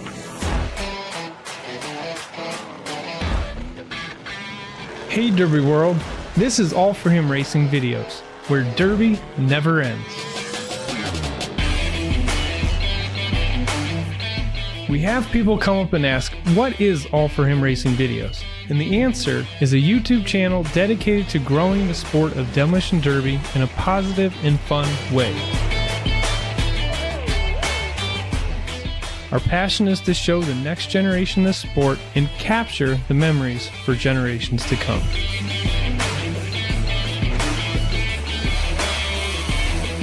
We're just trying to show that you can be a Christian, do crazy and exciting things like demolition derby, and just spread the word.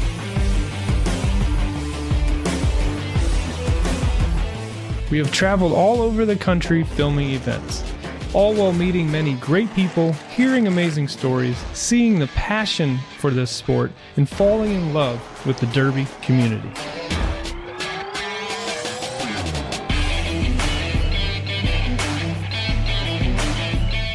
We have grown to be the largest demolition derby channel on YouTube across the world, with millions of views within our large library of videos.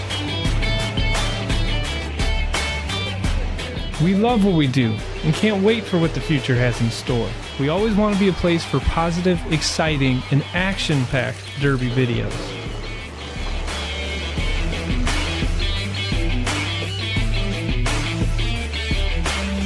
Thank you, Derby World, and enjoy the videos.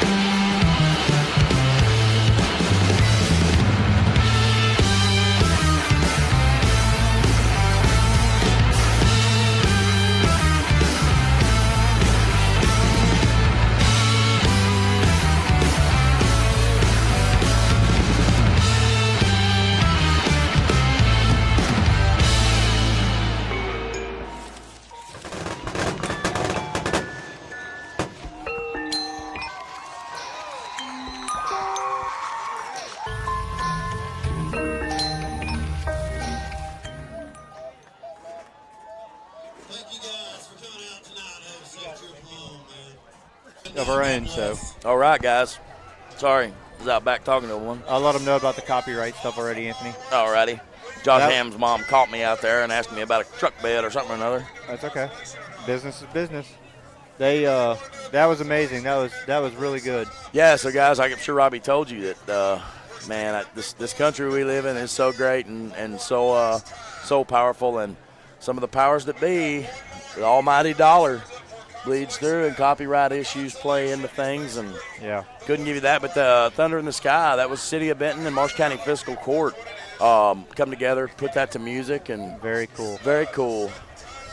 They had some type of, I don't know if you guys could see it on TV, but here, they had some type of like diesel explosions. Or I don't know what kind of fuel that was. What that was, man. It was hot. You could feel it up here. It's still burning down there. Yeah, like it was big old fireballs. And I know the guy that owns that and puts that on, and I can't. You remember his name, Jeff? I can't remember his name. Saved my life. I've never Clint seen something, or I don't remember. I've never seen that before, and that was really cool. I was starting to question if it was actually supposed to happen, but there was too many of them for it not to be. Sure. So we're so we're sending concert cars straight to the feature. So no consolation, one more race and it's game over. 75-lap feature. Stanley's out there throwing shirts again. Oh, Stanley Sutton. Sutton Tire. You guys on Facebook, look him up. Sutton Tire. He's been a big sponsor. He's a great friend of mine. Been a great friend of mine for lots of years, and I've helped him with a lot of parts on his cars, and he's helped me with a lot of things and does a lot of work on my truck and all that. Look up Sutton Tire on Facebook. Give him a like and just say thank you, man. Send him a message. I'm serious, guys. When you're watching this and you see down there on that screen, you see like Fouché, however you say it. I'm going to have to ask him. All our great sponsors that bring us all this. You can see Quality Inn Suites Benton. Those guys super helpful with getting the rooms, accommodations for everybody coming in. Decker, Robbie, Uncle Bill. Very nice place to stay. Very nice place as far as Marsh County is concerned. We don't have a lot of hotels, but we do have a large tourist area, Kentucky Lake, and great fishing, Jeff. Great fishing. Especially if you like carp. If you're interested in the Asian carp market, you want to come to Kentucky Lake. And we've got lots of things, man. I wish Robbie didn't have to run off. Robbie doesn't know my area at all. We've got land between the lakes here. I'll be back. And we've got an elk and bison prairie. Lots of, it's like a couple bucks for a car or whatever, and you drive through. Elk and bison just roaming. We've got a wildlife center over there. They got rattlesnakes and wolves and all that stuff. It's pretty cool to see. No snakes. Lots of stuff to do in the area. We talk about the Destination Derby all the time, Robbie. And like we were showing 2 weeks ago, we were in Memphis. Tix, Ryan Eaton, Michael Tix, myself, and Uncle Bill hit Memphis up, and some other stuff over there in Corinth at the OC Events and Promotions show, and doing the Destination Derby things we do. But every small town has its charm. Every place in America, and there's always stuff to do and check out that you've never seen. I've never seen any. I don't know anybody that knows as much about the town they live in as you, though, Anthony. You've told us all kinds of stuff about Benton, and it's cool that you know that much about the town you live in. Yeah, I don't know why I have that problem, but and there's so much stuff that I've forgotten, and things that I know. Like we were talking the other day about the Civil War, and I was telling you about Nathan Bedford Forrest, who's one of the most famous generals in the Civil War, coming through Marshall County, and come through. The Union stole all his horses in Paducah, and he had to come up here in Marshall County and steal some horses back from some folks to get back to the war. So lots of history here in this county, and I'm really proud to be from here. Robbie, I know it's the same way for you in your hometown. Yes, sir. Well, no, I've known you how long, Anthony? Good gosh, man. I was 16 when I met you. How old are you now? I'm 32. 32, so 16 years. Yes. Yeah. And he's one of them people that he'll spit out some facts about something, and I'll just look at him and be like, how do you even know that? Yeah. At one time, he told me he was full of useless knowledge. That's what he always told everybody. But I don't consider it being useless. 90% of the stuff he tells me, it's like, man, that's really cool. I'm not gonna lie. I can't tune a carburetor, but I can tell you when the Challenger exploded, or you know what I mean. And that's just because I hate carburetors and I have no interest in learning. I've used that space in my head for. You do the paperwork, Bub. That's right. I'll tune the car for you. Yeah, I'll do the Facebook. You handle the carburetors, and we'll get through this together. Yeah, we'll share the driving. And yes, sir. So, guys, you're watching at home here. This gentleman in front of us is Jeff Mitchell. Jeff and I go way back, and we didn't know it actually, but our grandpa, we didn't know it when we met, of course. No. I come up here, what had happened was we come up here to the fair, and I was going to run a derby that next night, They ran a figure 8. Yeah, they had a figure 8 race, and a buddy of mine had a Honda Civic he wanted to run, and we built it and come up here, and Jeff was here, and they were paying like, what, $1,000 to win or something? Yeah, something. Something wild, and there's only had 2 cars show up, and I was like, man, I'll go home and get my Derby car if y'all wait for me. Y'all going to drop the purse? Like, no. And I was like, I didn't have no radiator on it, nothing. But I went, it was a little Dodge Shadow. Of course, this has been 16, 17 years ago. And then Goheen went and got his Outlaw car. Yeah. And brought it up here and pushed me around the track. Yep, that's right. So we come up here and ran a figure 8 race. They didn't drop the purse, so I went out there and raced with them. And Jeff was talking about wanting to get into Derby, and I'm all about teaching anybody any knowledge I have or whatever. Check your phone. And I said, come over. He come over, knocked on the house, and we knocked on the door, and we started working on Derby cars. They said they could see the light flashes in Aurora. Oh, really? I bet they could. That was some. Who was saying that? Jonathan Mathis. Oh, Jonathan Mathis, yeah. So I live out towards Aurora, and I can hear when the Derby's going on and the races on a quiet night. I can hear them at my house out in Aurora. You know they heard that then. Oh, yeah. Some of those explosions felt like it punched me in the chest. So, anyway, Jeff and I have been friends found out after we got to know each other that he actually, when he was born, they were living across the street from me, and his grandpa and my grandpa were best friends. We lost my grandpa several years ago, and we lost Jeff's grandpa last year. Last year. I mean, they started the Derby up here in this county. They did. They were give me one moment. Go ahead. Yeah. They're bringing cars up to the track here, guys, and trying to get them lined up here right outside the gate. I'm sure they're checking transponders and all that stuff. And sorry, guys, I had my phone sitting in front of me. It was ringing. It was Fatty, and I thought something might be wrong. He was needing to tell me. He's like, "What are you doing?" Well, he's probably checking your time, see if you're still clocked in or clocked out. Making sure that we were meeting his approval. But he's trying to run Fatty's Fab now, and that's a full-time job. So yeah, Robbie, what Jeff was saying there about our grandpa starting the Derby, that's a true story. I found out later that H.H. Levitt Park here, I'm some relation to him, but his grandpa and mine were members of the JC, Junior Chambers of Commerce. Yep. That's what they call it, right? Yep. And we've heard lots of stories. Mike Miller, former judge executive, that was a real big man in this county. And they started, and that's when they run the old telephone poles. Yep. What was it, Jeff? You remember what that was your grandpa was telling us about running when he had the push button on the shift? It was some kind of Buick, and it was a push button. Yep. And he was a cable man, so he always carried a pocket screwdriver, and that's how he shifted the car. That would have had to have been, an early 60s model car in the 60s. And, like, the thing is, where his grandpa lived at back then, you didn't scrap cars. I mean, nobody paid for them. So his grandpa's house is actually sitting on a pile of junk cars that they buried in a hole. That's how they filled the lot up, and then my grandpa ended up buying the lot because it was. And those guys got out here, and it was just all a bunch of buddies that would hang out and occasionally have an adult beverage, and they would bring a bunch of cars up here and at the fair and put on a show. How cool would it be to see pictures of those cars and stuff back in the day? I have some. We've talked about that. You ought to post them on Facebook. Yeah. Tag Anthony and myself in them. Yeah, I will. How about that, guys? Any of you guys at home, we need to figure out a way, Robbie, we could do that. We need to, if you have any old Derby car pictures from the 60s, 70s, 80s, let's stick it there. 60s, 70s, 80s, 90s. Send them to us at TrackShot. We'll gather them all up, and one of us will put them on a page at one time so people can flip through them or something. Yeah, or we'll make a post maybe. And yeah, that's what I mean. Yeah, we'll make a post. We'll make a post, and you guys drop them in the comments section. That would be really cool. I love looking at all those older pictures. You can find some of those derbies on YouTube where they're like running, 50s model cars and stuff, like big hooded cars, and the whole hood they hit and the whole hood just comes open. They're driving the whole derby with the hood open. I've heard stories about my family, and derbies back in the town where I'm from, and they would fill the trunk full of square bales and stuff, and then shut the trunk because the inspection really wasn't a thing. Thing is, like back then, and even when my dad ran, the big thing with Tater Day was, which on like Monday we have Tater Day parade, but on Saturday before the Derby, everybody would drive their cars to the tracks and have a parade through town. Now, that was something I'm so happy that Jeff brought that up. So I told you that I was, die hard about the Demolition Derby coming, just like you were, Robbie, except, you had a dad involved. Yep. I didn't. So my exposure to Demolition I lived in the old house I lived in, grew up in. They're fixing to tear it down this week. Oh, yeah, I showed you the old house. Well, that front porch, they would advertise. That's how everybody knew there was going to be a Demolition Derby that night. And they would drive them around town. And, Jeff, you can remember, and I see that. You're quite a bit younger than me, but I would come up here on Sunday morning. I couldn't wait to get up. And my mom had a house that was 2 streets over here. So on Derby night, I made sure that if my mom wasn't working, I would stay there. And instead of my grandma's house, and I would ride my bicycle up here because there'd be 2 or 3 cars sitting down here in the hole. Didn't know what I was looking at, but I wanted to see them.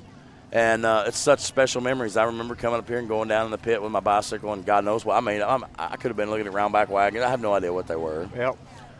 We were talking last night. I mean, the show we had last night, we haven't had a show like that up here in a long time. And we haven't had a show up there since the Napa series. Yeah, the Napa series, and that's what some of us were talking about down in the pits last night. Like, I remember leaving here at 4 in the morning, my dad going home, getting a shower, and going to work at 4:30.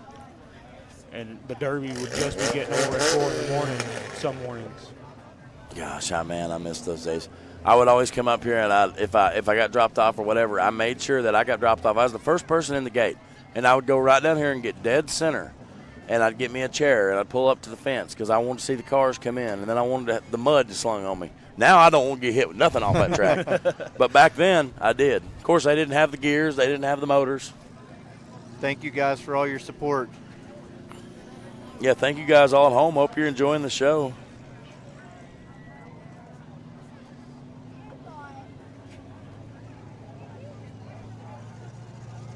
See if I can pull it up. Mikey Gray said, Anthony, where can he get more vans? He's hooked.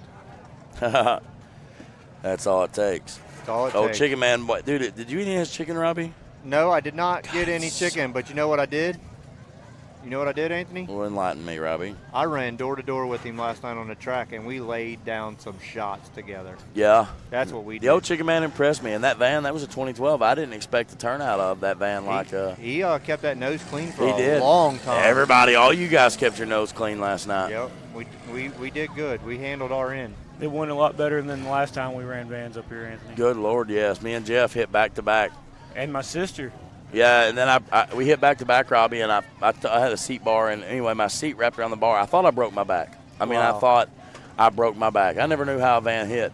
And then they didn't have sticks for whatever reason because we were actually putting on the Enduro. Yeah, it was an intermission. That's what it was, and we ran they had 4 vans out there, and intermission, and Jeff's sister didn't see me. We didn't know that you don't want to hit back-to-back because we'd never ran a van. We didn't know anything about them.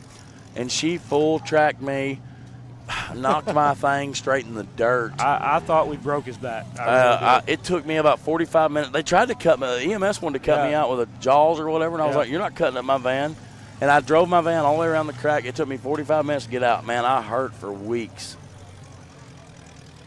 And that's how I learned how tough Chrysler minivans are. Yeah. Now I have since learned, take the hatches off, it'll soften them up. It does. A little bit. Tremendously. Is it tremendously? Yeah. You see a big difference? Once the quarters start coming in, they usually start rolling up. But if that bottom sheet stays straight, it's brutal till that comes. Wow. It says, I have to New York. You guys can't know it all.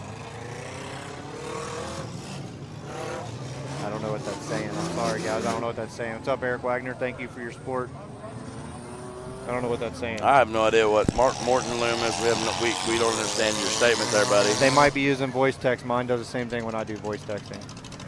I think this is going to be a fast feature, Anthony, especially with the guys that are up front. Who is up front here? I can see the K69. That's the Harper from earlier. No, K69 is. Is it not?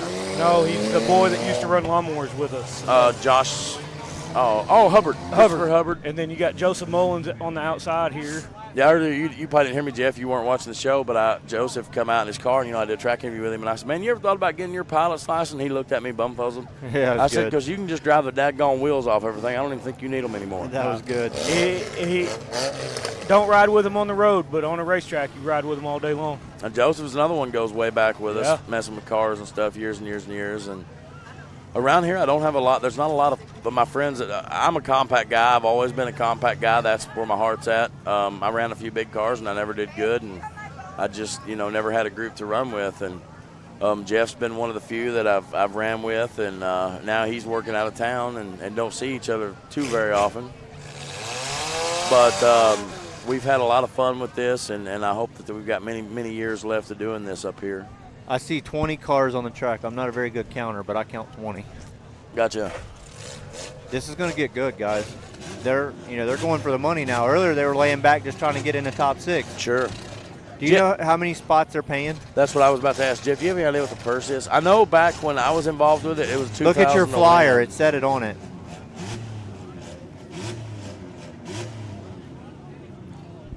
You know, the funny thing is, Robbie, that I kind of learned from promoting back when I did the Enduro Derby, and then now, you know, obviously last night I was doing most of the advertising for the Demolition Derby. Yeah. You know, money seems to everybody will ask about what the purse is, this and that. I don't think the purse really affects the car count and Demolition Derby that much. Sometimes it scares you away. But $2,000 to win is the purse. Or it's the purse, it just okay. says purse. But with these Enduro guys, you don't really have to promote. They're just going to come. They're coming to have they fun. They don't care. They don't have nothing in it, really. Oh, Amanda Adams in the 91. That's yeah, who it is. that's One of our lady drivers that ran early. The other one, Watkins, broke a couple tie rods. He said, should have had cannonball tie. I didn't know you could run them. I said, yeah. He said he welded it. And I said, well, I think welding them like that sometimes weakens them up. The heat, yes, sir. It'll take the bend out of them, but it makes them more brittle. Yep. Yeah, and that's what we were talking about down there. I'm gonna build that car for my stepdaughter. That I want to put a set my cannonball tie rods off my compact on her car if I end up building her alumina or something. Sure. This curve down here on the south end, I will call it, where that Grand Dam had dug that out and chunked it out, Anthony, it looks like it's rutted perfect for the tires like to go in there. Oh, yeah. You guys watching at home here, I know Uncle Bill doesn't have it up on there at the moment, but this feature is brought to you by Brian's Machine Shop. Brian's Machine Shop, Columbia, Kentucky, sponsoring this feature race on TrackShotLive. Salute Brian Alexander, Brian Hargrove. A lot of you guys probably don't know. You've probably bought parts from Brian's Machine Shop years and years. That plural is not possessive. That plural is there are two Brians. Brian Alexander, Brian Hargrove, a couple best friends, grew up together, went into the parts vending business. There's some of the OGs up there, man. They are very good with guys. Marat, Chambliss, some of those guys in the past, and Brian's is definitely one of those that is OG as far as our sport's concerned. And got to say hello here. I don't know what he's saying. Usually top 3. Oh, it's top 3. Kyle Clark, my buddy. He's my driver, man. When it comes to enduro cars and all this, Kyle's my guy. He's my driver. Right quick, Robbie, I'm going to run through. They just text me a feature driver's list. Yeah, go ahead. In the K69, Christopher Hubbard. 91, Amanda Adams. The number 60, Teddy Wynn. Josh Lynn's driving the number 48. The rooster there, Corey Coltharp in the C76. Joseph Mullins, 42. Zach Korth in the 007. C52, Akara Baldry. 17H, Jaden Hart. E47, Ross Elkins. B52, Chris Baldry. J36, John Bradley. 621 out of West Paducah, Joey Whited. Now, that is Curtis Whited's son we talked about earlier that was such a local legend. The 8M of TJ McKinney. L36, Lily Perry.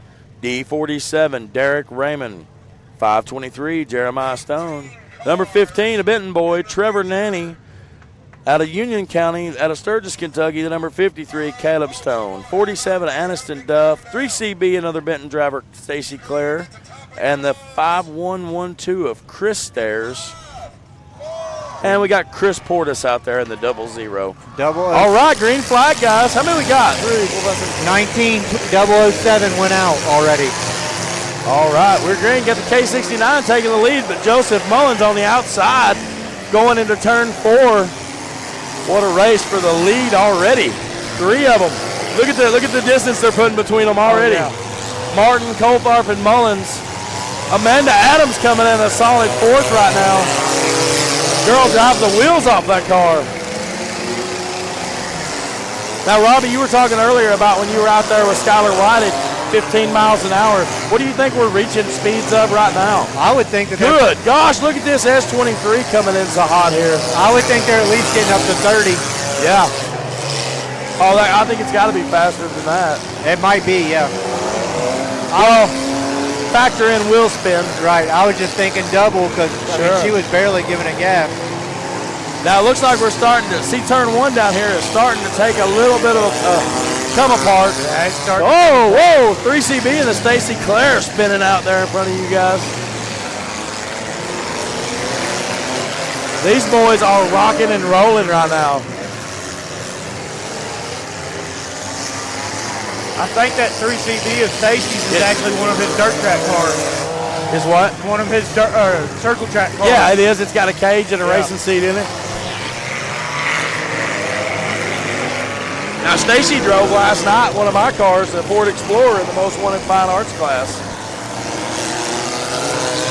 Well, what do you think, Robbie? Is this for you? I'd like to try it. I've never did anything like this. I know you said you like to drive anything, and you're big into racing, so. Looks like they laid the wheel in on that car you guys were talking about. That's a dirt track car. Oh, 3CB is Stacy Claire. The tire is eating the fender right now on the driver's side. Yeah, it is. You see what I'm saying now, Robbie? Yeah. Look at all these cars and look at the bounce. Yeah. Why are these guys not trimming their fenders up? Or just take it off. Yeah. Yeah, he's probably going to end up with a flat because it is smoking bad off that tire. Red flag. Oh, red flag. Now Red flag. that was a good flag there, a good red flag. Everybody got stopped before they crossed the line. Very good. As Robbie talked about earlier with the transponder system in the dirt here, I think you and Donnie touched on it some. These transponders are very sensitive, so if you get anybody red flag and stops real close, it'll kind of rack them another point, or if they back up across it, any of that stuff. So they've got to be very, very conscious of what's happening. Boy, this 53 car is fired up. Is that Caleb? That's Caleb Stone. It looks like it's puking training fluid on the ground. Oh, yeah. So that 53, if you guys seen him there at home, beating and banging on his roof and all fired up, that's Caleb Stone. That's the guy you saw earlier in the Toyota Sienna minivan, the most wanted class last night that hit so hard he knocked his helmet off. I think he's upset because he had to stop, and now it won't take back off. Oh, okay. Yeah, Caleb is a top-notch driver. He's a good kid. He's a big track shop fan. He got it going. There we go. Good job, Caleb. He looked like he neutral bombed it. Is that a Camry he's in, Robbie? Yeah, yes it is. Yep. Now that looks like a newer Camry. That looks like an 02 up. It is. Golly, look at Stacy smoking.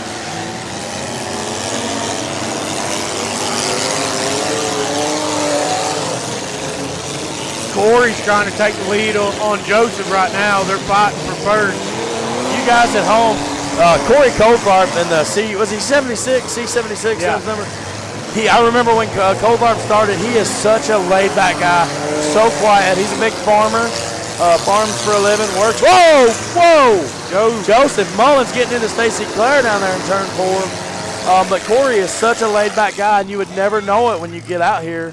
And he, you can see Benny there telling him to back up, get off the line. I think that his suspension on that car on C76 you guys are talking about, I think it's working for his benefit because that car's full suspension is working. Yes, yeah. Coldfarb knows how to set up an enduro car. Inside, he looks like he is just riding the clouds. Yeah, and that's pretty much all he runs is that car, one of those cars. Well, remember, Jeff, he got into those little square Buicks or like the Celebrity or the, what do they call it, the Buick, the little square Buick? Citation.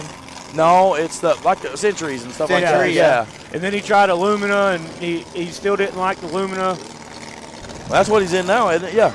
Yeah. That thing, that the suspension is like perfectly rolling.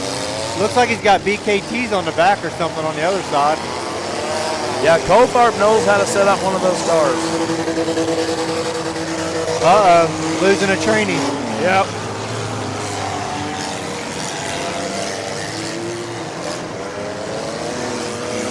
That's also a dirt track car. Yeah. That's what I was saying. Kyle Clark's my local. He's the pride of Greekstown, Kentucky, as I call him, and he's one of my best buddies, man. I know that he'll be there for me if I ever need him, and I return the favor anytime I got a car he wants to race, or we take a notion to go to an enduro race or something. We do that. It looks like he's driving it just real smooth, like he's not really beating on it. Yeah. I guess that's strategy. Yeah, absolutely. He's just moving along, you know what I mean? So. Yeah, they're doing a great job. Got a lot of congestion in turn 3 and 4 down here. Yeah. And now, Robbie, this has changed a lot. Jeff, I'm sure you'd agree with me there that used to be a lot more congestion back in the day but the track's a lot bigger than it was.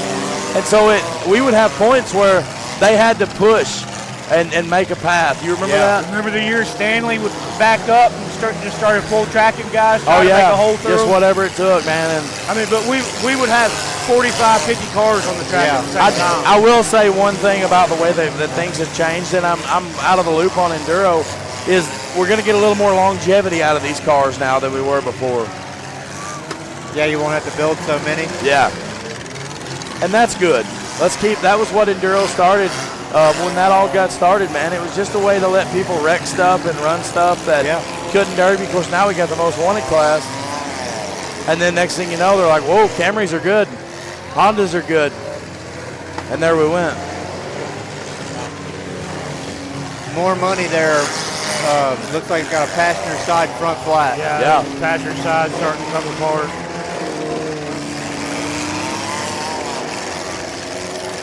I believe that helped to win in the stock class, so sure.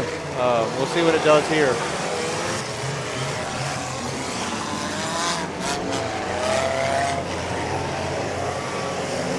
If you guys hear them say what lap we're on, let me know. Yeah, I'll listen. Hey, Bill, do you still have the on-track stuff out?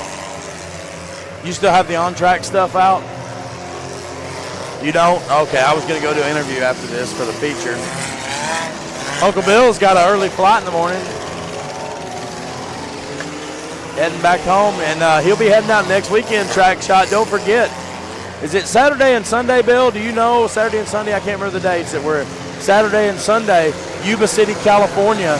Michael Tix and Jason Sauer, America's Most Wanted Fine Art, heading out to Yuba City, California with our buddy Blaine Williams. Spring Extreme, I believe that show's called, Robbie. I think so. Yep. And going to be out there with a Demolition Derby on Saturday, running a youth class too, a youth national qualifier, I think. Wow. And then Sunday, I think, is a tough truck competition. That's where you see that. You guys see that picture of that Jeep jumping with a TSL on it? Yeah. Forgive me for that gal. I know her name, and I can't think of it to save my life. She sent it, that's for sure. Katrina, Hurricane Katrina. That's what she goes by. Katrina is her name, and she flat out sent it. Yep. I think she was regretting it a little bit after she did it because she broke her back. Yeah, really? She broke her back in that when it landed. I seen that last year. Yeah, well, she came to that derby. It came on Track Shot my first time when we went to Red Bluff with Jess Williams, and she was in a back brace from that jump. But she said she was coming back, and if I'm not mistaken, she had done all that work herself. So shout out to her. Great job.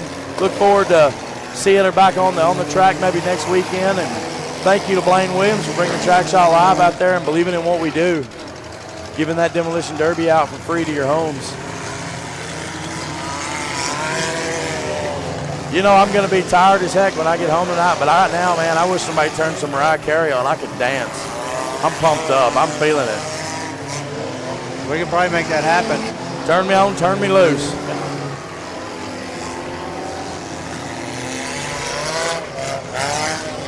Next weekend, we'll be at the Expo. The K69 of Hubbard still looking really good. Yeah, it Another is. Camry. Sounding good. Now, that K69 is the one that I was talking about running had the gray area battery box, gray area shifter. He done a fabulous job. I'm assuming he built that car. He done a fabulous job building it. Great looking cage in there. 2x4 or some 4x4 cross. I mean, it's just a great cage. Well-built car. I thought he got his passenger front, but I think he actually blowed more money's donut. Man, the 91 of Adams coming in here on that turn. Watch her as she comes. Look at her rear suspension.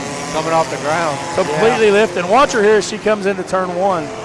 Well, Coltharp's in there. There might be a little contest here. Light roller. Look at that car, Robbie, how it just lifts and tucks and goes. You think that's unloading the front tire? I would agree, yeah. Because she's actually losing momentum because of that. Would that be something you would try to limit with like a limit strap or something maybe? You know, I've wondered that myself before in the past, and I've never seen it done. I don't know what the benefit there would be. I'm not a racer, but to keep it squatted down. I know, but I mean, I'm wondering how that would do. I don't know. I guess you'd have to play with it on your travel. Right. You know. I would have never thought a wheel without a tire on it would be a benefit. But I know. We're going to have guys coming out here on four wheels and 3 tires. They'll have metal flappers welded in the wheels. Yeah. We actually had a gentleman out of, and I can't think of his name, and he's a friend of mine. He's out of Fredonia area. Gosh, I can't think of his name to save my life. He come up here with the angle welded onto the wheel. Robbie, he took wheels and he flat strapped the whole wheel, and he took like half by half square stock, and he made his own solid steel V-treads. Yeah. Wow. We didn't let him run. It was one of those any wheel, any tire was the rule at the time. Well, needless to say, it was any rubber wheel or tire, any rubber didn't tire, have a tire so. after that, because it was just, we didn't get to let him run just because it was so dangerous. Yeah. One of those little shards come off.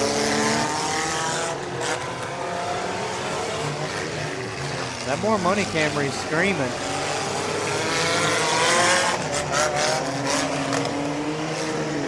Or Money Maker, I guess. I've been calling it. Yeah, More Money all that's night. Joseph Money Mullins, Maker. 42. Money Maker, yeah. Can't really read the bottom. That motor sounds good in that thing. You hear it? Yeah, he's got where he runs them Accords and Camrys, and he's got both of them pretty much down pat. The 5112 there behind Mullins is still looking really good. That's Chris Stairs. I keep seeing these lights flashing from this Ferris wheel or it makes you think it's a carnival cop. ride or whatever it is over here. Oh no, the 00, Chris Portis hung up on the wall. He's stuck. 47 has a flat passenger side. It's definitely limp.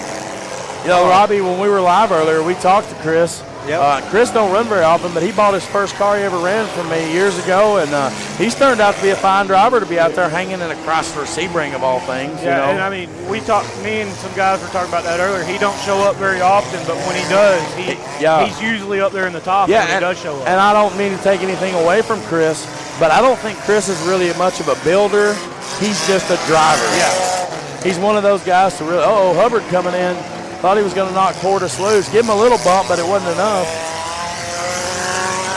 Hopefully somebody gets him off of there. Yeah, he's going to go down several laps, but you know the cool thing is with this is when you're down, you're not out. Right. You could go out first lap and come back. Yeah, I mean, we've seen guys be down 4 or 5 laps, hung up, and then come back and win. Oh, there we go. Hey, yes. Good job. That's awesome. And you know, Robbie, when I was years ago, I don't have a way to say it any better. When I was messing with the enduro stuff, I always wondered why people don't play the game and lay back until it thins out. Yep. And when it thins out, know who the leader is and take them out. Yep. Save your car, stay cool, stay fresh, and then get dirty. I agree.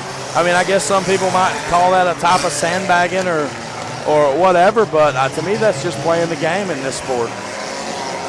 As far as enduro derby is concerned.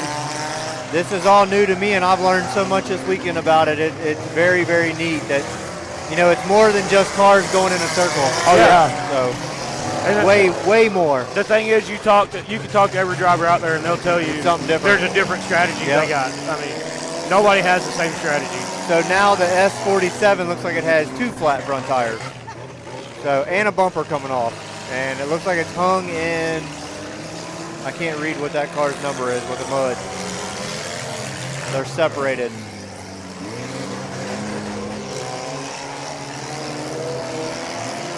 It just hit me as we're sitting here. I kind of paused for a moment watching the race. TrackShotLive's in Benton, Kentucky. How cool is that? Would you ever thought that when Dude. we started this, Anthony? No. I told Decker when we were building the car the other night, I said, "You see that couch there, Decker?" And he said, "Yeah." I said, "You see that TV? I've got a TV in my shop, Robbie. It's on. You didn't go to my shop, I guess, while you were here, but it's on a swivel.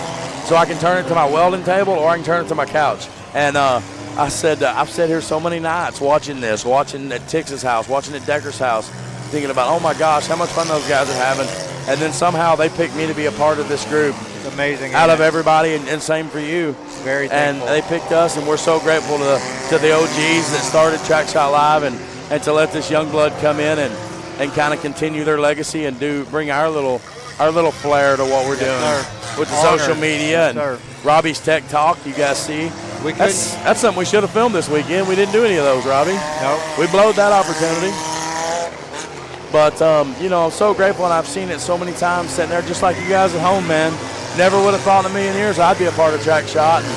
This could never be what it is without the fans and the sponsors, though. We could Nope. not do what we do without. Not until without that phone rang and old Fatty Clark's like, you want to go to Washington? Yes, sir. Did you hang up and then call back, or let him call back? Actually, well, I was like, I was confused because I had already told Sauer that I would like to go to that show as a fan just to watch. Never thought about being a part of Track Shot. And right. Then Tix called me, and he actually called me to invite me before Fatty called me, and Tix said, hey, don't act surprised when Fatty calls you because I don't want him to be mad that I called and told you. So I had to get surprised twice, but I had goosebumps and I was nearly in tears. Yeah, I bet. I told Fatty, I said, man, did you just ask me to join the Grand Ole Opry? Because that's how I felt. I'm pretty sure I come over a couple days later and got some parts, and you were telling me about it. You still had smile ear to ear about it. Oh, I'm sure there was probably some tears, man. I love TrackShotLive with everything I got, and having them here in my hometown's been a real treat. I hope you guys at home have enjoyed it and enjoyed seeing what we do here in Marshall County, Kentucky, Western Kentucky. They're starting to drop out. How many we got? Oh, Joseph, man, he's got really good track awareness. Do you see him cut up under the 69 there? Oh, yeah, he's trying to hold him back. Yeah, I wonder if he's holding back or if he's having trouble. I don't think he has. Look at Joseph. No, he's looking back. He's holding him back. He's trying to keep him away from Corey, I think. He must think Corey's in the lead. I think Corey is in the lead. I believe there's 8 cars still going. Yeah, 8. You're right, Robbie.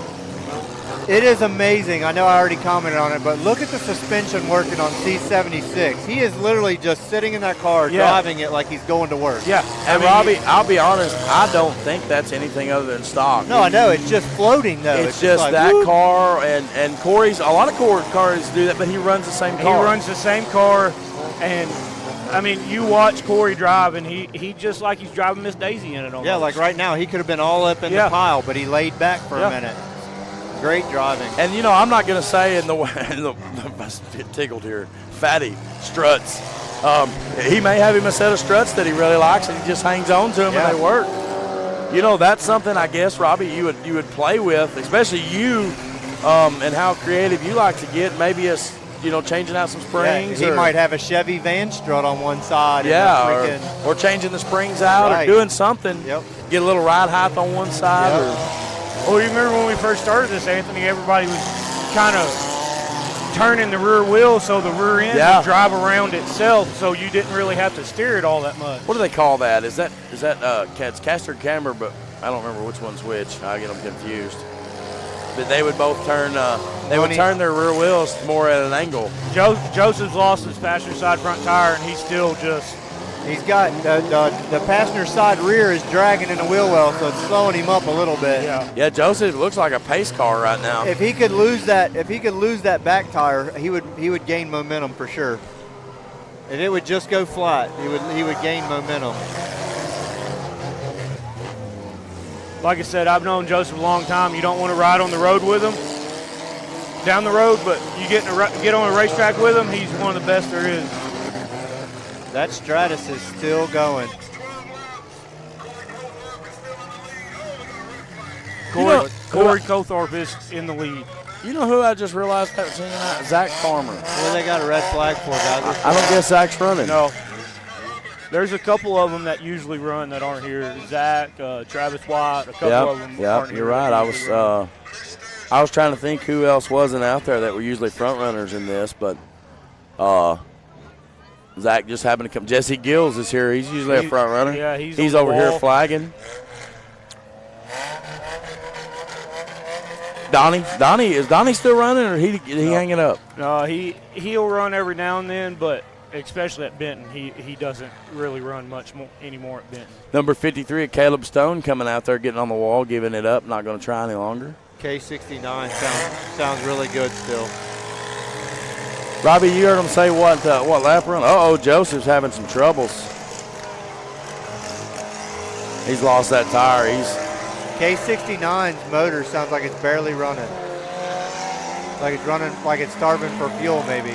There it goes, it's clearing up, maybe. Clear it up. Put it neutral. Coltharp's still hanging in there, man. Put it neutral, 69. And I mean, his car's not hurt. I mean, No. Goldthorpe doesn't look like he's touched anybody all night. You That's know? the kind of car you won't take to Yeah. a feature in a derby right there, looking like that. And who's this other car here? I can't get a number off the roof sign. 11-17 maybe. What was it? I think it's 11-17 Was maybe. is that Chris Stairs? Or 11-7 maybe. No, I'm sorry, 51-12. Yeah, 5112 of Chris Stairs. Still looking really good. That car looked like that when it came out. So right now we're down to the K69 of Christopher Hubbard, C76 Corey Colthart, B52 of Baldry, 42 of Mullins, and the 5112 of Chris Stairs. I'm wondering if that Camry, 5 cars. I'm wondering if when he was revving it up and he dropped it in gear, there it goes. There it went. If it didn't break that throttle position sensor against the firewall, because those motors rock back. Yeah, when they drop back. See how it picked up all of a sudden? I'm wondering if it didn't whack that on that firewall. Those motor mounts are garbage in the front. Yeah, I've got a Camry, a new Fab Camry motor mount in my shop. Sweet. We've never used, but it's I don't even remember where I bought it, somewhere. One of those bought it just in case. I've got 2 Camry headers sitting there, of 2 K-Pro headers. He's moving good Matter now. of fact, Yeah. I don't even know why I bought them. I didn't need them, but You want max flow, go K-Pro. Max Flow, go K-Pro. Oh, that was a bad bounce on the 69 there. He's got it running good now. Yeah, he's clearing on out. I don't know what happened there. Got him down about 2 laps, though. They passed him up. Now, Robbie, earlier you were talking about Mullins after the heat race about strategy. Yeah. Watch Coltharp come through in the C76 as he goes into 1 and 2. He was cutting the corner. Watch him here. Let's see if he does it again if he goes on the right side mid-waist. Yeah, see? Yep, he's getting out of the rut. Yep. He's changing his lineup, and it's working for him. He's not taking a chance on letting them get into him. Smart. How fast do you think he's going right there? I couldn't tell you. I would think 40 or so. Yeah, maybe. I was thinking 40, 45. Look at that. I mean, and it's just floating across there. So he got his brake light on still. He always does. Every car. Now, you know, is Corey buying cars that just run, or is he putting motors and drivetrains in? Usually he just buys cars just to run, but every now and then he'll put a motor in one if he blows it up or move it to a good body. Yeah. Miss Dana Evans come up here, thought something might be wrong, but she said, never mind, are you on the thingy? Is he on the thingy? I said, yeah, he's on the thingy. He's live on TrackShotLive. 7 to go, guys. You guys at home, 7 laps to go. It's crazy they went through that many laps that fast, really, you know? Oh, he got reverse, buddy, reverse. K69 got Spun Joe. He's trying to get his lap back, K69. Now, if I'm not mistaken, Coltharp's the only one out there with all 4 tires. Oh, the K69. K69 still has all 4 of his. Now, I think that those rear tires he's running on the K69 are really hurting him. Yes. They're really hurting. He needed mini spares. So, C76, according to the announcer, of course, everything we say up here is unofficial. Corey Coltharp holding the lead.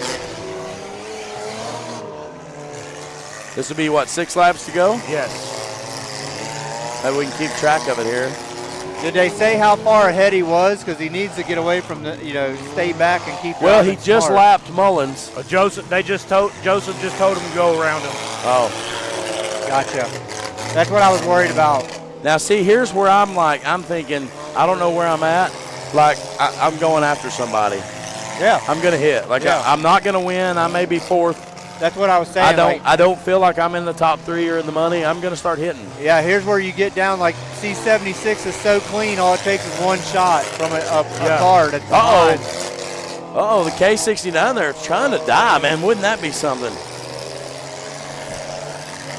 I see that 69. I keep thinking that's like Jeff Mitchell. Oh, no. Sounds like he's running out of fuel. Yeah, it does.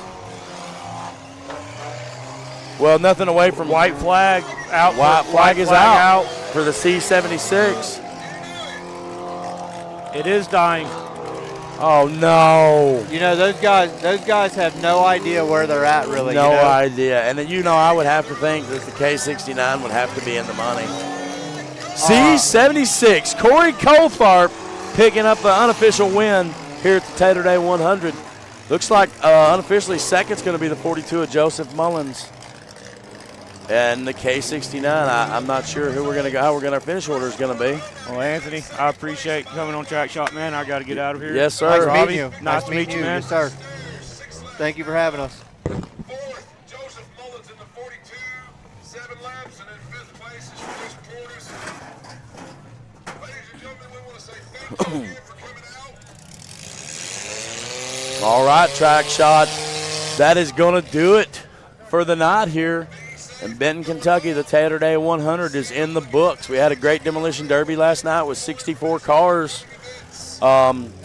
Finished it up night 2 of Tater Day with the Enduro Derby.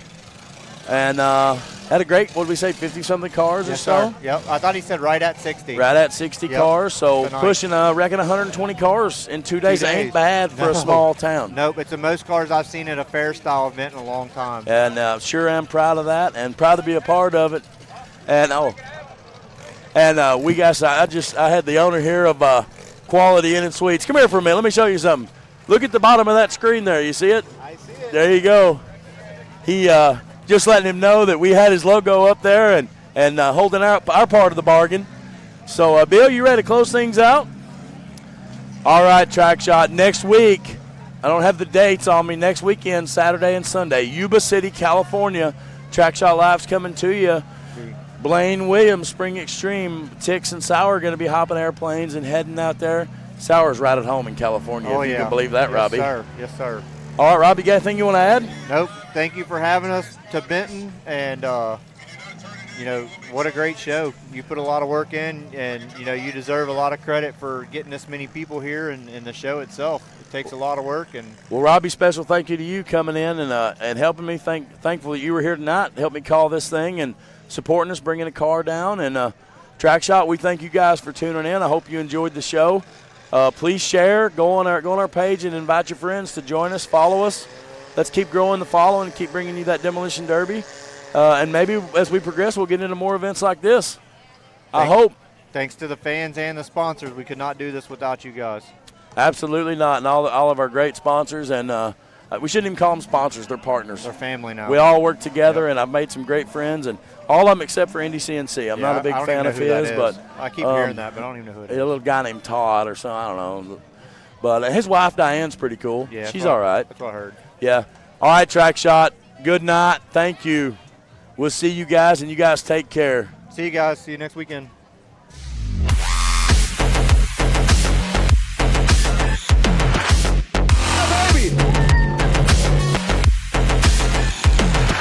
Who's the one that's down there?